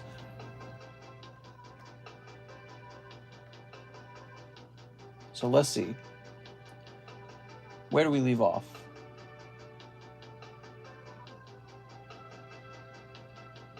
Here we are. We're at Manuel Diaz. He says he wants the Charizard slab. All right, Mr. Manuel Diaz. Thanks, man. Manuel Diaz.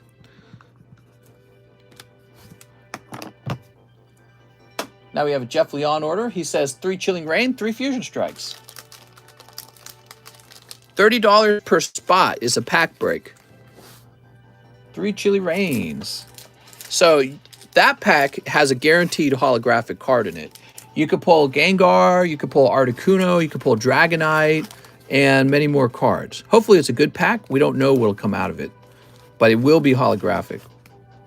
How do we have 192 viewers, but only 128 likes? Illegal. Whole pack for 30 bucks. Yeah, 30 bucks for the whole pack. I'll take 5, says Cheese. Yeah, exactly. Jeff Leon. Sleep. I got a whole box of Japanese cards.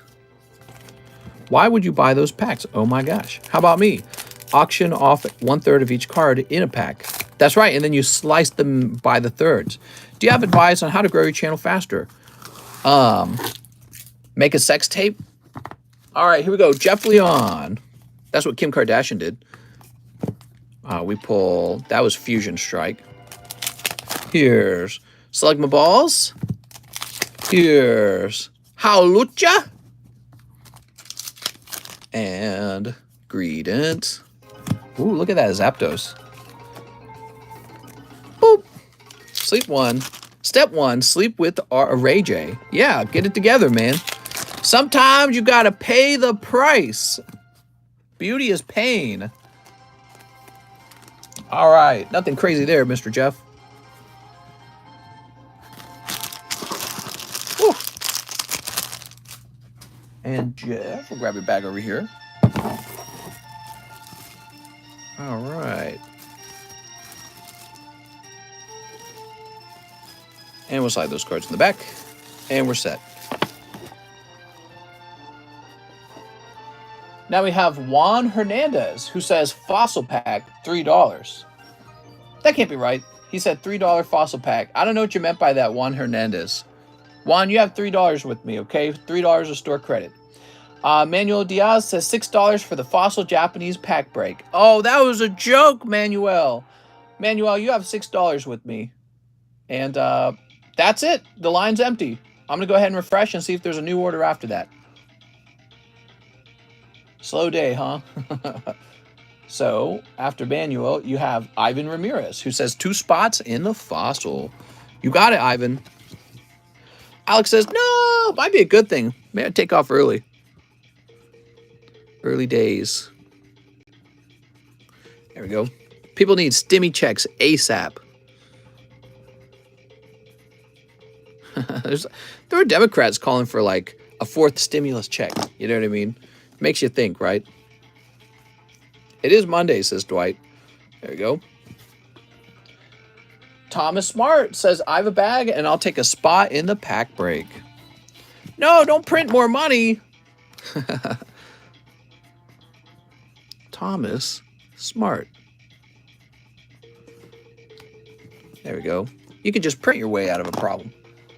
And 2 Astral Radiances. Ooh. You got it, Mr. Thomas. 1 snip right away. In Belgium, it's actually Tuesday. Oh, Radiant Howlucha. Kaka! The high gas prices are taking away from the Pokies monies. Damn it! Come on, government! Get it together!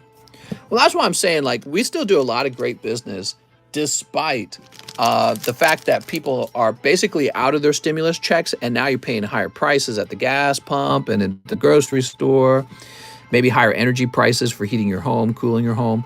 So despite all that, plus rent went up. Despite all that, still very active over here, and it makes you think, like, what is it going to be like when the economy is doing much better, much hotter? Probably going to be crazy. So Thomas, let's see, Thomas Smart. Toby, Tim Reeser, Pokemon's Forever. That's right. I want Pokemons and Pokemon card accessories. Timmy, Taylor, Trevor, Thomas. Wait, you didn't need a new bag, right, Thomas Smart? You're not tricking me, are you? Where'd I put the Thomas Smart bag? You must be right around the corner, right? How am I not running into Thomas Smart? I swear, I've seen your bag like 1,000 times. Tom McCann, Travis Phil. Imagine in the future, if you want light, you got to use 3 electric energy to light it. Imagine in the future if we could just have a big battery sitting next to the sun in space, and it was like solar panel kind of technology, and it just absorbed energy directly from the sun, and then like using a huge wire or something, it like transmits it back down to Earth. Who knows? Nah, that would never work. Okay, and now we're gonna refresh. Sweet.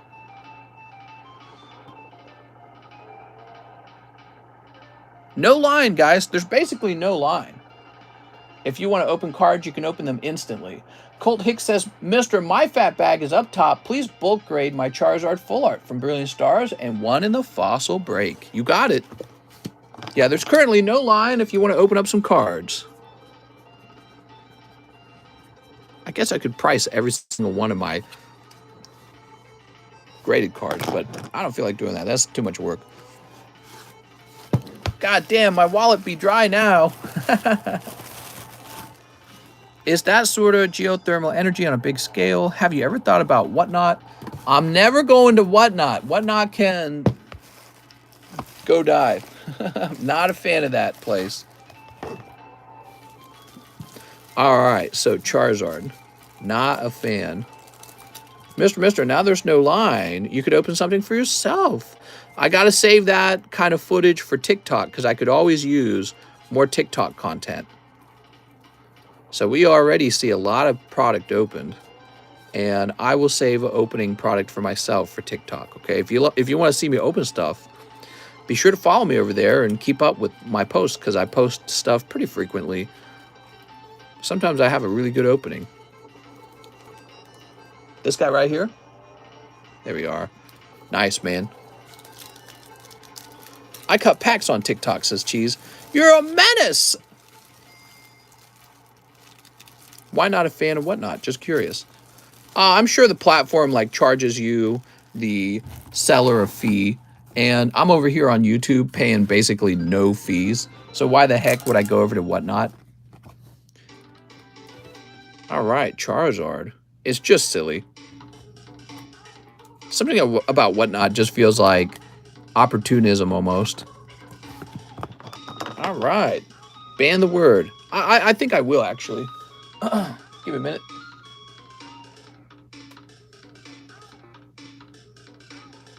I'm so tired of talking about it because I feel like I essentially just give it free advertising, and I don't want to free advertise a platform that I don't even like.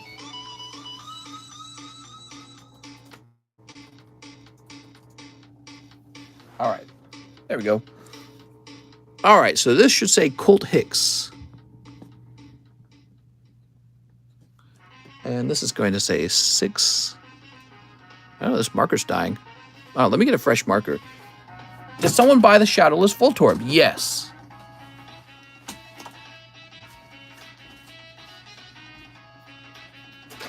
Here we are. Fresh marker.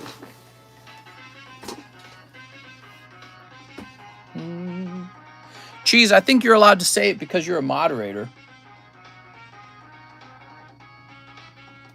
Let's see. Yeah, it's been updated. Your cousin has 15 years work experience. He's 9. How? Because he got 5 jobs at the same time. Ban the word marry. Oh, my God. She says, oh. That's right.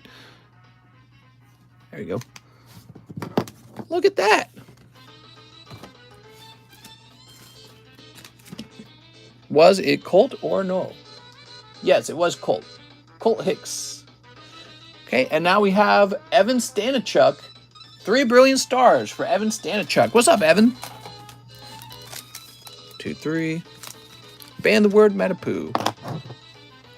No, I don't really feel like Metazoo needs to be banned. Fine if people want to talk about Metazoo. I just feel that Metazoo is overpriced. All right, there we go. Mr. Evan. Here's Sock. And... oh my God, dude! Wow, right after we were done putting that other Charizard away for Colt Hicks, We pull a Brilliant Stars Hyper Rare Charizard V-Star for Evan Stanachuk. Wow, we've definitely had some good pulls this round. Beautiful. All right, crazy. I'll take it, says Iron. I know. He says, ah! Yes, thank you. There we go. Evan Stanachuk pulling Hyper Rare Charizard, everybody. Can you ban the phrase, have you ever cut a card by accident? There we go. Charizard V-Star. I don't think there would be a point to banning that. It's too long of a phrase. So, Evan.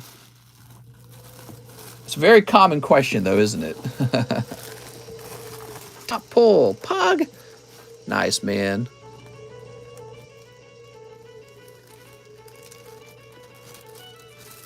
Mister, I'm only here for the giveaway.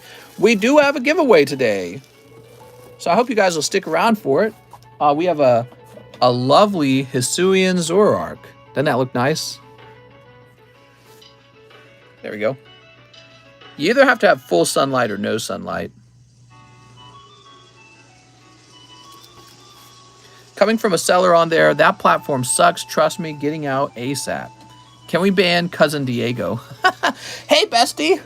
You got any free ones for me? Andres Ramirez says he'll join the Japanese fossil pack break. You got it, man. Boo, terrible giveaway. I want different free ones. There we go. That Zard looks fake. Rip test. Can you imagine? So that's 5. There are only 10 spots in this booster pack, so it's not like the English one where there's 11. This one will have 10 spots. Horrible card. Just give it to me so I can discard of it. Poor Mister getting smoted. Where do I get packs, Mister? How's it going, Caden? So, Caden, well, you'll go to the description to see the prices, and then you'll pay using PayPal and leave me a message telling me what you bought. Okay. So all that was for... Who was that for? Stanachuk? That was for Evan Stanachuk. Now we move on to Andres Ramirez. We already did that one. Now we have Michael Kizlaskow, who says 2 spots in the pack break and $5 to the charity card. All right, Michael, that's a guaranteed holo for you. That's how that works. That's called good karma.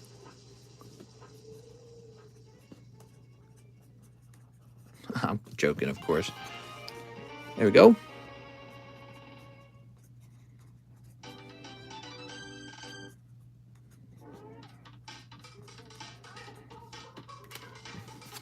Boop. $5 to the charity card. You got it. So we're at $99. And we're going to go down to $94. Whew.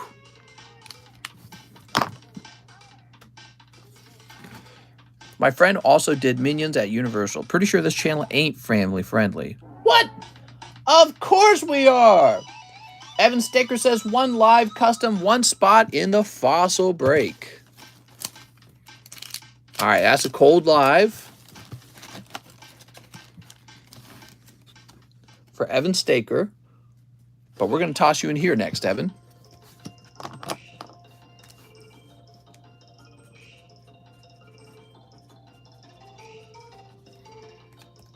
There we go.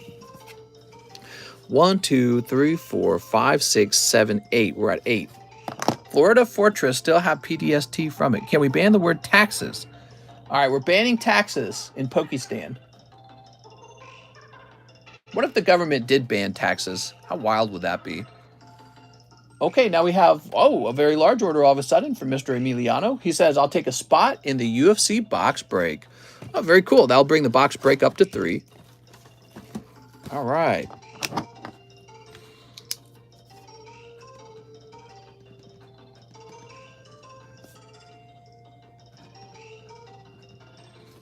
So you're on spot number 4. And he says 1 in the Phantom Forces as well. Holy heck. All right. You're going deep, man. So here's the Phantom Forces list. Getting pretty close to the end. Oops. Dropping my pencil. Oh, I spelled this wrong.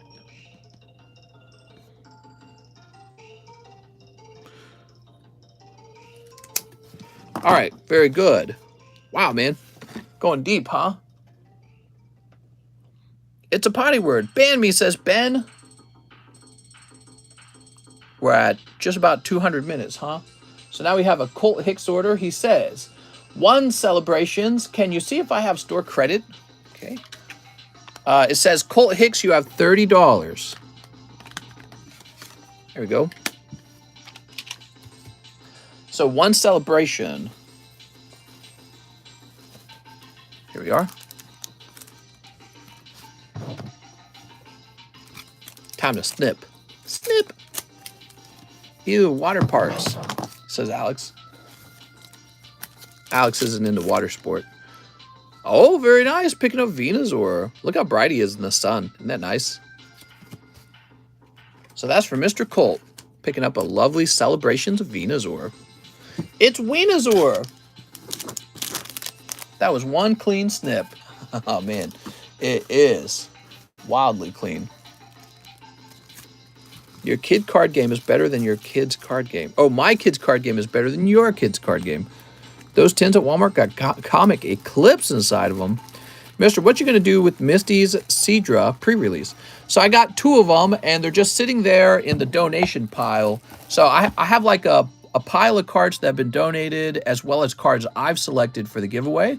And each day, I just kind of withdraw 1 from that pile. So the Seadras just haven't made it to the front yet, basically. But yeah, they'll be given away. And I appreciate the donations. Why did you want them back? I'll send them back. 1, 2, 3, 4, 5, 6, 7, 8. You ruined my family's vacation. Here we are. Let's see what we got. Wasn't there like a naked Misty card that got banned? Let me get that Dark Magic Girl. Where did you buy your Rayquaza? No! I was teasing you. So now we have Mr. Hammam, and he says he'll take a spot in the fossil. Okay, you got it, Mr. Hammam. I want to see if they grade high. Oh, I see, yeah.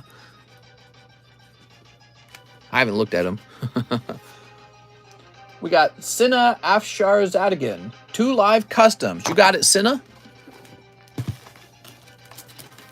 1 and 2. All right. Cinna. So you pull 038, and that is, that's a nice little card. Let's see what we got. You pull this lovely Gengar Mimikyu, 9.5 from Tag Bolt. Ooh, look at those shiny eyes. So I'll write your name down.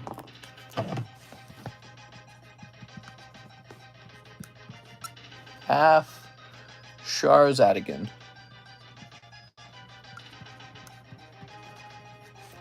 Wow, that is definitely one of the longest last names.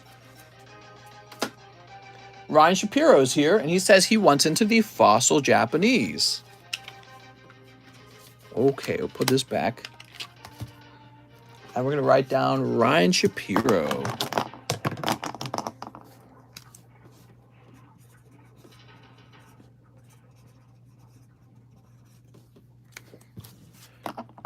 We got 1, 2, 3, 4, 5, 6, 7, 8, 9, 10. All right, there we go. Look at that. That was a fast pack break. Set that to the side for now. I felt like that was going to fill up quickly because people get excited knowing there's going to be a holo in the pack.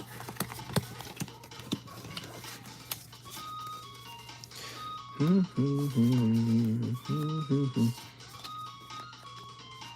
I'm getting hungry. I've got the hungies. Nice Ben, make me jelly, says D's nuts. All right, can I get a number from the audience? Mister, what's the giveaway? We got a real simple giveaway today. 7 from Jin G says 7. 1, 2, 3, 4, 5, 6, 7. That's it. Let's find out what we pull. So with these cards, I like to snip the bottom. I like to fool around with the pack too much. All right. So one of the reasons that the vintage cards have not exploded in price, oh, this could be a good card or it could be a bad one. So one of the reasons the cards have not exploded in price, in my opinion, is because there's still people like us opening these vintage packs. And so over time, We'll finish opening them all, and then we'll know what the real demand is for them. Ivan Ramirez. Mr. Ivan. Ivan's going to pull Kingler. All right, Ivan Ramirez Kingler. I think Ivan had 2 spots, didn't he? Switch over here, Ivan. Ryan Shapiro. Ryan, you pull. So it's the same here. We want to pull Slowbro out of these uncommons. But you got Tentacool. Sorry, Ryan.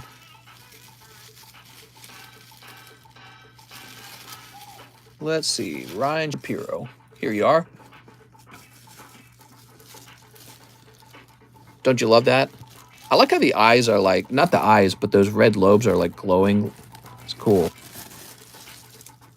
I feel like the original design of Pokemon was so much more, almost like adultish. It was less focused on being cute. You know what I mean? Pokemon today is like really focused on being cute. Mr. Hammam, what'd you pull? Zubat! Doesn't the Japanese version of the Zubat look super cool? The Japanese language itself is just really neat to look at. Short line, huh? Very short line. So short, your wait time can be as low as like 5 minutes. Okay, now we have Michael Kislaskow. Mr. Michael, you're going to pull. There it is, Slowbro. All right, beautiful Slowbro. Doesn't that card look awesome? So, Michael, love that pull. Let's find out where your bag is. Is that Michael Kislaskow or is that Michael Hislaskow? It's got to be Kislaskow, right? That's it.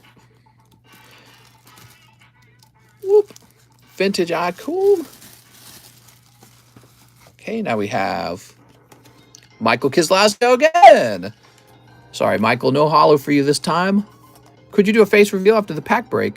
Face reveal. Look at that, Kabuto. Hi, it's me, TheCardconomist. See, there you go. I didn't look the way you thought I was going to look, did you? Whoop. Colt Hicks. Oh, Mr. Colt. I'm sorry, man. You're getting further along there. The Gambler. Here's the empty pack. That's for Colt Hicks. Okay, we got your big fat bag. This is going in the back of it. Mr. Tweaking today. Get them Chunkachu cheeks out. Okay, that's Colt. Mister, you looked beautiful. Mr. Face Reveal like 200 times. Oh, no, Caden said Mr. Face Reveal at 200 likes. Here's Andres Ramirez. All right, Andres has... Whoop. Cedra, that's the one, Andres. Let me grab your box. Okay.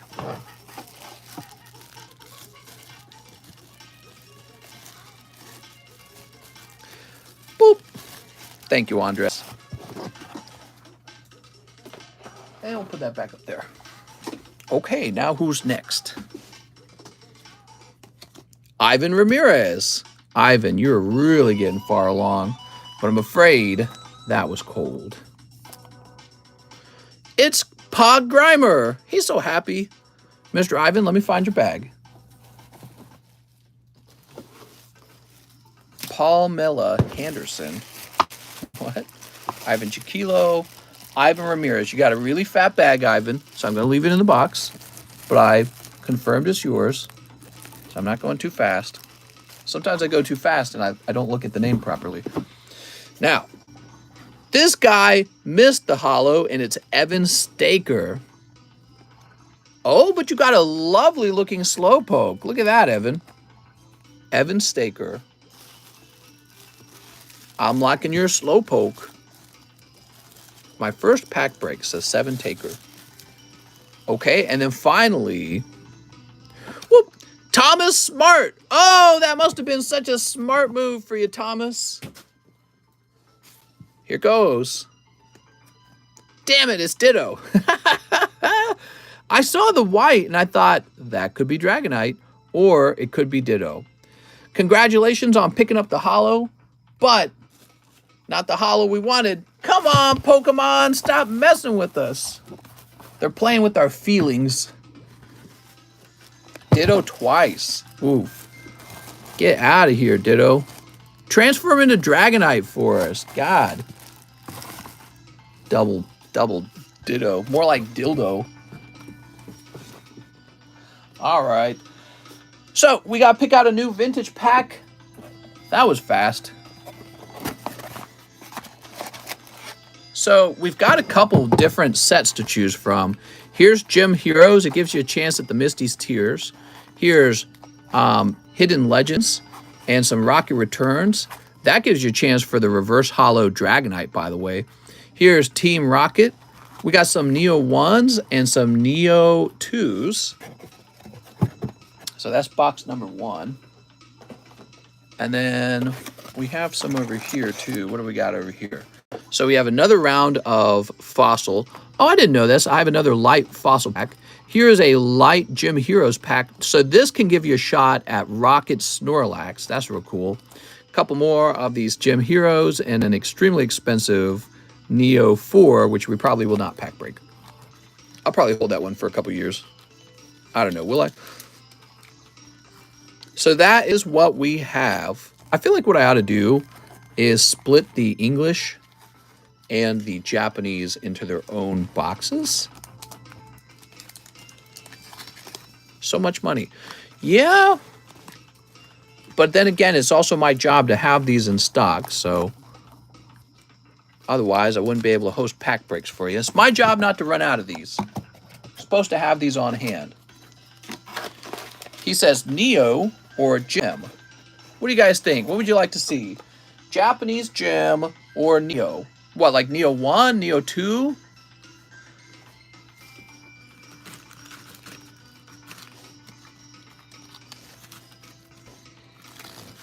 There we are. These old Japanese gym packs. I like Rocket Returns. That would be one of the most expensive ones. Neo 1 or Rocket Returns. What have we done the least of, you think? Oh, we could go for Neo 1. Neo 2. Neo 1 gives you a chance at the Lugia card that we showed off at the beginning of the channel, the first edition Lugia that was in English. Now, the problem with Neo 1 is it costs more because it has that, precisely because it has that Lugia card. How much is Gen 3? Gen 3 would be really expensive. That's why we don't mess with Gen 3.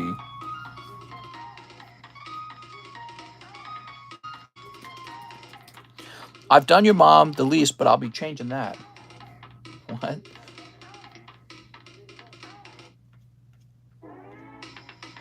Yeah, I don't know why, but Gen 3 is real expensive. Yeah, I'm looking at it. Why is it so expensive? I don't... All right, well...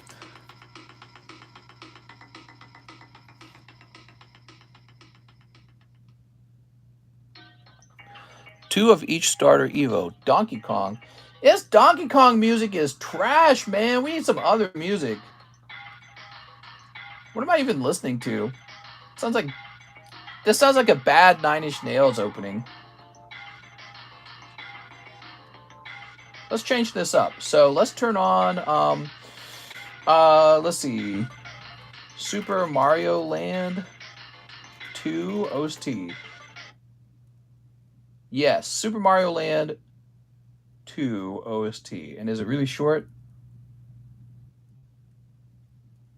Full Game Boy OST.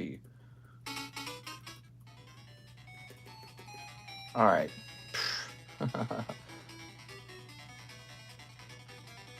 Now, as for this booster pack,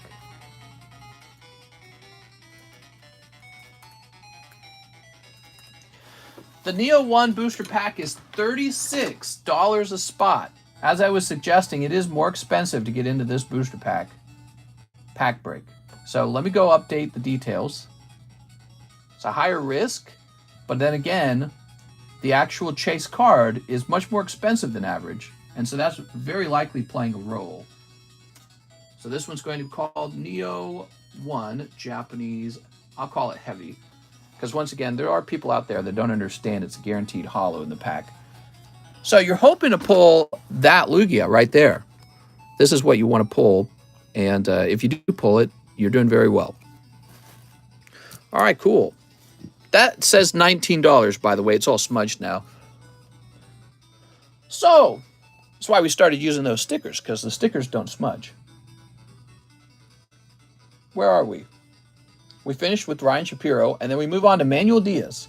I have $6 credit, 1 Merlin sticker. Okay, let me get you that Merlin sticker. Then he says, 2 Brilliant Stars. Okay, 2 Brilliant Stars. 1 Evolving Skies. And 1 Astral. You got it. Where do you find all these packs? I go to Kmart. All right, you ready? The vintage ones. The man in the alley with the trench coat who says, hey kids, want to buy some Pokies? Actually, I feel like I'm that guy. There we go. Give away my bag in slabs. It's not much. Fidel Arcos, could you tell me what your name is? And I'll look it up for you. There we go. Look at that Pikachu. Pika! It's actually Fidel Arcos. I could do that for you if you'd like. That's very generous. Let's finish opening this, and then we'll go find it. Very kind of you, mister. All right, so, Manuel. Sleep. Your order was authenticated. Just got a notification. I have a card coming to me that eBay had to authenticate first. It's very interesting.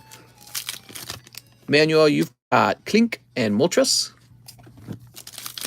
And then you have Howlucha. On top of that, we have Bastiodon and Typhlosion. Ooh. Almost 100 likes. Holy. That's a nice looking Typhlosion. Jumpluff. All right, there we go. That's all for you, Mr. Manuel Diaz.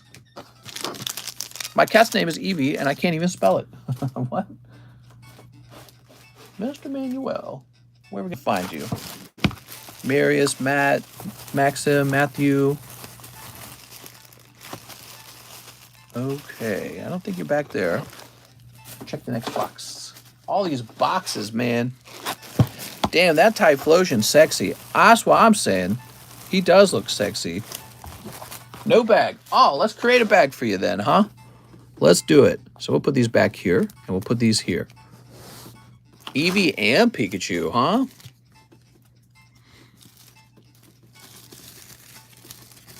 Hard, that's so clean. What?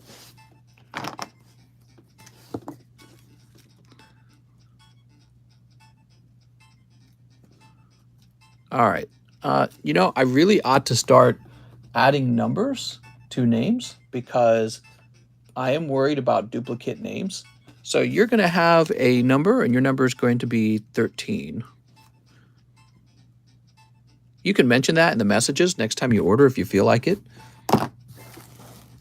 Right now, there isn't another guy who's also named Manuel Diaz who is ordering from me, but this is just kind of like a precaution. All right. Because it's funny, we usually find out that that error has occurred after I've mixed your cards up. So that becomes a pretty big problem. It becomes like, oh my God, it becomes like a heartache. Okay, so now we have Mr. Emiliano going deep.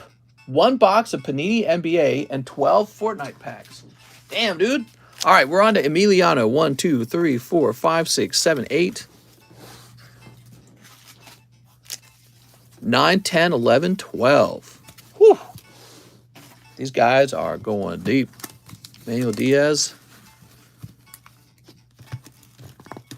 Let's see what you got. We want to pull a beautiful holo for you. We got 1, 2, 3, 4, 5, 6, 7, 8. I'm the Black Knight and Recon Expert. Nice, man. I don't think we've seen Black Knight get pulled. I'd like to pull Black Knight. Ooh. So after this, we'll get a whole box of NBA for you.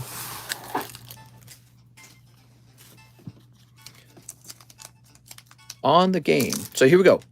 That's a legendary outfit right off the bat, so that's good. African-American Knight, mister. Oh, his name's AIM. Okay. I got a hobby box. Hey, you can't have a hobby box. Ooh.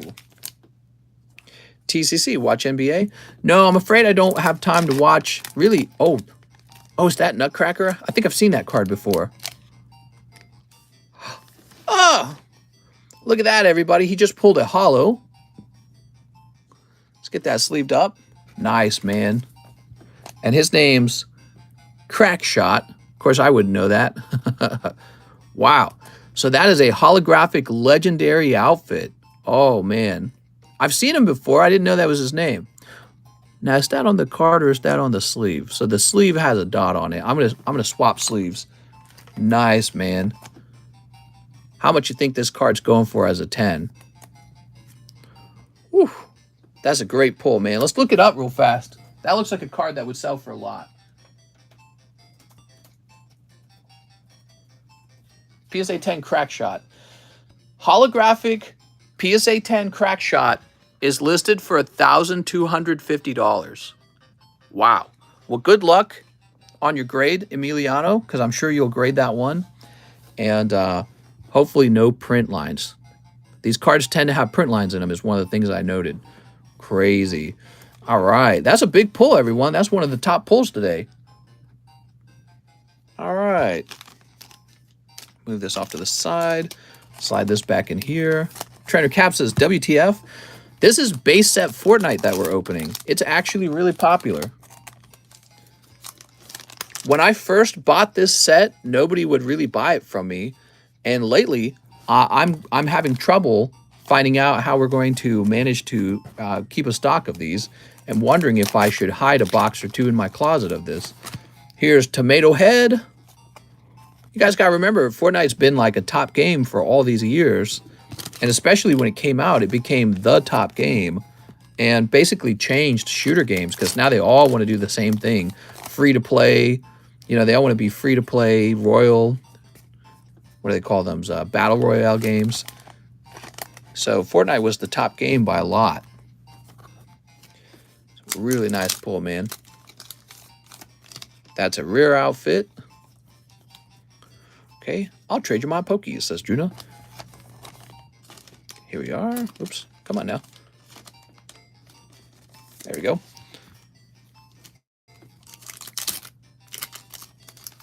Fortnite on your phone? Long shot. No, I don't have Fortnite on my phone. What's up, other people's memes? I think a lot of kids played Fortnite, and they're going to grow up and remember it too. That's triple threat. Oh, baby, a triple. Okay, there we go. Looks like a 10. Good luck. Well, we've had ones that look like 10s that ended up having print lines in them. So it really comes down to what they look like under the lens. You know, you gotta study the card first before you know what it is. There we go. Come on, one more holo. That would be wild if we got one more holo. Unlikely, though. That's a rare outfit. Okay. Put that away. And here's Bandoletta. Rare outfit. Last pack.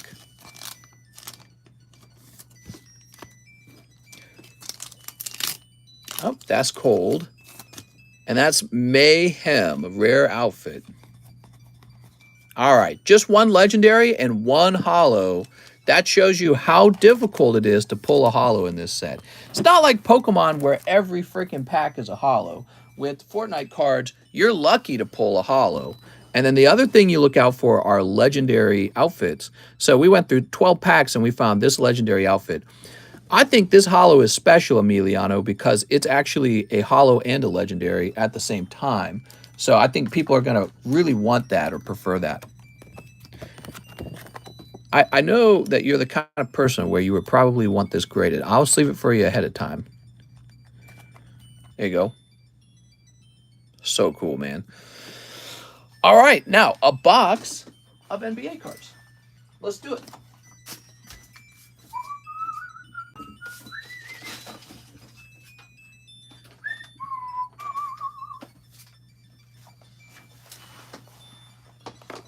Here we are. Let's go ahead and snip it open.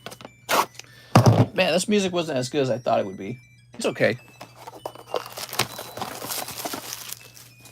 Maybe it's just some of the songs in the soundtrack are good. Let's try skipping ahead.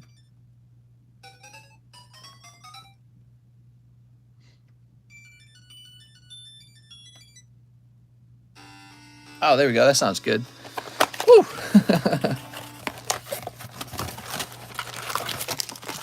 Yeah, this is much nicer. I like this.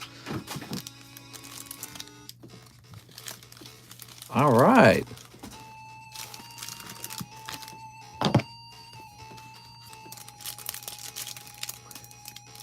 Sneep. Surely some Cartes, says Ben. Sneep. Sneep. All right, lovely sneeps all around.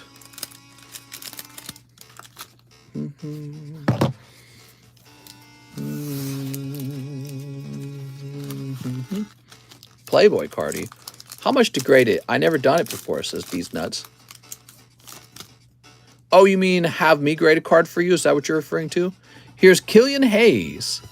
You can see the grading prices at the top of the description. Okay, so you got Killian Hayes. These other guys will be sleeved up together. Sports No Cut, me sad. We got Ben Simmons, Tyler Terry, Denny Avdija, and Aaron Nesmith for your special card in the back. All right, neat. Alex is going, oof. Put that back. Here's Damian Lillard, Tyrese Maxey, Lonzo Ball, and Eric Bledsoe. Ooh. Okay, Eric Bledsoe. Put Lonzo Ball into the sleeve here. Weird, I don't feel like I run into Lonzo Ball very often. Sorry about that, guys. I think we had a little lag spike there. Can you guys still hear me? All right, let's see what we got. Okay, we got Vernon Carey Jr., Bogdan Bogdanovic, Harrison Barnes, and Yusuf Nurkic. Is it Nurkic? These names, man. Celtics in 6. Here we are. Boop. Oh, did I not sleeve the previous one? I'm dumb. You got one pack left. One pack left to pull the chase. Nurkic. Here's Bam. His name's literally Bam. Like Bam Bam from the Flintstones. Here's Onyeko, Denny Avdija, and R.J. Hampton. Was that a good box or was that a bad box? I feel like that was a bad box. I didn't see any players where people go nuts over them. Courier and Warriors overrated, says Christian Ronquillo. Here we go. Basketball cards get opened pretty frequently on the channel, I feel. Maybe we should expand basketball a little bit. LaMelo is a good one, says Jordan. Pull LaMelo Ball! Clay forgot how to basketball. Golden State, Stephen Curry. I ought to take like $10,000 and just do like a big basketball card acquisition so that we have like a big stock of them and I don't have to think about it anymore. Crack dice. No Mr. Get NFL. We did do NFL for a little while, didn't we? I'll put your Fortnite in here with this. There we go. Thank you so much, Emiliano. And your Fortnite card will go right here, like that, see? So when you got a box, I'm able to do a nice little thing like that. Can't really do that with the bags, I guess. So now we got Thomas Smart. He says, I have a bag, 1 spot in the pack break. You got it, Thomas Smart. Good luck. Good luck. There's actually quite a few good cards in Neo 1, if you didn't know it. Of course, there's the starters, Typhlosion for Alligator Meganium. But there's also Slowking, and there is Lugia, which is the chase. I think there's more that I'm not thinking of. Then I think there's also some cold pulls, too. Okay, now we've got Ivan Ramirez. He says, I'll try as well. You got it, Ivan. The common and commons include the starter Pokemon as well. Cyndaquil, Totodile, and Chikorita. So that's a nice thing. Wavu says, Mr. What's up, man? Typhlosion would be my chase. Yeah, he's a nice card. He still goes for a very good chunk of money. Typhlosion, he's beautiful. Beautiful card. We have a Chris Acevedo order. He says, give me that CGC Squirtle. Okay, so we'll start there. This is for Chris Acevedo.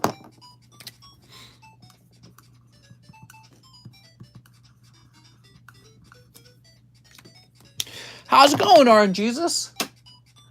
2 poker cards. All right, 2 poker cards. Silver version 2. So Silver Deck version 2 is real rare, where Silver Deck is not quite so rare. Here is a Ruby card as well, huh? All right. We got him on top. Dude! Damn, he pulled the Groudon. Very lucky. Groudon Joker. So cool, man. What do you guys think of that? How neat is that? That's crazy. That's for Chris Acevedo. All right, Chris. You must feel pretty pleased right now. Find Chris Acevedo. Here he is. That is probably the chase card in the Ruby deck is the Groudon. Just got off work. Did you see that Amazon stock fell 98% today? Nah, you're messing with me. They did a stock split. You're just playing. Now we have Maximilian Ubinus. 2 spots in the Neo 1 pack break, including my $60 that I had left over. All right. It did, Tis? No, he's messing with you guys. He's fooling with you guys. It's not true.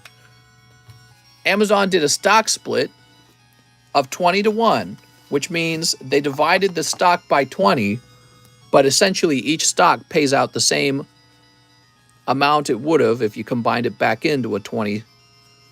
If you put them back together, it pays out the same amount. So a stock split is just when you take an item that costs like $2,000, you divide it by 20, and now they all cost $100. So nothing has changed except for now you can buy a smaller version of the stock. That's all it means. Would you get some Amazon, mister? Yeah, you could get some Amazon. I think Amazon's a pretty safe bet. All right.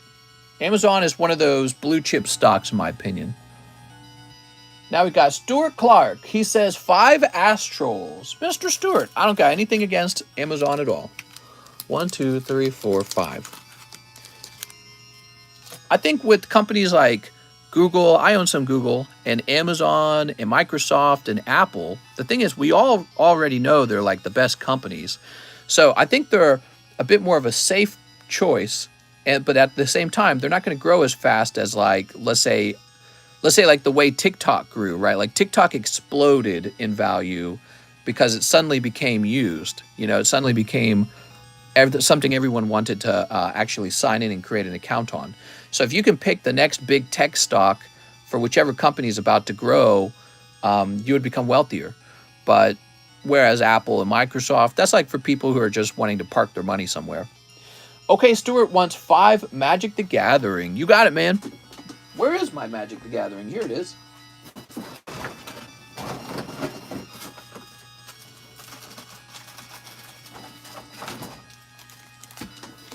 Amazon grew times 20 today.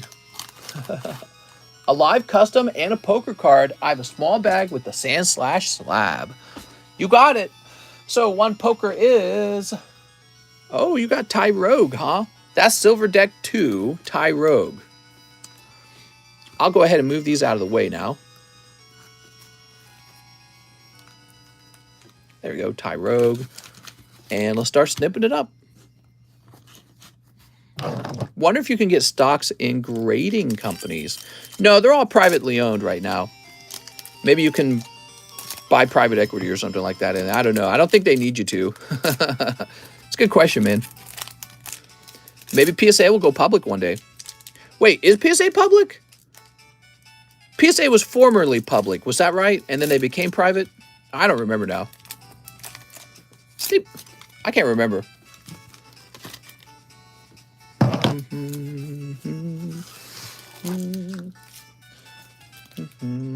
It's Red Roxy. You can in PSA. So PSA is public. I thought they got taken private. Here's Spicy Seasoned Curry.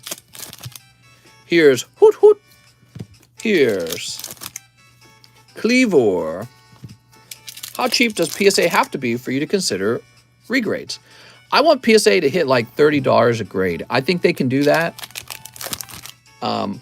Oh, Jubilife Village Ultra Rare. Beautiful, man. Looks so cool. So that's for Stuart Clark. Not bad. You got that in 5 packs. Looks like they went private back in 2020. Yeah, that's what I'm saying. Oh, no, we're not going to listen to this. Hold on. Actually, this is a funny sound. But here's Turtle Zone. Kind of a high-pitched song, isn't it? How about this one? Space Zone. We'll let this one play for a little while. This music is all really high-pitched is what I'm noticing. It's kind of ringing my ears. Maybe I turn it down a little bit. It's not so bad if you turn it down.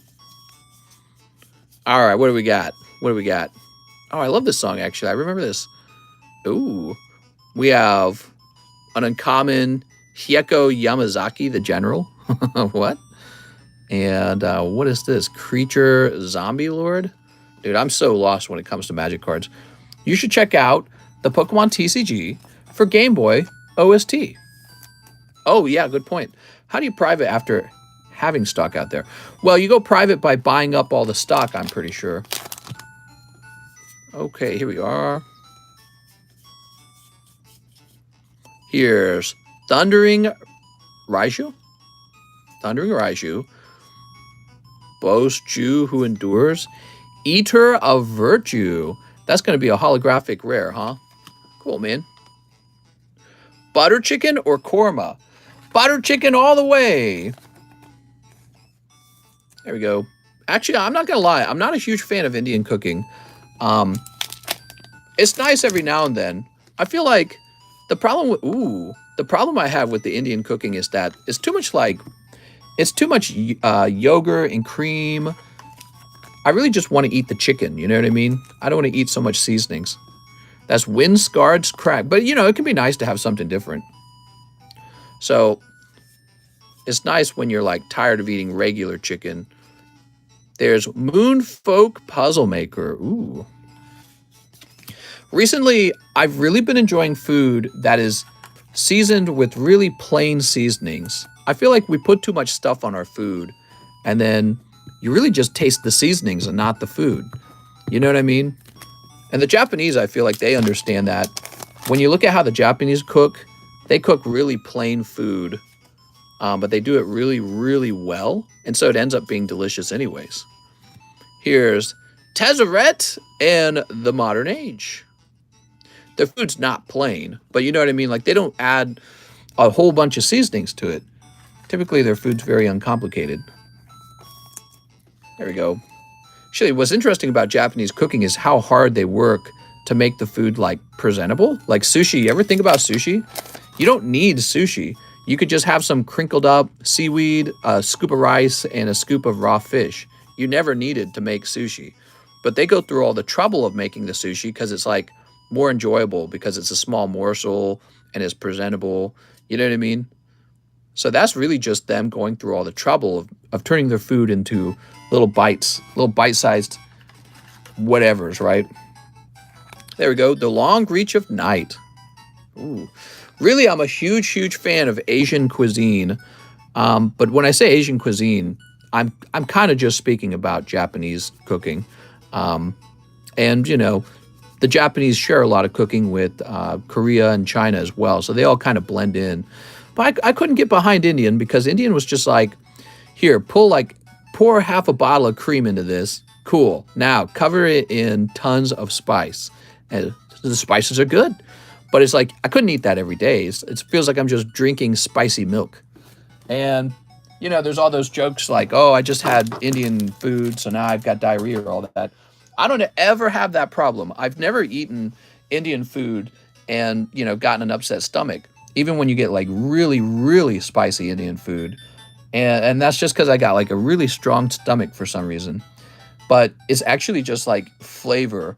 I struggle with, like, I don't feel like I'm eating chicken at some point. I feel like I'm just eating seasonings. And it's like, oh my God. Stuart Clark, let's find your bag. Did he say he had a bag? He says, I have a small bag. Oh, well, we're going to find it. But yeah, it's a good mix-up. Indian cooking is a good mix-up. And I'm not a big fan of bread is the other thing. So I've never liked bread. I always felt like bread is a filler food. You know what I mean? And they're really into their flatbread naan. And how do they make the naan taste so good? They cover it in like oil and butter, and then you dip it in the spicy milk, right? Because that's what your chicken masala is. It's just regular chicken, but it's in spicy milk. And you take your bread that's already covered in oil and salt and butter, and you dip it into the chicken masala. You're really just eating a ton of oil is what you're doing. And so I don't like bread, and I don't over like eating oil either. It's just not my favorite. Nani and roti. TheCardconomist. White bread is bad. White bread is atrociously bad. I don't understand how Americans haven't demanded more sophisticated bread to be placed on the shelves at Walmart. Like, are we doomed to eat bunny bread for like ever? Why don't we have artisan bread on the shelves? And to be fair, I think Walmart has changed that a bit. When I go to Walmart, I do see more bread selections these days. But when I was a kid, there was like two breads, white bread or bad white bread. You know what I mean? And they're both bad, to be honest. But so flavorless and empty and void. You get like Panera Bread Company. They can make some good bread. Yeah. So, and then they're more like a fast food company still. But yeah, they put at least the smallest amount of effort in and create a product that's way better than the crap you find on the shelf at the store. It's kind of crazy, actually, because we're a wealthy society. There's plenty of market for you to, you know, sell your artisan bread to. So I don't understand why we're so bad at it. So Chris is done. Let's see. Who are we helping? We were done with Ivan Ramirez, Chris Acevedo, Maximilian Ubinus, Stuart Clark is who we were helping. And now we have Chris Acevedo again. He says, check the rest of my order. Oh, did I miss it? Oh my God. Sorry about that, Chris. He says 2 poker cards, 1 jobless reincarnation, 3 to charity. So let me grab your bag, Chris, and recall if we got that poker card for you. I think we did. Him on top. Now I can't remember if we did. I tell you what, Chris, since I messed up your order by forgetting to read the rest of it, let me just get you a free poker card if you already had one or the one you were owed. Anyways. Oh, you're picking up Caterpie. That's so cute, man. So that's Poker Caterpie from Red Deck. There you go. So there's the poker. Oh, he said 2 poker cards. That's fine. There's Jolteon. All right, so I might have already given you 2, but you're going to get 2 more. And if I haven't given you 2, those are the 2 you're owed. Let's get a jobless reincarnation by throwing some trash away. There we go. Start snipping this open. Chris Acevedo. You like the Voltorb? He's nice. What did I say? Did I not say Voltorb? I'm sorry. Did I say Jolteon? Oh my God. It's probably because I'm looking at jobless reincarnation, and that starts with J-O. And then he says 3 to charity. All right. Thanks, Chris. Very kind. 94 drops down to 91. I said the wrong name. My brain's pretty tired. We're almost at the 5-hour mark. We're about 4 hours in. So your brain starts to get tired as you go along. I need some energy food. I need some Indian food. My wife, on the other hand, she loves Indian cooking. She loves it. She likes that. I think her number one favorite food is probably Mexican. She loves Mexican food. And then after Mexican food, it'd probably be Indian food. So that's her favorite cooking. Mine would be anything that tastes extremely fishy. So I love seafood and I love Asian cooking. All right. How much is the UFC hobby box filled? So far, 3 out of 12 spots are taken. All right. Zoop. Very good. Thank you, Chris, and sorry about missing you there. Now we have Maximilian. No, we don't. I'm sorry. Now we have Chris Vinci. Please ship. I have a graded Machamp and a very small bag. Let's go find you, Chris. Hey, mister, what's your favorite type of rice? I have to admit, the Indian rice is extremely good. They season it really, really well. So actually, I have to give them credit for that because I feel like they're the only ones that do it so well. You have Mexican rice as well, but yeah, it would probably go Indian rice, then Mexican rice, then plain old white rice, like what you find in sushi. But then again, if you're gonna eat sushi, you only want plain white rice, right? Because that's how it tastes the best. You don't want it to be flavored if it's gonna be sushi. All right, Chris, I'm gonna go grab your address. Will to do a face reveal. Face reveal. All right, let me grab your address. I see you have an address that begins with 10.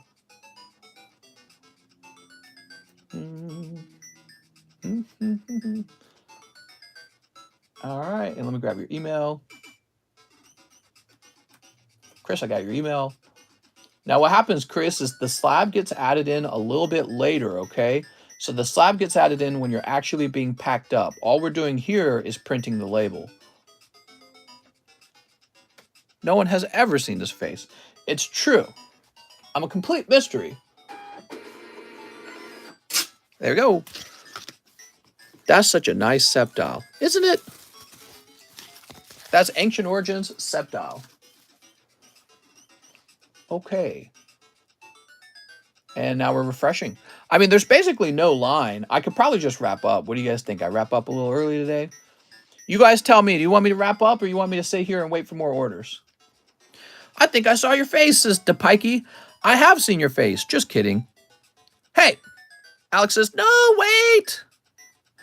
I mean, we're only about 40 minutes from ending anyways.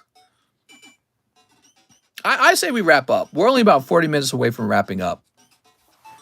So, in order to wrap up, we do have to do a giveaway. Wait a moment. What's Dark Phantasma doing here? I didn't know there was Dark Phantasma here. What size sleeve for the SGC sleeves? You have to have a larger sleeve size than the ones for the PSA ones, obviously. Open one pack for yourself. What do you need to change it? Change it. I don't need to change anything. What? Okay, so we have this beautiful Hisuian Zoroark, and that's holographic Hisuian Zoroark. Let me jump over to the not Slabaway channel, to the Pokestan Marketplace Discord, and I'm going to generate a fresh giveaway channel. How many people are watching? 150? So we'll make the giveaway 1 in 100. So there's not going to be enough spots for every single person, so you got to get in there fast. I'm going to go ahead and open it up. All right, the giveaway channel is open. So while you guys are guessing your numbers, I'm going to go step away and maybe take a bite of food because I'm starving.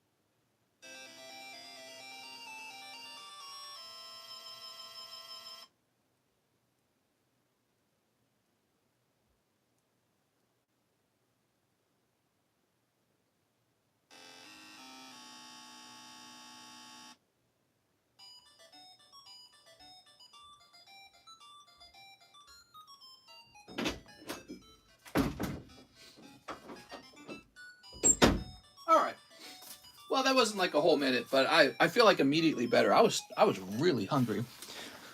Whew. Alex says, I've seen Mister's face. No, no, no. You're not allowed to. It's secret.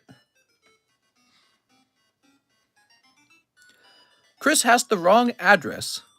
Chris said that was the wrong address. Oh, okay. So we'll go ahead and we'll go and delete the other address. Yeah, you'll need to make sure you got an updated address in PayPal because that's what I'm using. I don't know if maybe, let me go ahead and delete this. So I'm refunding the current label. The next thing I'll need to do is jump in and delete the current address. That's why I always say it out loud, because it helps us catch that problem if we got the wrong address, you know what I mean? All right, so I've deleted your old label and your old address from my address book. Mister, can we change my address? Yes. Chris Vinci, send me a penny message, will you? My girlfriend actually just asked what you looked like. Had to show her the drip. Shh, don't let the wife know. I can't speak. Okay. Yes, Chris Vinci, you just send a penny message and we'll get the address updated, okay? Penny message is when you send me the smallest amount of money possible, but you attach a message to it and telling me that, hey, I need you to do this thingamabobby. Giveaway channel is closing in 5, 4, 3, 2, and 1. Okay, giveaway channel is closed. Let's get the number generator. It's going to be 1 in 100. I saw your face on TikTok. What? Nuh-uh. Dude. 5. Wow. Excuse me. 5 is the winning number. I just ate something spicy. So, control, let's see. Let's see who guessed 5. Nobody. How about 4? 3. Did no one get? Nobody guessed it right. Nobody guessed it right. Oh, wow. I guess that makes me the winner today. Nobody guessed 5 or lower. It has to be 5 or lower. Wow. Everyone's like, reroll. So we'll save this for tomorrow. Nobody gets the giveaway today. I know you just want me to reroll. Yeah, I'm not close. I guess 93. Reroll. Roll again. There won't be a do-over. There's 163 people watching. Make sure that somebody should always guess 1 is what should happen. That's what should happen. Someone should always guess 1. Alex laughing. We'll be back on tomorrow. We're on every day of the week, and we stream at the same time each day, okay? So follow us. We'll have another giveaway tomorrow, and that card will be given out. Now, before I leave, let me help Chris Vinci. Have no fear. We'll go live again. Now, Chris, I'm looking at your PayPal, and the address is the same. So it has not updated for me. I'm just checking to see if you sent a penny message. Yes, we'll stream again tomorrow at the same time. We stream every day. Here we go. Chris, he just sent me a penny message. Perfect. Oh, and there we go. In that order, it has updated. Okay, Chris, now I have the 5-8 address. And let me grab your email. Thank you so much, Chris. Glad that we caught this before it went out. Isn't that nice when we catch it before it goes out? There we go. I won the giveaway. Woohoo! Tomorrow we'll have another giveaway, though, and maybe it'll be like twice as large. Maybe it'll be 2 slabs. Have a nice day, everyone. Thank you so much for all your support, and I'll see you.